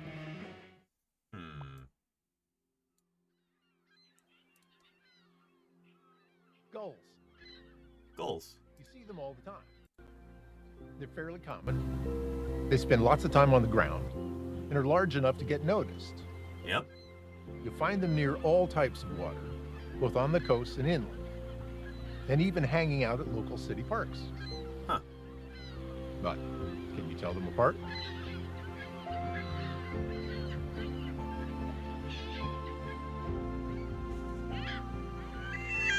Gulls are often black and white, but their identification isn't. Ah! Get it? Gulls are often black and white, but their identification isn't. Yep. Their plumage changes depending on age and season. They're notoriously difficult to identify. There are individual variations to reckon with. Yep. So it's tempting to conclude that gull identification is out of reach. Yep, and we're gonna succumb to that temptation. And we'll just say, cool gull there, and leave it at that. Thank you, Kevin, for posting it.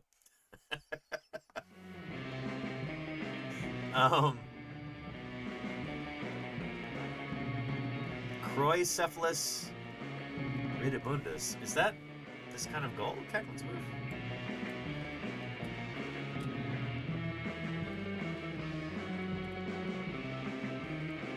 Black-headed gull? I don't... Is it?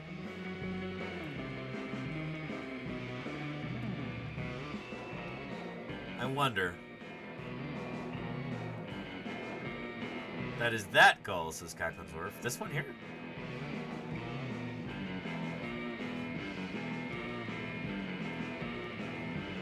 Maybe we should watch the rest of the video. Let's face it, gull ID is not easy, even for experienced birders. Tell me about it. But don't panic. Gulls are identifiable, and I'm here to help. I love the tone of this video. If you and your family are having gull identification trouble, it's okay. Not all is lost. real professionals can arrive and help. It is like a PSA, Claire. I love this. Again, there are individual variations to reckon with. So it's tempting to conclude that gull identification is out of reach. Let's face it, gull ID is not easy, even for experienced birders. But don't panic. Gulls are identifiable, and I'm here to help. Good, because I was about to panic. Look, there. More of them. Join me, Kevin McGowan, in this self-paced online course where we make gull identification approachable. We'll train you to feel more confident identifying gulls. With just 12 easy payments of $129.95, you can become moderately proficient at identifying some common species of gulls within a limited range. No, I'm actually genuinely curious about this. I want to... We'll look at gull plumages of both standing and flying birds, and take into account season and age for all commonly occurring gulls in North America. I'll help you make sense of the sometimes intimidating variations, point out the ones you can ignore, and clarify the ones you need to focus on. Our interactive exercises will allow you to practice what you've learned as much as you like, giving you the chance to refresh your skills before heading into the field. Gulls can be difficult, but with this course, I know you can become comfortable identifying these challenging birds. I hope you'll join me to learn about gull ID.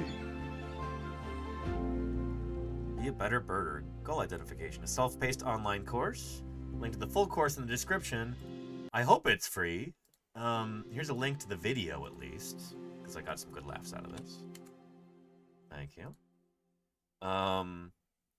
Let's see.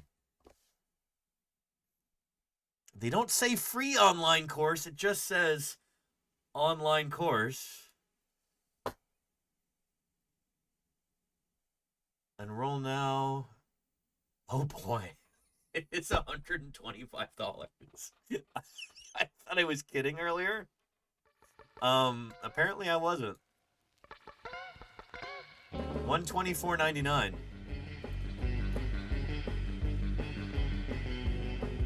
Well, this information doesn't come cheap. But think about it, chat. Think about it this way. $129 might seem like a lot of money. But if it helps prevent you and your family from meeting the same fate as this crustacean here, well, then it's well worth it.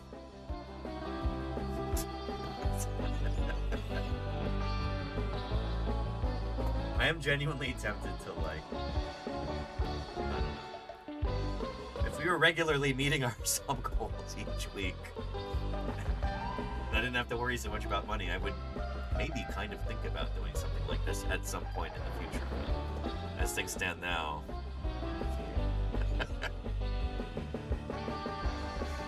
Resist, Danny, says Dr. Irrefutable. I can't afford it anyway, but yeah. Yeah. Anyhow. Oh, gulls. The thing is, I know people personally who can identify, like, it is wild hanging out with them and, like, them being able to, like, point out there's a flock of gulls, and then they point out one in the middle, and they're like, yeah, you see that one? That's a hybrid of a western gull and a herring gull or something like that. A western and a ringbill gull. Like, see how it's standing a little bit different, and it's a slightly different size, and the plumage... And it's like, holy cow, you're right, but that's so incredibly subtle. How did you figure that out, you know? Yeah. Yeah, dinosaur hybrids. There you go, Dr. Terra. Gulls are always hybridizing and doing all kinds of weird things like that. They're wild animals in more senses than one. Anyway, thank you, Kevin, for prompting this whole conversation with your gull there. Yeah. Sarah's Rainbows has got some crows playing with a raven. Can you tell which one the raven is? Well, well, well. Let's have a look.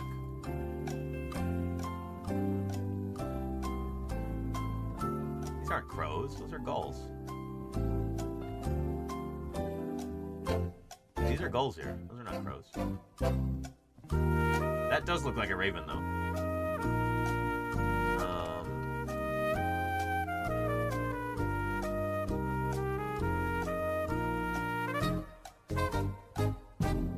Yeah. Ravens versus crows. There we go. Yeah. So yeah, ravens don't flap their wings as frequently as crows do. They do prefer to soar and glide. But they can be difficult. Like, just from... I guess there is more of a wedge-shaped tail for the raven. More of a fan-shaped tail for the crow.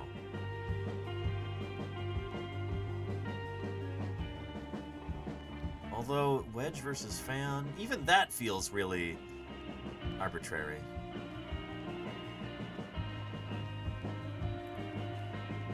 That looks more like a raven, though.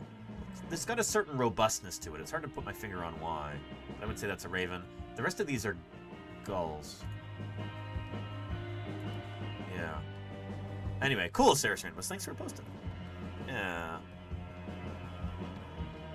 Yeah. And yeah, ravens are amazing birds. Ravens and crows. All the corvids in general are just fascinating to watch. They're so intelligent, charismatic. Really neat. Alexander Morrison has got a pair of ospreys and a pair of sandhill cranes for us, with music by Brian Eng. Well, well, well. Let's take a look. Look at that. This is great footage, Alexander. Holy moly. Look at those ospreys.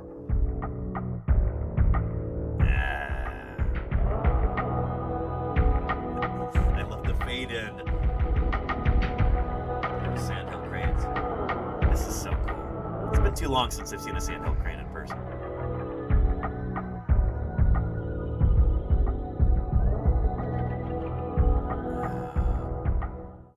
Really neat. Really neat. Good stuff, Alexander. Again, here's a link if anybody wants to take a look at that, or subscribe to Alexander Morrison on YouTube. Thanks for posting. It takes time and effort to like edit that into a video and add music and everything. I'm always impressed, Alexander. Good stuff. Sharing the wonders of Florida Archosaurus with all of us each week. Appreciate it. Yeah. Oh, thanks, Alexander.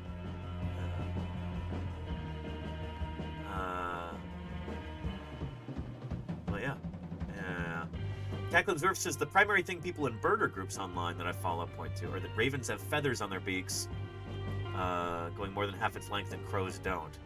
One thing that I heard from a birder once, I think it's kind of a cliche, is that a crow is a bird with a beak, and a raven is a beak with a bird.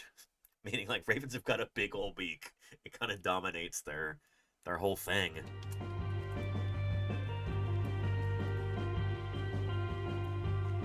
Yeah. There you go. Crow and raven. Left and right, respectively. Yeah.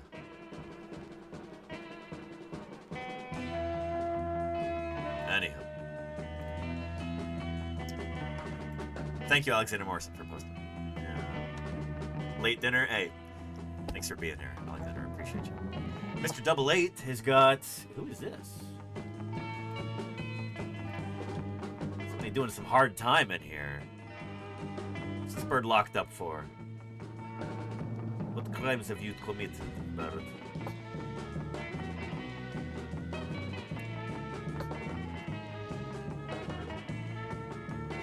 I don't know who that is, Mr. Double 8.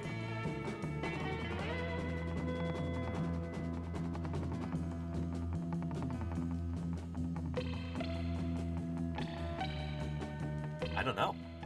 Yeah. Huh. Beats me.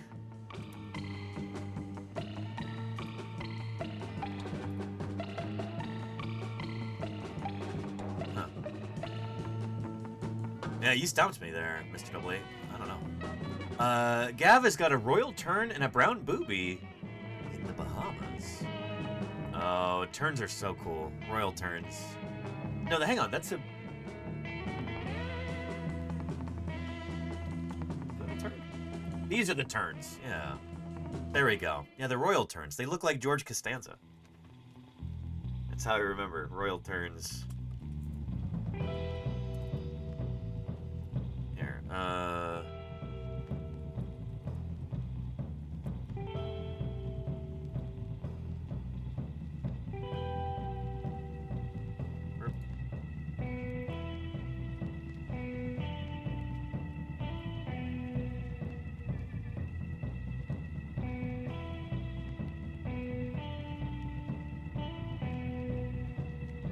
Trying. Goodness, come on now. Split view.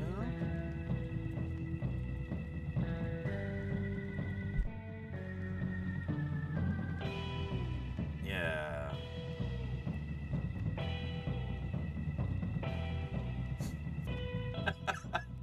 You see the resemblance? Yeah.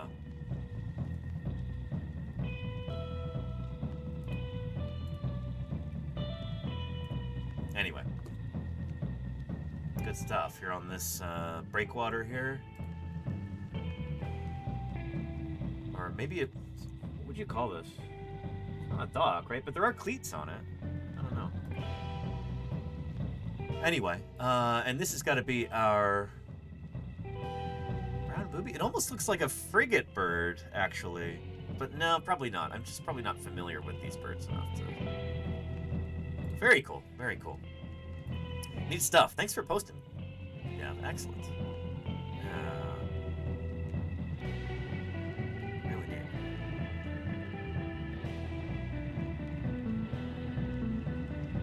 White wagtail, says Neverwinter. Nope, hang on. What?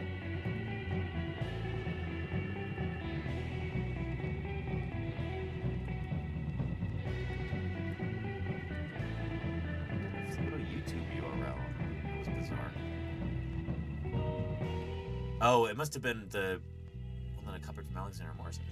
White wagtail.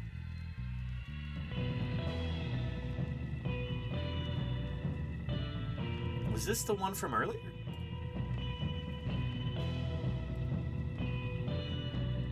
I don't know. I'm confused. Anyway, Cacklin's Wharf has got... What is this for us this week? Cacklin's Wharf says, all my life I've occasionally run into tree creepers. Certhia brachydactyla. Very cool. Brachydactyla means short fingers or short toes. Usually simply within the city of Amsterdam, including just outside of my window. But they're always very busily doing their tree creeping stuff, so I never managed to take a decent picture of one. Until last Tuesday, that is, when I was walking through Rembrandt Park. Or I wouldn't have been at the time if not for a little miscommunication. In other words, never underestimate the value of some well-timed miscommunication. There is a tree creeper. Look at that. Oh boy.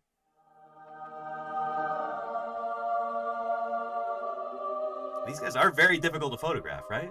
They're tricky. That's so cool. Very nice.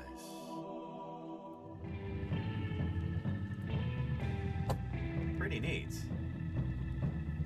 Cacklin's Wharf, that's wonderful. Thank you for sharing with us.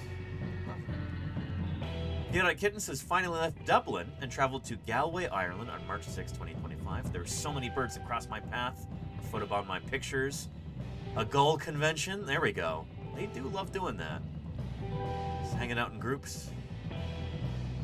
Highly gregarious. This could be a European jackdaw. Your guess is as good as mine.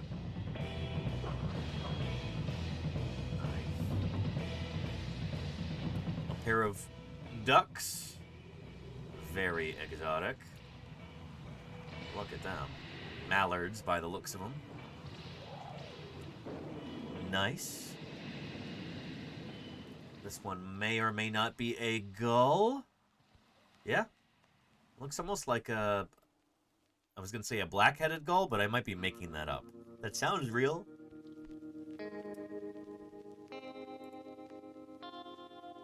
And we've got Columba Olivia. Feral rock dove here. Very nice. Thank you for posting there, Chaotic Kitten. Good stuff. We have confirmation from Cacklin's that is a jackdaw. Nice. Yeah. Good stuff. A beautiful gull from Chaotic Kitten. It almost looks like a laughing gull or something.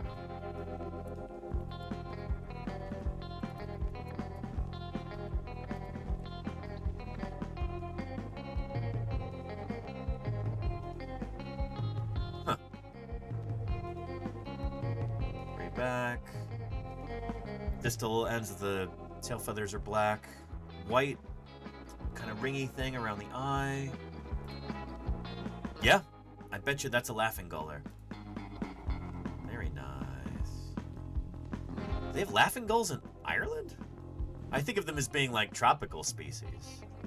I saw them in Puerto Rico. More gulls. Nice. Nice.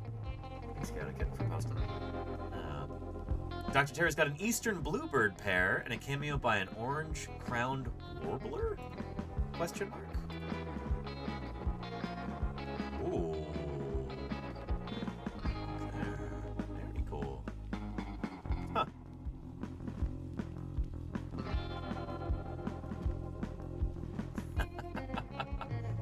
Very nice.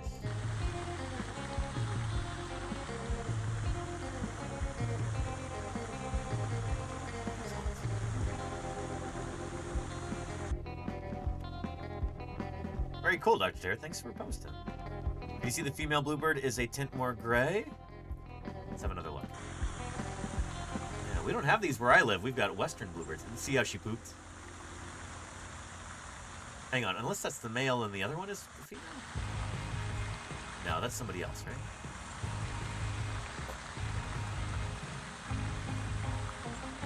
Yeah, it's not a bluebird. That looks like a warbler. Very cool, Dr. Terry. Thanks for posting.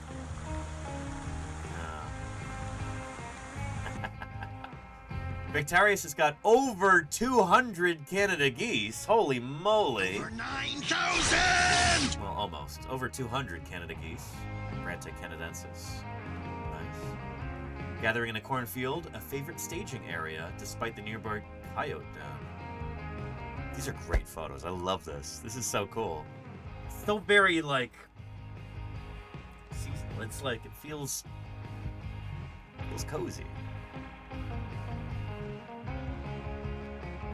I love this.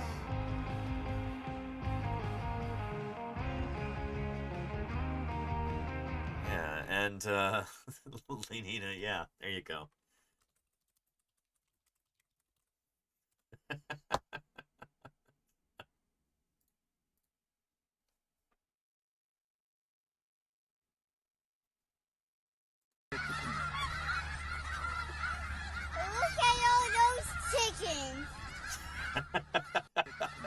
Good stuff.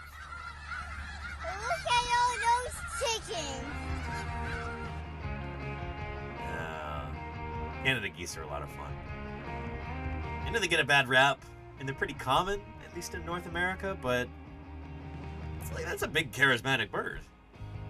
It's cool to see them walking around, making a living, eating food, fending off predators and stuff. Yeah. Yeah. And Chaotic Time Traveler, what have you got for us today? Well, this is from today, right? Yeah, there's that ammonite behind me. Yeah. Is Luffy watching right now? Oh, hello, Luffy. Very cool. Video here.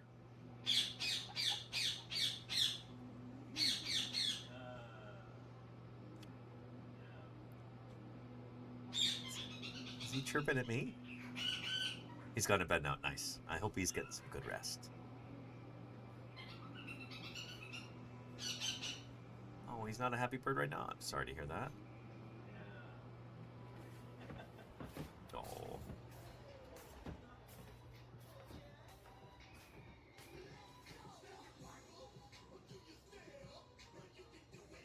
Did you need to learn about dinosaurs too? Oh.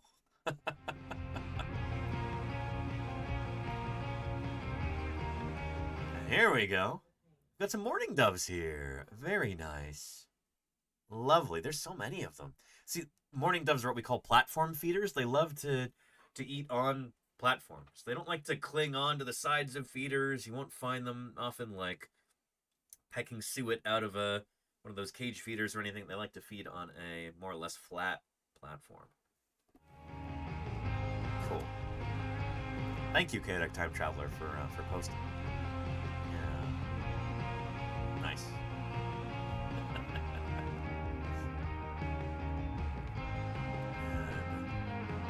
Bonaparte skull. Wait. Who is this?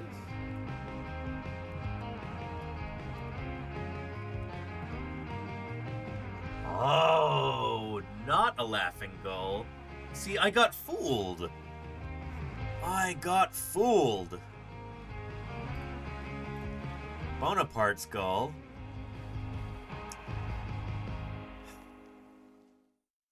I should have paid $129.99 so I could learn how to identify gulls, you know? How embarrassing. Oh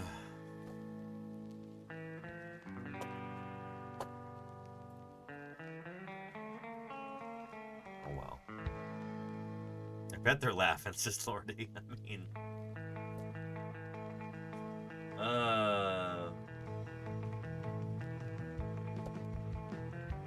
Yeah.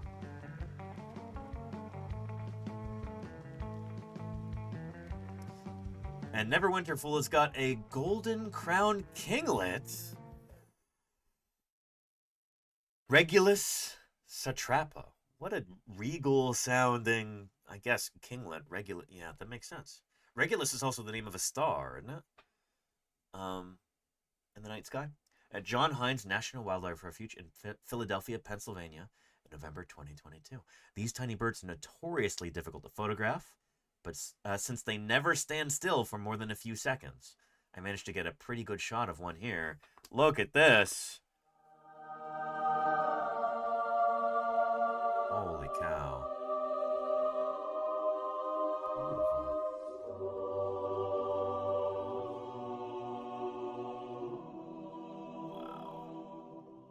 Golden crowned kinglet. Let's find them on our tree of life.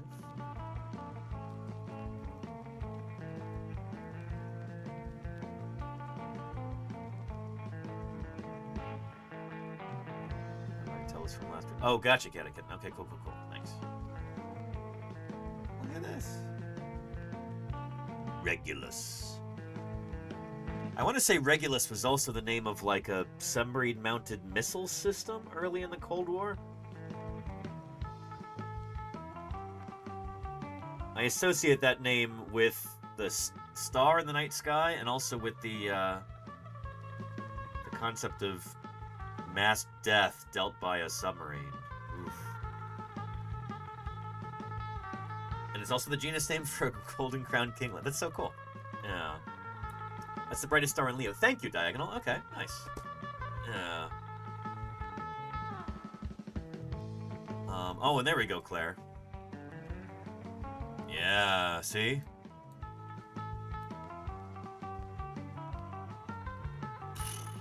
Looks like a nuclear cruise missile.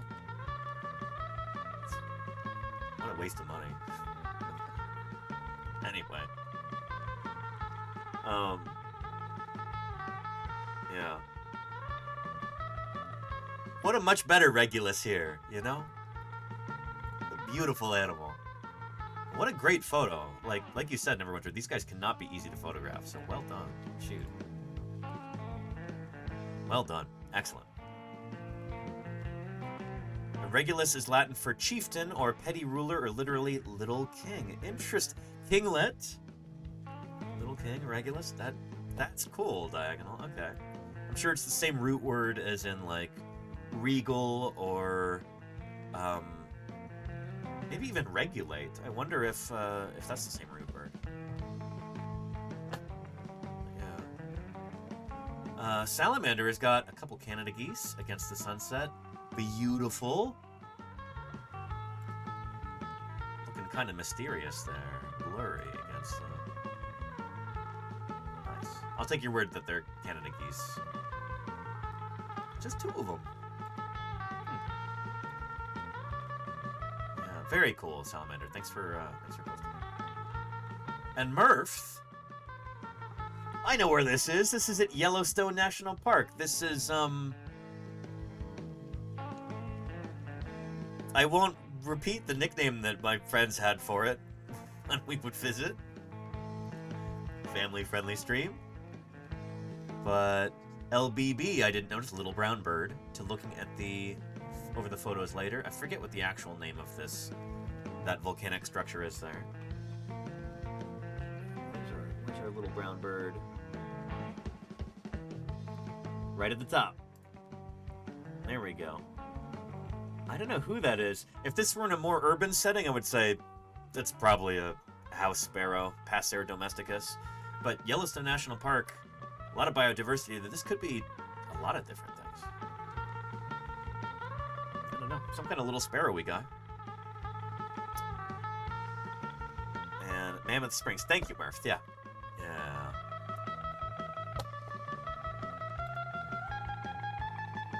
Very cool. Thanks for posting, Murph. Good stuff. Oh, and that's our final one of the day, which means we've made our way through another successful Thursday Birds Day. Well done, everybody. It was a lot of fun. It's always cool to check in on our living dinosaurs each week when we have time. I appreciate everybody's contributions. I hope you had as much fun as I did. Looking forward to next week. Good. Again, if anybody's watching and you'd like to participate in Thursday Birds Day, feel free to join the Discord. If you snap a picture of a bird over the next week, picture or a video or a sound recording or... Hang on, we just had another one pop up right now. Chicken bacon Swiss. All the way from Switzerland. I presume, based on your username, right? What kind of bird of prey is this? I am embarrassingly bad at identifying my raptors.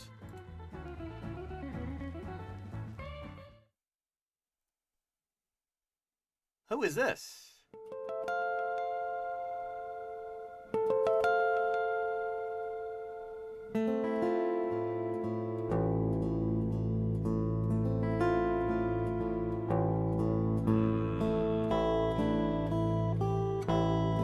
Let's zoom in and enhance.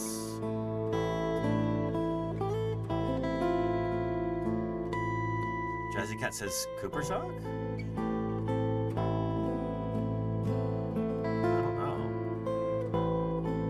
I'm really bad at raptor IDs, like I said.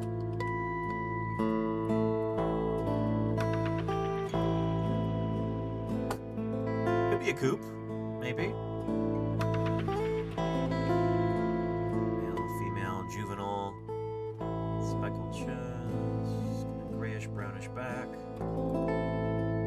Could be a coop, yeah. Well, Sparky Pugger says looks like a kestrel. Murph says falcon. I don't think it's a falcon. And this is Europe, right? I was joking about that. I don't think this is actually in Switzerland. I was making a joke about the username Chicken Bacon Swiss. I don't think this was a photograph from Switzerland. Again, could be, but that I was joking. California says Chicken Bacon Swiss. Thank you. Yeah.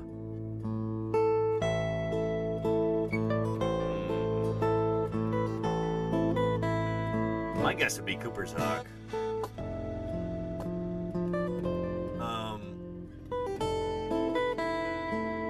We'll see what Neverwinter says next week. And I think that'll be our verdict. Or we'll let the more experienced birders, the people who are much better than I am at identifying raptors, we'll let them weigh in. And that's another reason to look forward to next Thursday Birds Day. But for now, we're going to go ahead and wrap up today's stream.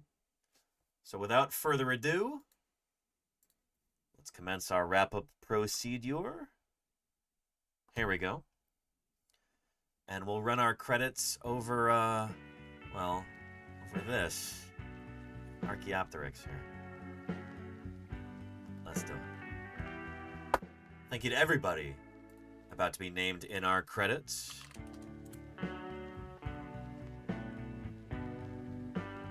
Come on. Fresh cash. Let's see if that does it. Don't go away just yet. We're going to go right into somebody else doing some science here on Twitch if we can. Yeah. Oh, we've got a non-scientist, actually. We might go right into her. Yeah, but thank you to our so many new followers. Holy cow, that gigantic raid from Kit Boga, that was phenomenal, and I appreciate that tremendously. So thank you for that. To everybody who followed, it's wonderful to have you here. And I hope you'll continue to tune in. We're going to be doing a lot of cool stuff coming up.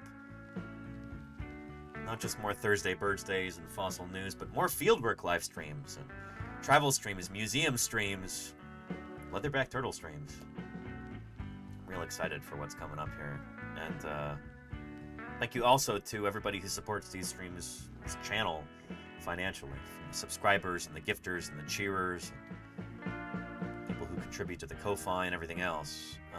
You're the reason I can continue to do this, so I'm deeply, deeply appreciative. And of course, same goes to our moderators.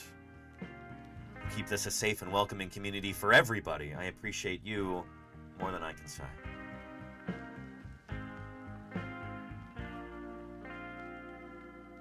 Over the next weeks and months here on Paleontologizing, we're going to be doing a lot of talking about science and science funding and conservation and protecting our natural environments, and part of that means sometimes going to the ballot box and trying to vote for representatives who will fight for things like science funding and protections of our natural environments and all of that. So, considering that, we're going to raid into somebody we've never raided into before, somebody who's kind of new to Twitch. Abu Ghazaleh. She's running